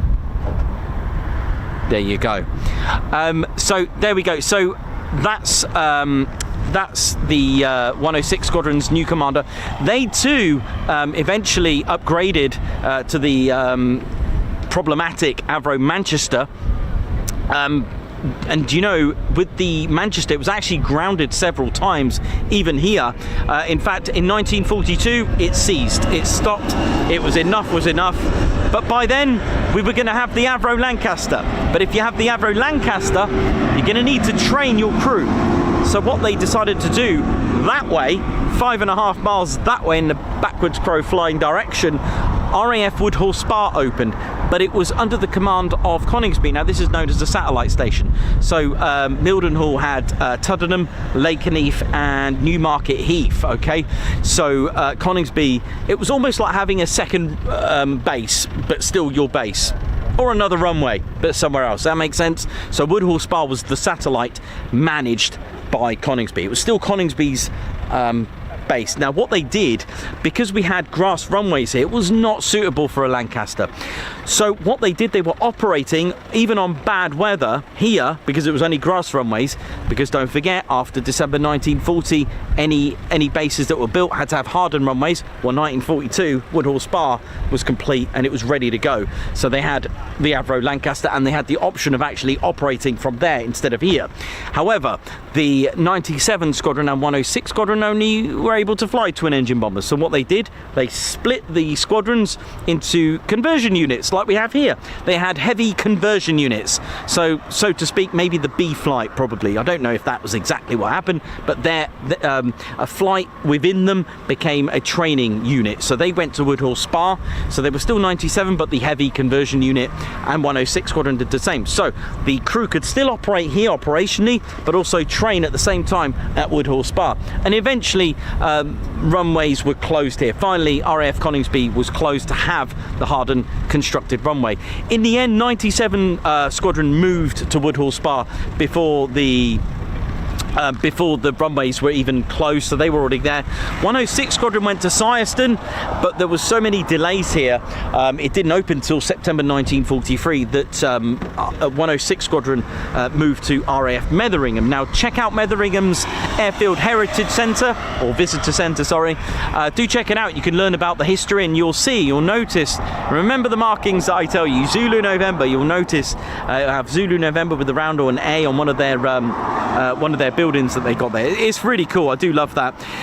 So the runways were closed, but while everything was going on, we still had buildings here, and the G Equipment School were operating here, and also 5 Groups Training School, and also the Cookery School of Bomber Command were taking advantage of the facilities here. They didn't need runway. I don't know, unless they're doing egg and spoon races down the runway. I don't know. But they were here doing the using the facilities. When it finally opened, to use the runway physically first meant 2 new aircraft that actually operated here. Not new as in brand spanking new, they're going to be the first, but just 2 aircraft to add to Coningsby's inventory. And that was the Avro Anson and the Airspeed Oxford that were here as well. And they were they were a 1514 beam approach unit. Now beam approach training unit was to train airmen on beam approach, which is a bit like ILS. It would send beams down the runway and the pilots just got to match it up in the middle. Sounds very much like the ILS. When the runways finally opened on the it was in August 1943, Coningsby was back in Bomber Command operations, and by September, 617 Squadron arrived with the Avro Lancaster. So they were here, 617. Eventually they swapped with 619. Now, we've all heard of Petwood. Why do we heard of the Petwood Hotel? Well, we even know it of the officers been there, or you know it because the TED party is there, and it's going to be there for the 3rd time running. We've now got just 13 1-3 tickets left for the party. Don't miss out. So we have our TED party there because it's related to not only the story with the Ted Coningsby channel, which is a true story, but also with legends and officers that were there of 619 and 617. Other squadrons as well, such as 61 Squadron, were also here with the and 619 with the Avro Lancaster as well. So that's what was going on at Coningsby. Lots of Lancaster squadrons, and 97 Squadron returned here as well, and a very sad story as well here. Now, you may be familiar with 55,573 bomber command crew lost, and the figures are staggering, and 10% of that was done in training. Now, operational training units, you've got to remember the equipment and the the technology we had then in World War II in our bombers, and young men, just probably very young, 19, 18, mixed in with 23, 24-year-olds, not knowing each other, on operational training units. And some of the crew were experienced, but some weren't, and it's not like dual control that you got today. And 10%, so over 5,000 were lost, gone in training. It's a very frightful figure, and something that you got to appreciate the training that goes on today. A figure that we'd never accept. But what do you do if you've got that sounds like my tune. But what do you do if you're during a world war? You need to turn around and get. I mean, we heard of 3 to 4 months here of training a 29 Squadron pilot into the Typhoon.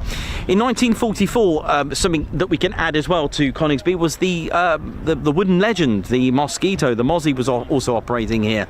Sadly, it was a mission in September from here. It was five group on the 19th of September 1944.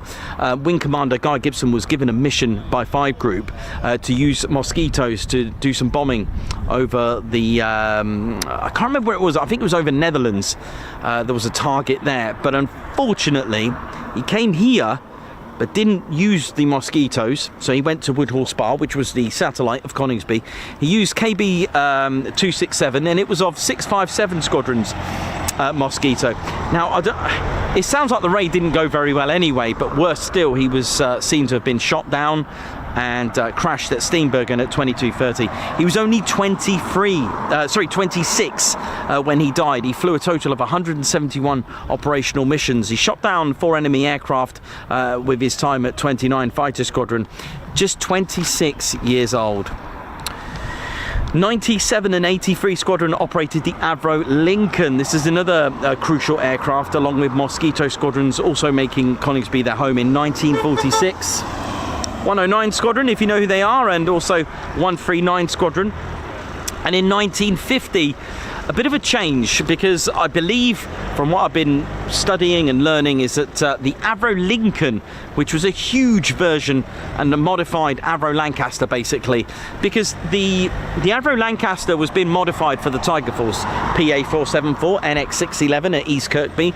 It's got they've both got different radiators to cope with the temperature and climate out in the Far East. A lot of them were modified. I think they added the top turret here, right? And I think they added the top turret at NX611, I think. I'm not 100% sure, but the Tiger Force ones didn't have the top turret because the weapons bays were going to be modified to have the 22,000 pounder and other heavy loads like that, I think. I'm pretty sure, but in the end, A.V. Rowe and Roy Chadwick and his crew decided to actually, instead of modifying the Lancaster, let's just build something capable. And it was indeed, the Avro Lincoln had 120 foot as opposed to 102 foot wingspan, bigger engines, and better service ceiling, higher speeds, like something like 320 miles per hour, carrying a 22,000 pounder. Wow, that's amazing. But the B-29 was already there. It was already doing something. It had 140 foot wingspan, whereas the Avro Lincoln had 120. However, the Lincoln cost 1/5, but the B-29 probably more effective, and in the end the RAF ended up leasing out the United States Air Force leased out to the Royal Air Force around 87 B-29s. Now, you know how it is when you've got a different Air Force with the same aircraft, they call it different things. This, by the way, weighs an absolute ton. This is the Boeing Washington. It's a B-29, but same scenario as the B-17. The B-17s in the Royal Air Force use was called the Boeing Fortress, and then Mark 1, Mark 2A, 2, 3, etc. This was the Boeing Washington, literally a B-29. No different, just the markings. This is an example from RAF Metheringham 115 Squadron. Check this out. I'm really proud of this one. It's pretty cool. So this is what we had, Boeing Washingtons here at Coningsby in 1950. And of course, another era of Coningsby. Let me just put that down. By the way, that thing weighs a ton. I reckon about 3 kilos, that thing. For a model aircraft, that's quite a lot. And then in 1953, Coningsby entered a new era. It was still Bomber Command, but in 1953, the English Electric Canberra made Coningsby its home. Squadrons such as 9, 12, 15, and 249. And earlier, I mentioned briefly in 1962 to 64, over in this direction. Let's have a little looky here. I want you to imagine this. I do have a model of it, but I haven't got it here with me. But further down here, on the ORP, I want you to imagine, that's right, we had Avro Vulcans here, especially where the ORP is. You would have had the, if you can see the runway caravan there, you would have had the crew bus, like a blue and yellow crew bus for the Avro Vulcans. That was in 1962 to 64. Eventually, it was time to replace the Canberra. Now, the RAF thought very carefully, and RAF Coningsby was selected to become, I know, touchy subject, but it was going to become a TSR-2 base. This didn't go ahead, and in the end, the RAF ordered 50 F-111K aardvarks. I know, it's the F-111K is the RAF's version of the F-111. 2 were nearly complete, I think, but I don't know why, but it got cancelled. And in the end, in 1969, finishing RAF Coningsby's Bomber County role, it was time for fighter stations. 1969, number 6 Squadron, the Flying Can Openers, arrived here with the FGR2, the spare engine Phantom. I believe they were at Akrotiri at the time, and they came here. Other squadrons operated. 228 became the operational conversion unit. There was also 41 fighter, 29 fighter, 23 and 56 fighter. Most of them went to RAF Wattisham, although it's not RAF anymore, but it was. It's now an Army Air Corps. I think it's part of number 3. And yeah, Phantoms. And Phantoms at Wattisham were actually the quick reaction alert station, which is what Coningsby is like. We had several other quick reaction force stations, such as Leeming and Lucas as well. The BBMF arrived here in 1976. Jaguars also arrived here, along with Harriers, with 41 Squadron. And eventually in 1984, the Tornado F3 arrived.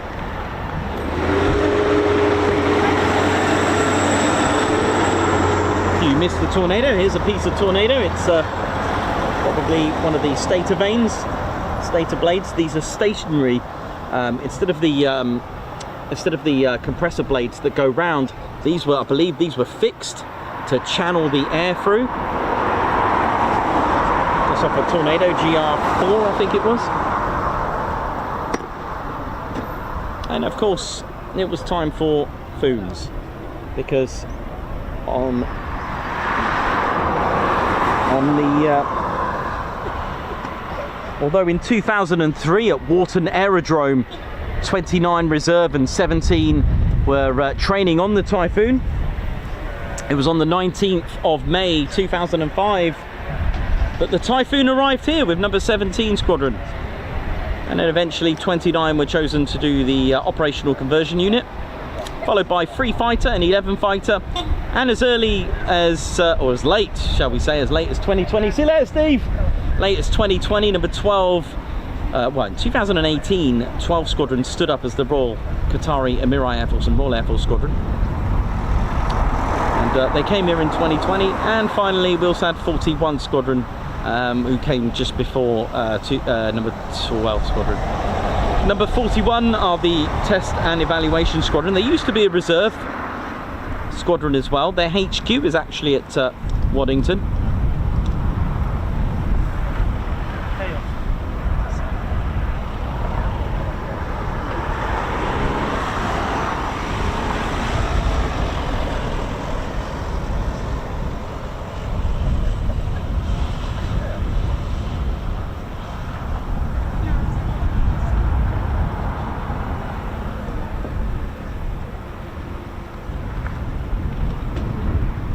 Now the Typhoon that did that wonderful departure is on its way. We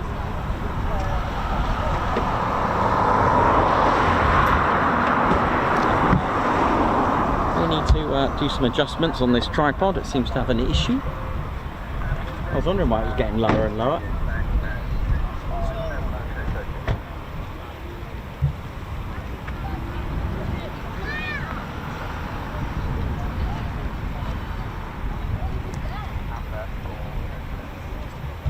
Yeah, here it is now on initial.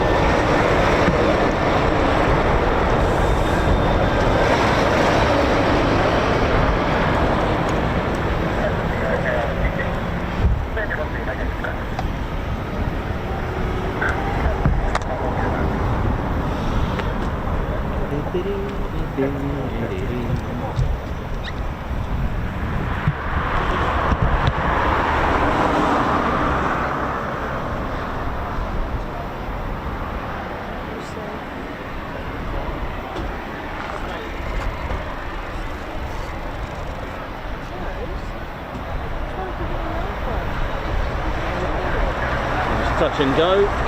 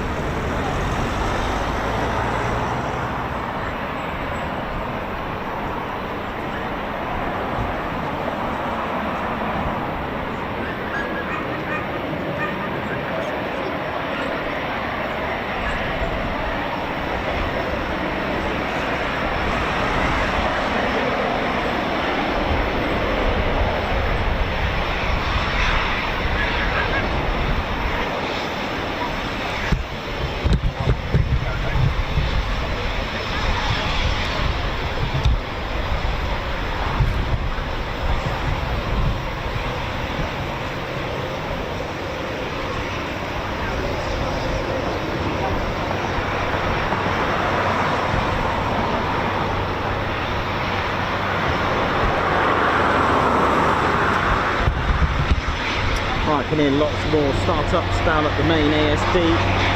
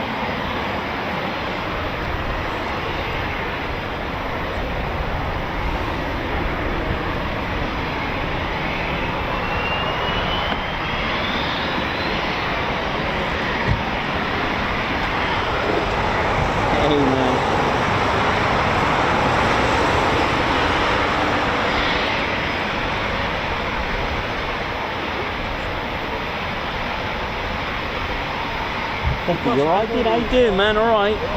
Good.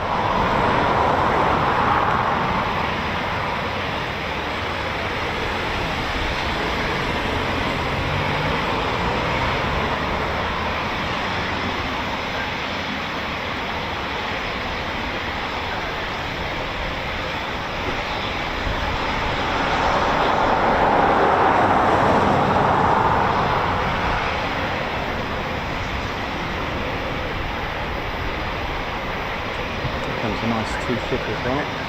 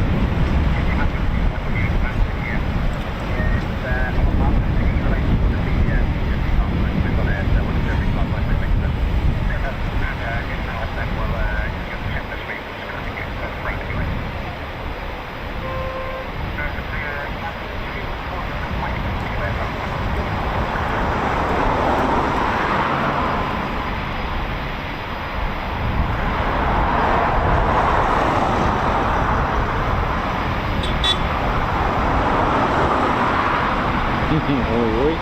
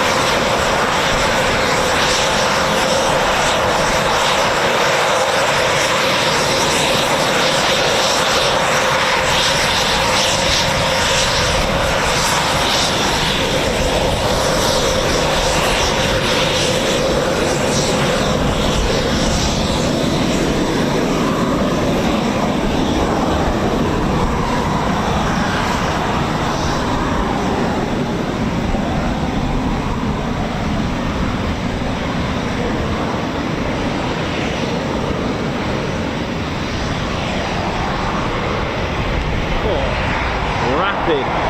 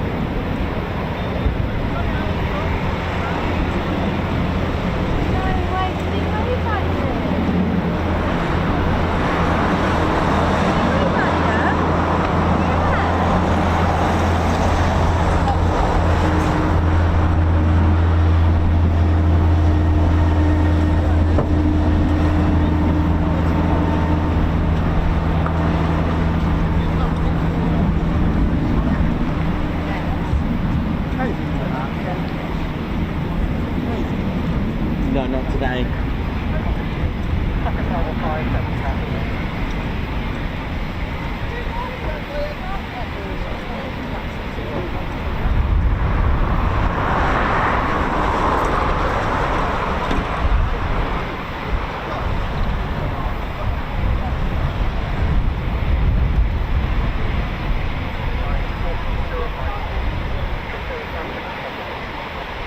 So plenty of foons going out. So we've had 2 parachute landings today, or 2 chute landings, the drag chute.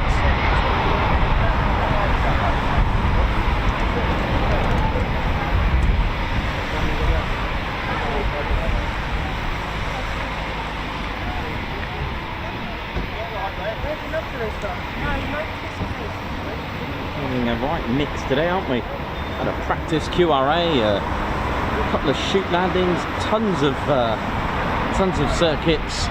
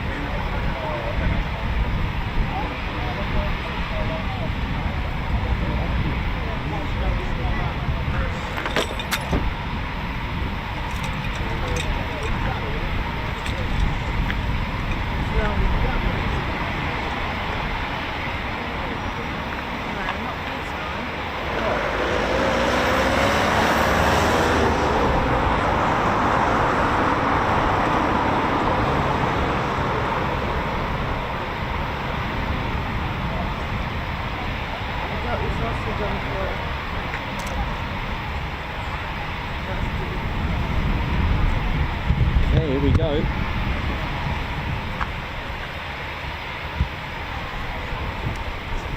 Two more to leave the floor. Here we go.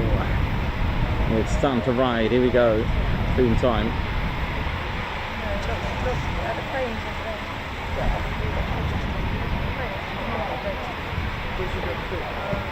Look at that heat haze.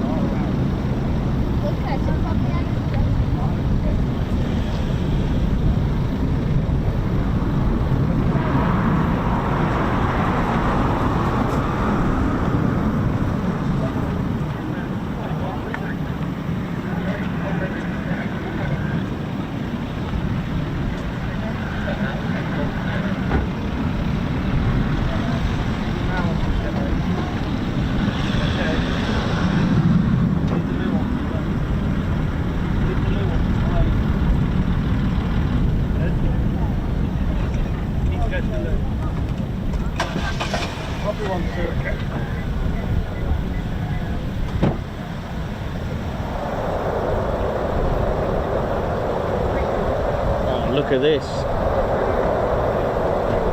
Pairs departure.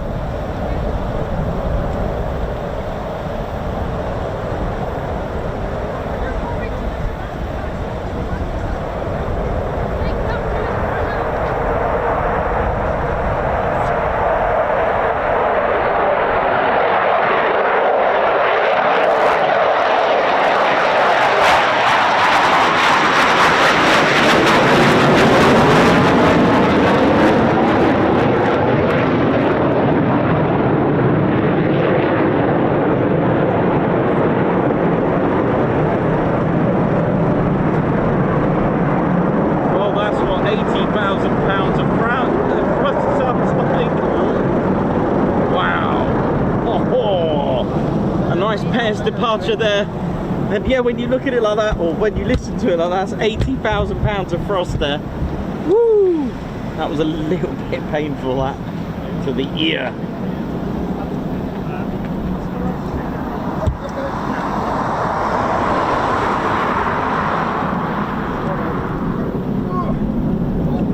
Go up front there.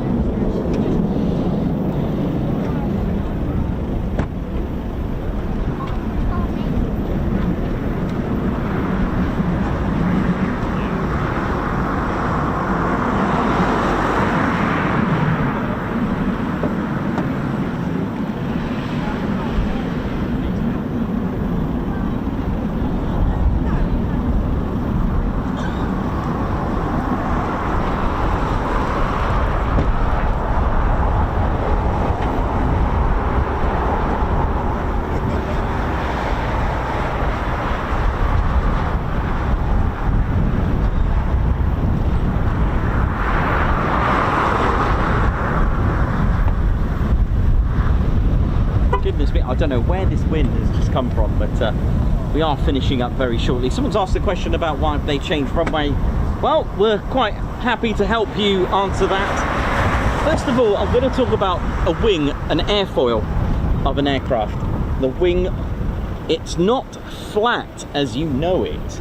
So what you've got here, you've got wings are rounded, or airfoils are rounded on the top and flat underneath. Now this causes a bit of a reaction, a bit of pressure being built. Now we spoke about earlier today and on our streams how an aircraft moves forward when it's on the ground, and that's called thrust. It's moving forward thanks to the air that's going in, it gets compressed, it gets combusted, and then bang, that bang makes the aircraft go forward. That's thrust. But that's not going to make the aircraft actually just take off yet.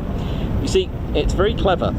Airfoils and wings have a particular design to make them generate pressure when it hits here. And the pressure gets so great as it's moving forward at speed, so it's gaining speed, gaining speed, gaining speed, and that pressure gets so big it becomes greater than gravity, and with the assistance as well of the ailerons being pushed down. It's a bit like I've said to you when you're in a moving car and you're going that way and your hand sticks out that way, pushes it up. So what happens is you start getting lift. The pressure builds up so much that it's pushing the aircraft up as it gets faster and faster.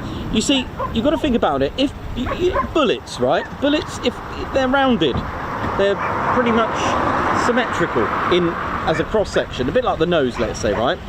Because if bullets go at a certain velocity, then why don't they go up, right? Well, it's because they don't have a flat bottom, or a flat one part flat and the rest of it curved. Does that make sense? Because otherwise bullets would go they'll just keep going upwards, right? Well, the fact that airfoils or wings have a flat part on the bottom, rounded edge and smoothed rounded top, hence you start getting lift in that design. Okay, now if you're going to do that, I want you to imagine then if the wind was blowing behind this Typhoon. It's been pushed, okay, but the thing is, what you're doing there, you're not really helping the aircraft, you're giving it a lot of tailwind. However, let's turn the aircraft this way. Now you can see the wings here, look. Let's blow the wind that way, in this direction.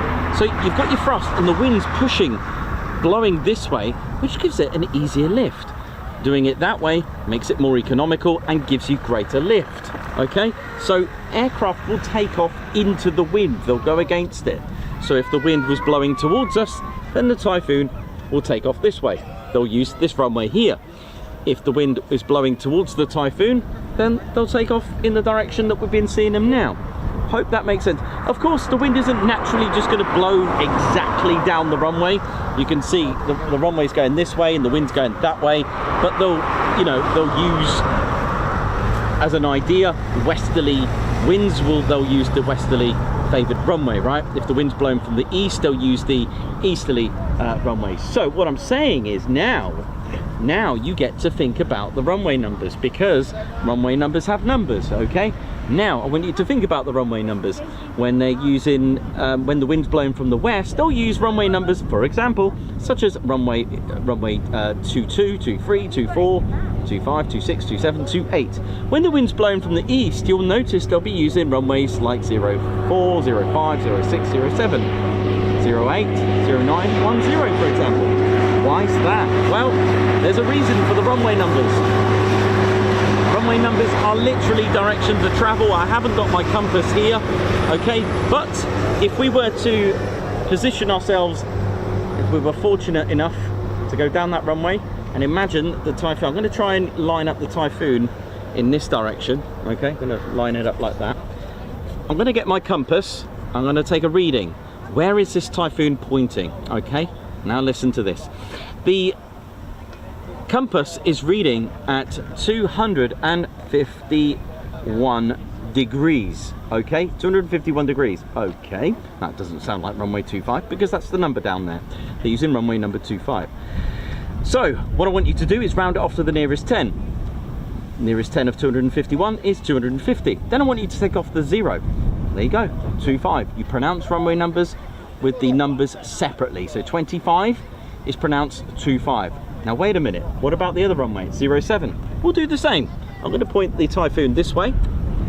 Okay. I'm going to take a reading and it's measuring at 71 degrees. Round it off the nearest 10, 70, sorry. Take off the last digit, now you got 7, runway 7. Now you'll notice runway 1, runway 19, runway 10, or runway 10, runway 28. Let's go to Lakenheath. They use runway 05 and 23. Go to Mildenhall, runway 10, runway 28. You come here. What about this runway here? I want you to guess what the other runway is then. If this is runway 12 here, what do you think the other runway is? Yep, you've guessed it. There's a difference of 18. Why is there a difference of 18? Because you've turned 180 degrees. The reason why they don't call it runway 251 is because it sounds like a level heading or instructions from ATC. So speed 21, turn right heading 251 degrees. And the pilot's going to be like, is that the runway 251 did you just say? There's too much confusion, so it's done that way. So you get it up to 36, for example, okay? That's why there's a difference of 18. What if you had two runways parallel to each other? Easy. One's called left and one's called right. So you'll get runway 25L and runway 25R, and then the opposite, runway 07R, runway 07L. What if you have three parallel runways? Again, runway 25 left, L, runway 25C for center, and runway 25R. There is, however, I think in LA, 4 parallel runways. Can you believe that? Exactly parallel. You have to do a little bit of cheating here. You'll have to give it one digit down. So 24L and 24R and 25L, 25R, and then the opposite 18 degrees. Hope that makes sense. And it is possible for runways to change throughout the day.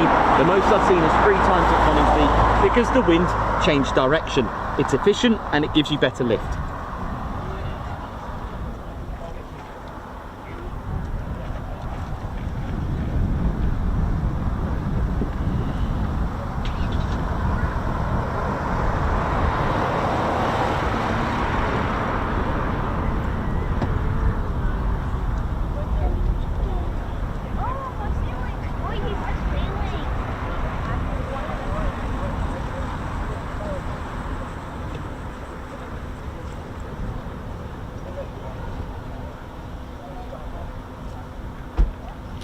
Right, we are coming up to the end of our show.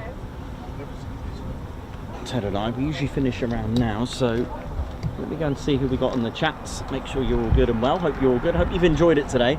It's certainly been entertaining, isn't it?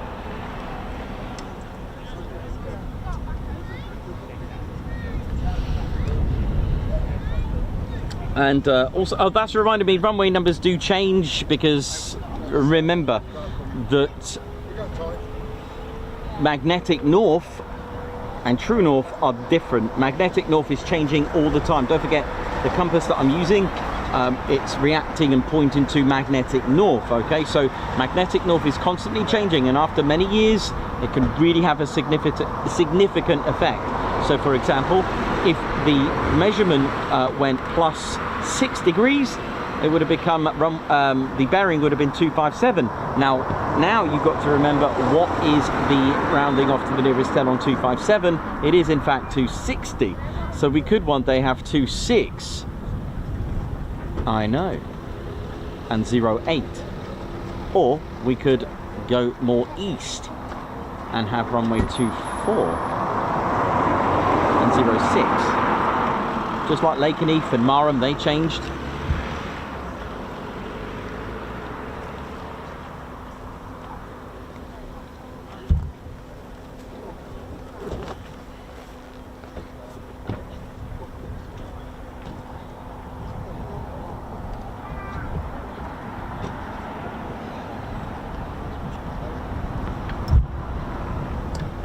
So we, Stevie Boy, high five and a guards march to you. Thank you very much for gifting a Ted Coningsby membership. Thank you very much, and a guards march to you. Jay Bolton, thank you very much. Cup of tea, cuppa for Ted. Thank you very much for the super chat.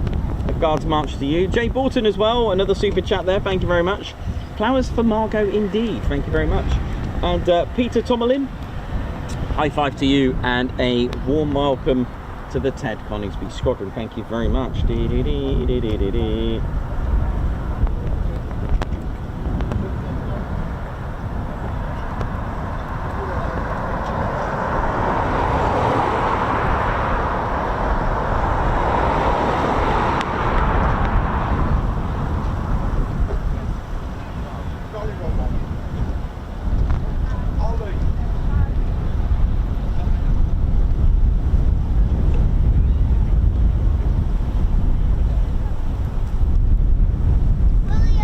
This wind, well, can't really answer that, but the wind is suddenly just really ramped up.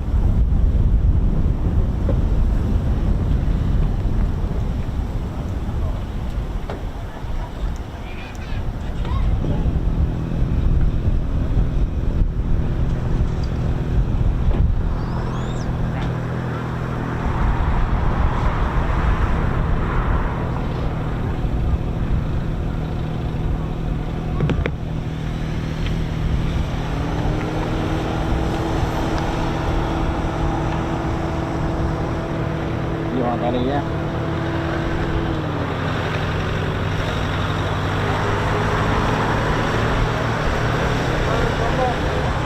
How you doing, man? All right.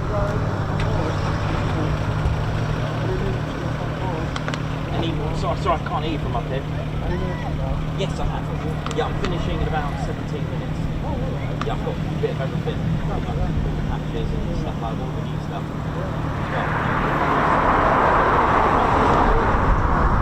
Oh yeah. Oh right, nice. Yeah. How long are you staying for? So Friday. Oh yeah. For the jackets. Yeah. No. We don't put them on anymore because it's like literally, we've been what it is. I don't know. It changes all the time. It's really hard to keep up with it.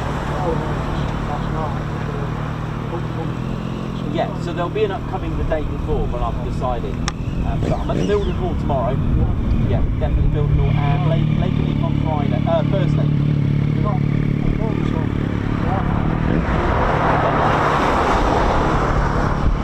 Okay, good. Yeah, what's that tax? Yes. That's it. What one did you get? Netgear or TP? No, it's yeah, they'll do the job.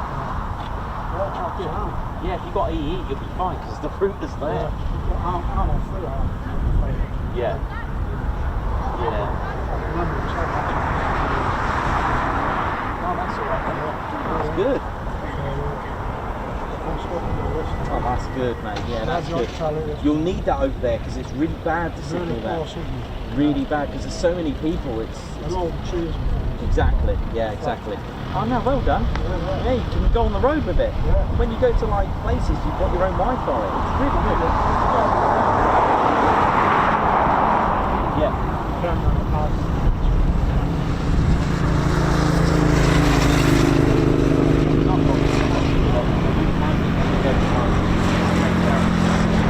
Some of the old buildings, the Wi-Fi doesn't quite work very well. Walls are like that thick. Those walls.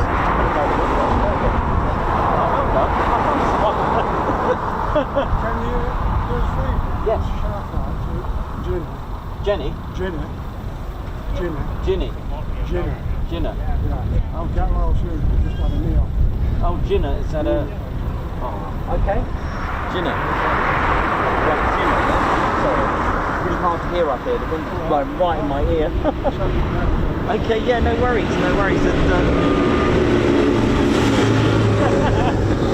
Ginna, hope you're recovering from your knee operation. So, big shout out to Ginna, who's just recovering from a knee op.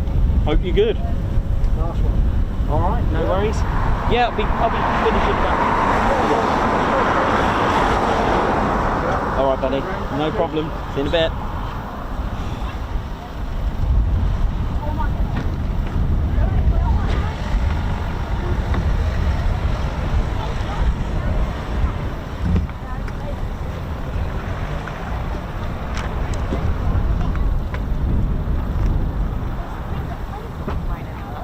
No idea.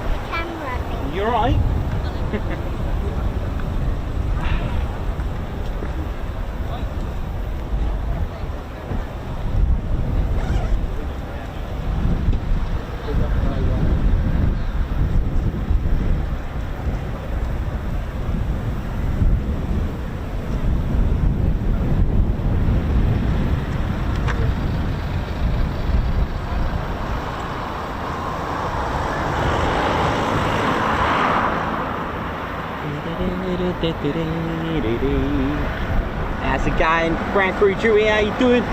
Got an appearance for the old current bun. Yeah, bit better now that the pleasure and pain has gone, isn't it? But it's getting a bit more windy out here, but still nice to see the current bun. It's all good. How we doing? My name's Grand Crew Drew. How we doing? Nice to see you all. Hope we're all good and well. What's been going on? Just been working with 29 today, just training a few new recruits today, just making sure it's all good. And oh, hello. Hey, ain't you that Captain Vapor or something? One is wise, one is wise, one is wise. One will see to the east as the sun blazes in the sky. Do you know what I mean? No, I don't. Okay, fair enough, goodbye. Okay, no worries. Well, there we go. Right, okay. A bit cryptic that one, but never mind. I hope we're all good. Yeah, that's right. Don't forget about the ground crew. I know. Pilots, they bend it, we mend it. Pilots break it, we fix it. That's what we do. That's right. I've been working with 29, just helping them train and stuff with the. We also do the weapons conversion unit as well, to make sure they're all tip top. Having a look, see what's going on, and make sure they're all good. I've always wanted to be a ground crew. My father, my grandfather, and my great-great-grandfather. All our heritage is either mechanics down in Hampden or here working at bases. That's right, we love fixing things. Ground crew, don't forget about us. Do you know what I mean? See ya. Oh yeah, don't forget, if you're watching it on the wobbly jelly or your dog and bone, hit that like button. Or maybe modern technology on a bit of a lamb chop. Give us a like, do you know what I mean?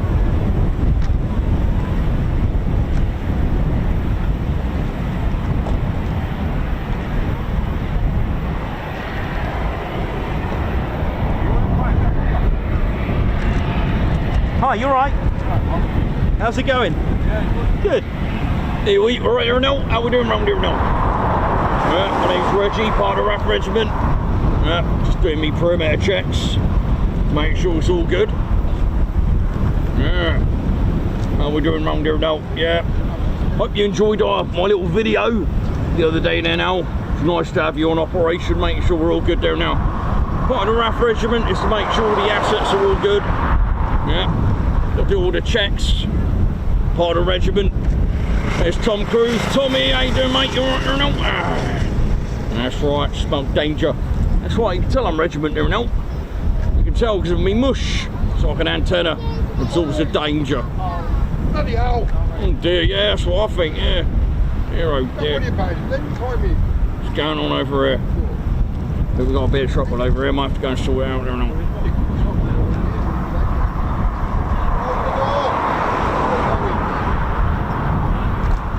We've got a bit of danger around here. Might have to go and sort it out. See in a minute. Oi, what's all the trouble there now?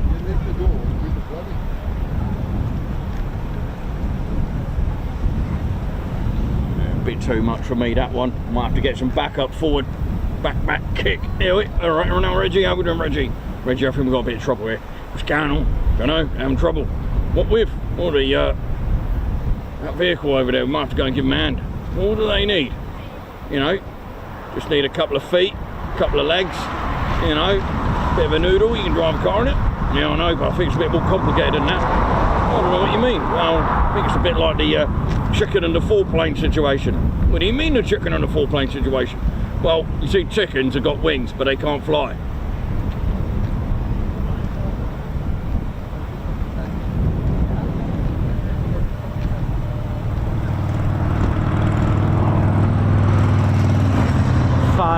Hours later. No, I still don't get it. No, do I, mate? No, I don't get it. Oh dear, never mind. Who invented that in an 8? Oh, I don't know, mate. What's going on here? Ah, you're there. Oh my goodness me. It's two of you. Look at these two. What are you doing? Making a wall in the football? My name is Jens from Germany. That's right. Make sure these two are okay. What is the problem? Well, we're trying to discuss what's going on here with the four-plane and the chicken and why chickens have wings. What do you mean? Why do chickens have wings? Because they're a bird. Yeah, but they don't fly. Yes, I know, because the chickens have four planes. They can slow down, they can be used as air brakes. They can fly a little bit. Sometimes it's not about how fast you fly. Sometimes it's about quality. Chickens like to stay on the ground, as you say, and they're cow. And it's also about the Bundesliga. You play Bundesliga? Oh yeah, we played Bundesliga, all right. We went to Germany the other day, didn't we, with you? Yes, it was a very good match. It was good. My local club, they won, and it was good. It's nothing like the Jürgen of the Klinsmann. Yeah, it's all right there now, isn't it? The Klinsmann there now. Yes, it's all good. It's very good. Yeah. What about rugby? Do you play rugby? No, I do not play rugby. I like to play football. All right. What do you have to do in rugby? It seems like you throw an egg, and you have to throw it around. Well, yeah, and also we get to do this. What are you doing? He ain't no good for rugby. I demand a referee. I demand VAR. Yeah.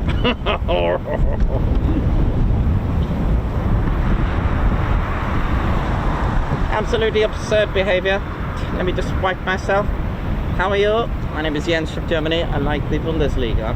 Yes, I like the Eurofighter. It's very good. It's very good.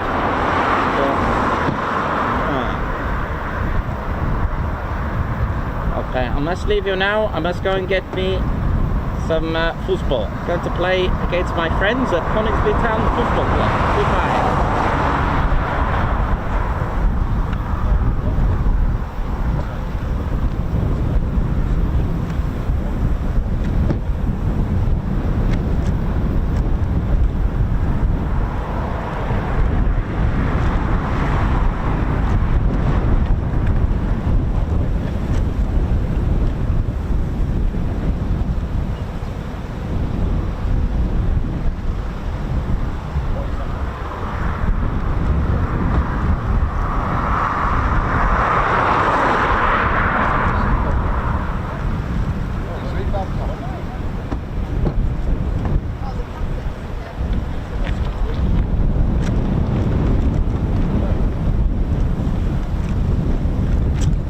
ladies, gents, teddy bears, I think that is our show done. Yep. Oh, what about this one? Oh, this one looks good. Okay, we'll catch one more departure before we go. How's that?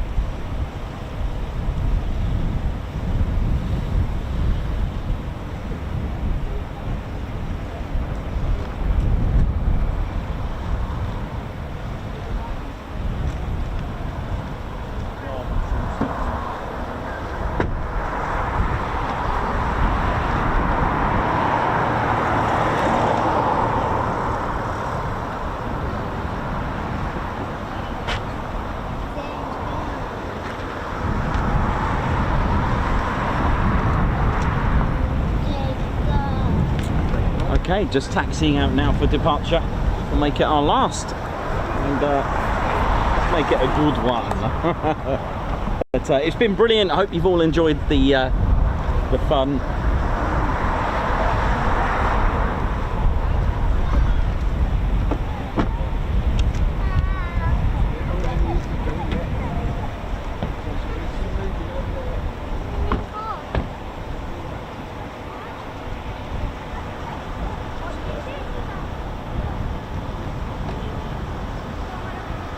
So our last departure of the show. Let's see how we get on. Hope we're all good, ladies, gents, teddy bears. Welcome to the Ted Coningsby channel.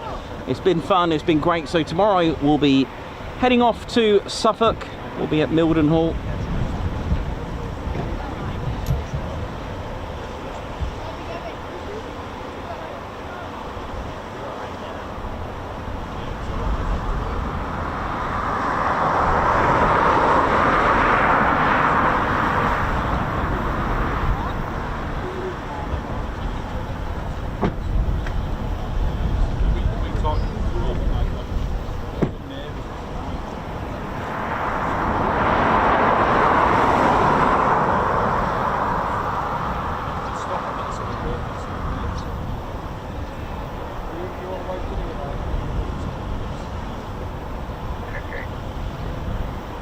In fact, we've got two foons.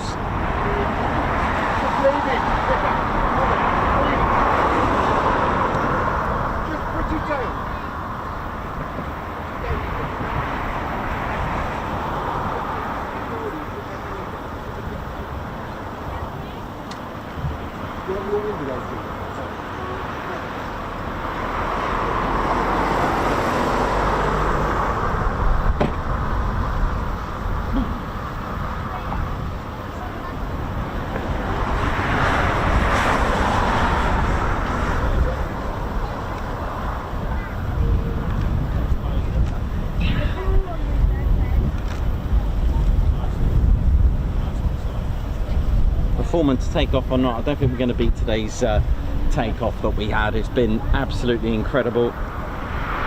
Alistair Goodwin, oi oi to you. Philip Goodfellow, lovely to see you all in the green. For our members, thank you so much for the support.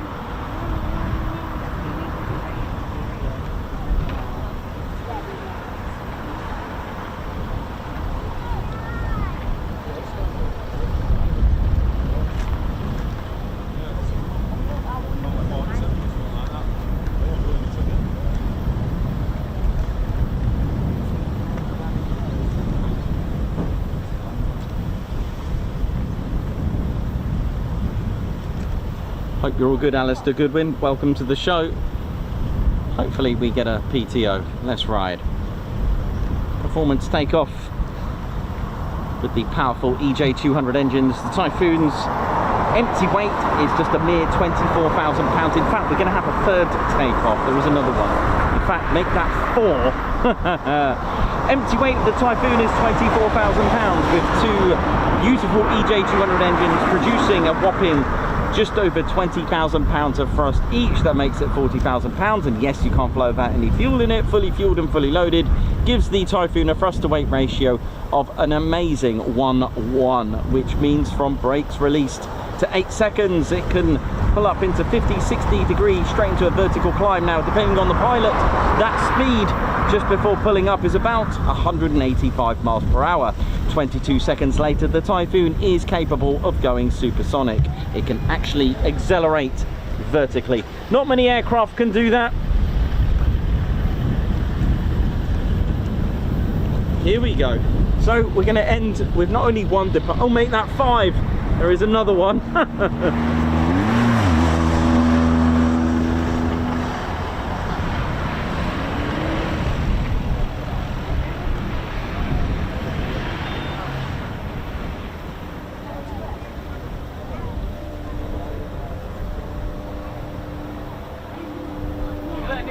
See you later. Take care, mate. You too, bye. Right, rack them up. Here we go.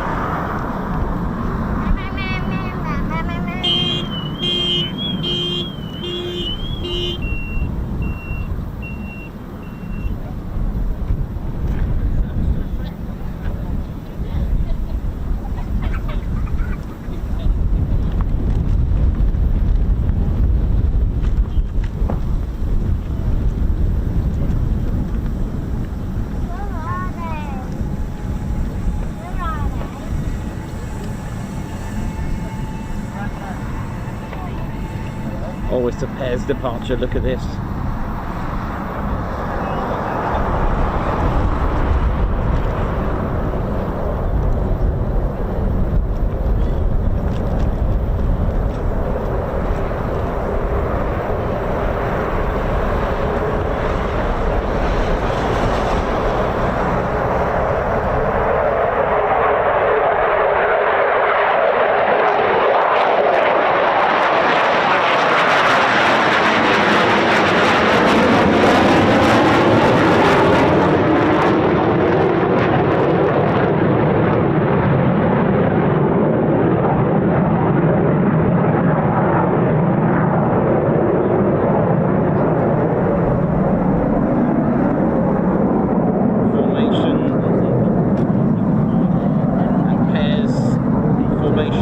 Has been around since aviation itself. Very effective in the military side of things, literally getting aircraft, more aircraft up in one go.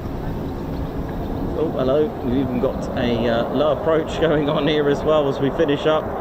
Maybe we're not going home just yet.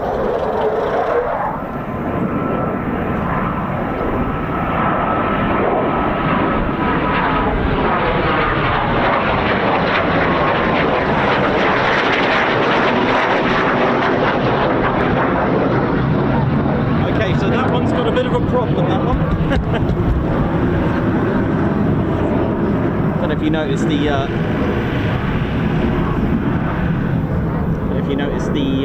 drogue, sorry, the probe, the refueling probe stuck.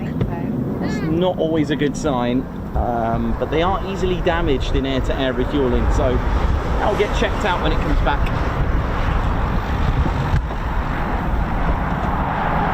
Or it was deployed ready to land. But usually they do that as they touch down.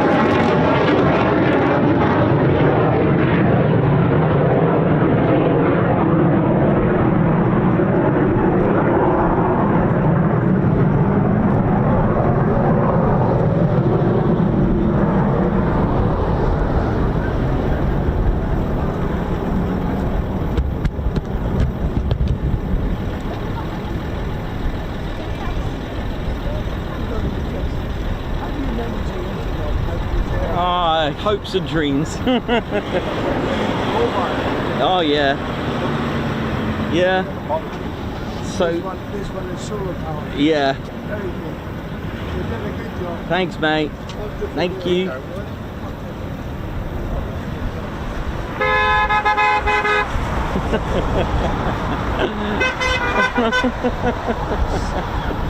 Oh no.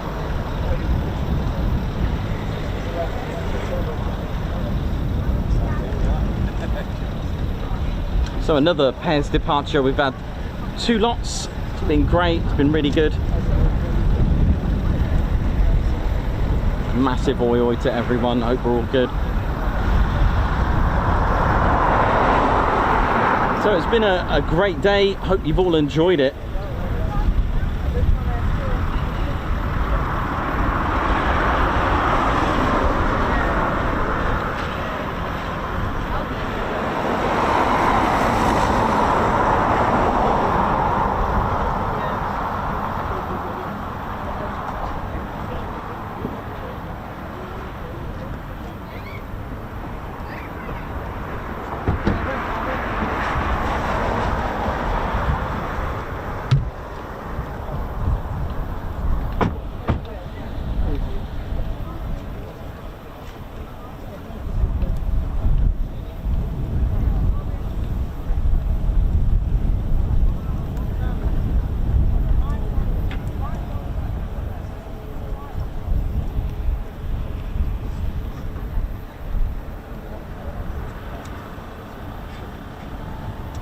William C88, thank you very much. Philip Goodfellow, how are we doing? It has been pretty much Foon Fest today.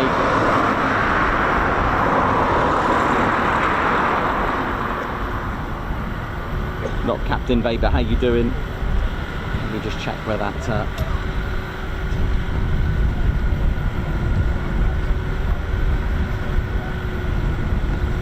Yeah, I think that's pretty much a wrap, I'd say. I think that's it. Massive thank you to everyone that's tuned in today for our show. Don't forget you can tune in tomorrow. I'm just checking out our Typhoon 89 just really quickly. Don't know if it's going out on long final.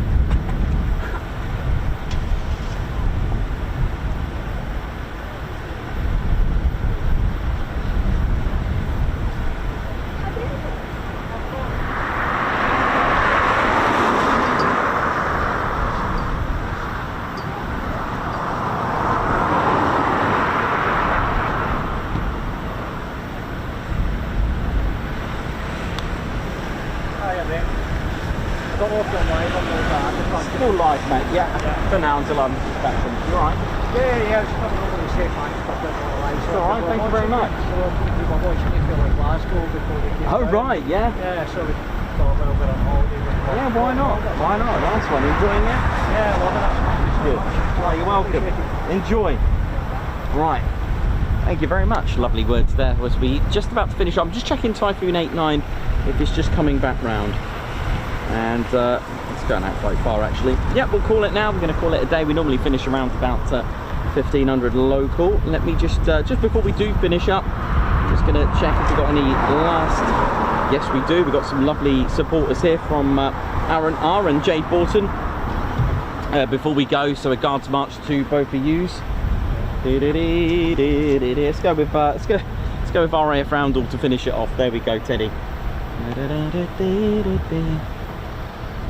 There we go. Thank you very much to Jade Borton. Thank you very much for the super chat. A guards march to you. Thank you very much. And also to Aaron R for 13 months membership, who's got oil great strong. So thank you so much for an amazing day. Yeah, I'm just having a look. Yeah, it's going back out there. So it could have just deployed its refueling probe just to go out and have another go. So thank you very much. Right, ladies, gents, teddy bears, thank you very much for a cracking day. And just as well, because the wind is really picking up as it does. Look at the hair, look at that, beautiful. So you can see the wind sort of going westerly and a little bit north there. That's why I do that. But thank you, what a day we've had. It's been really good fun, and especially with all of you tuned in as well. So, and some great times. So thank you very much. So as we do, RAF Coningsby, thank you very much for what you do, looking after our skies with air superiority, policing, training our future generation as well. A big shout out to all of you, all roles, and of course ground crew, a true testament with, you know, when you see movements like this as well, it is an absolute true testament to the ground crew for getting them all serviceable and ready to go. So all our viewers and members, thank you very much for tuning in today, and I hope you've all enjoyed it, and we'll see you on the next one, which is tomorrow. We'll be at Mildenhall tomorrow, won't we, Ted? Yeah, we're going to go for some big iron heavy action, and which will be good fun. So my name's Nikos, I've been your cameraman, historian and commentator. This is our squadron leader, Ted Coningsby, and you've been watching the Ted Coningsby channel live here.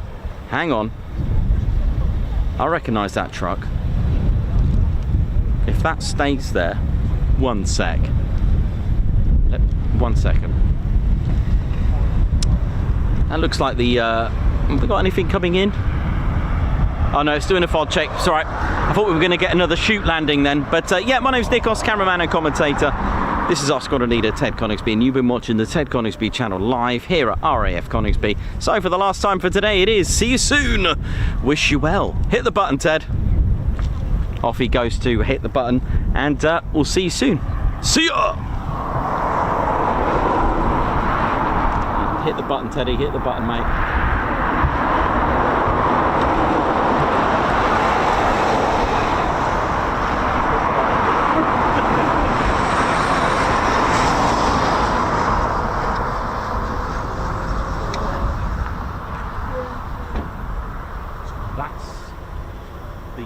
The parachute collector. Yeah, so that one did come in. One should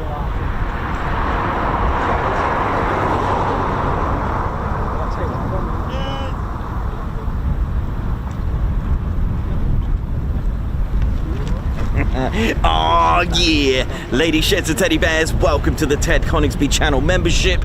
I'm Nikos, I'm your cameraman and commentator. This is our squadron leader, Ted Coningsby. Just want to say a massive thank you to all our members.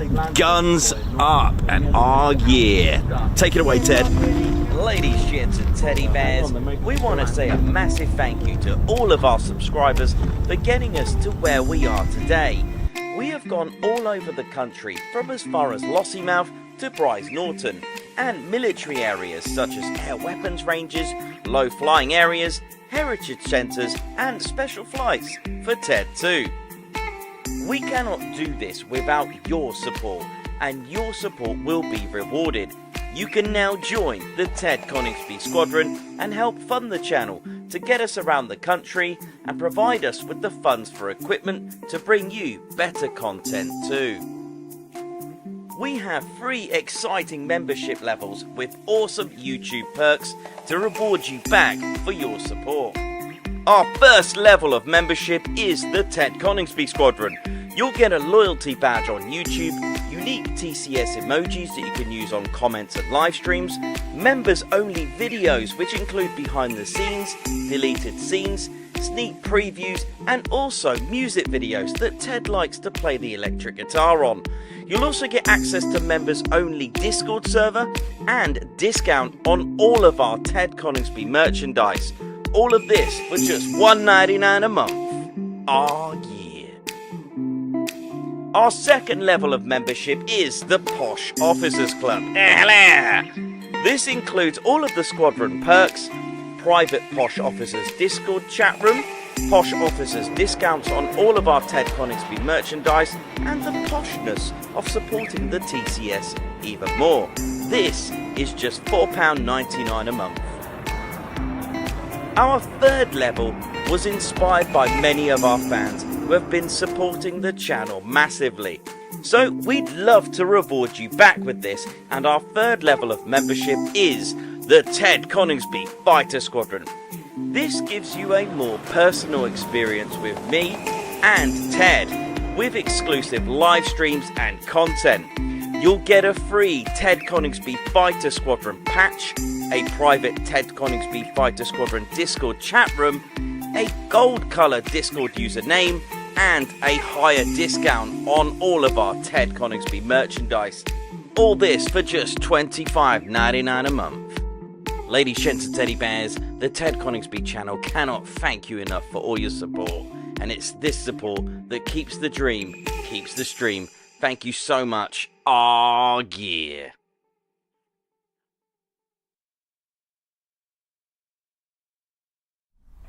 Golf India, Brian Stone,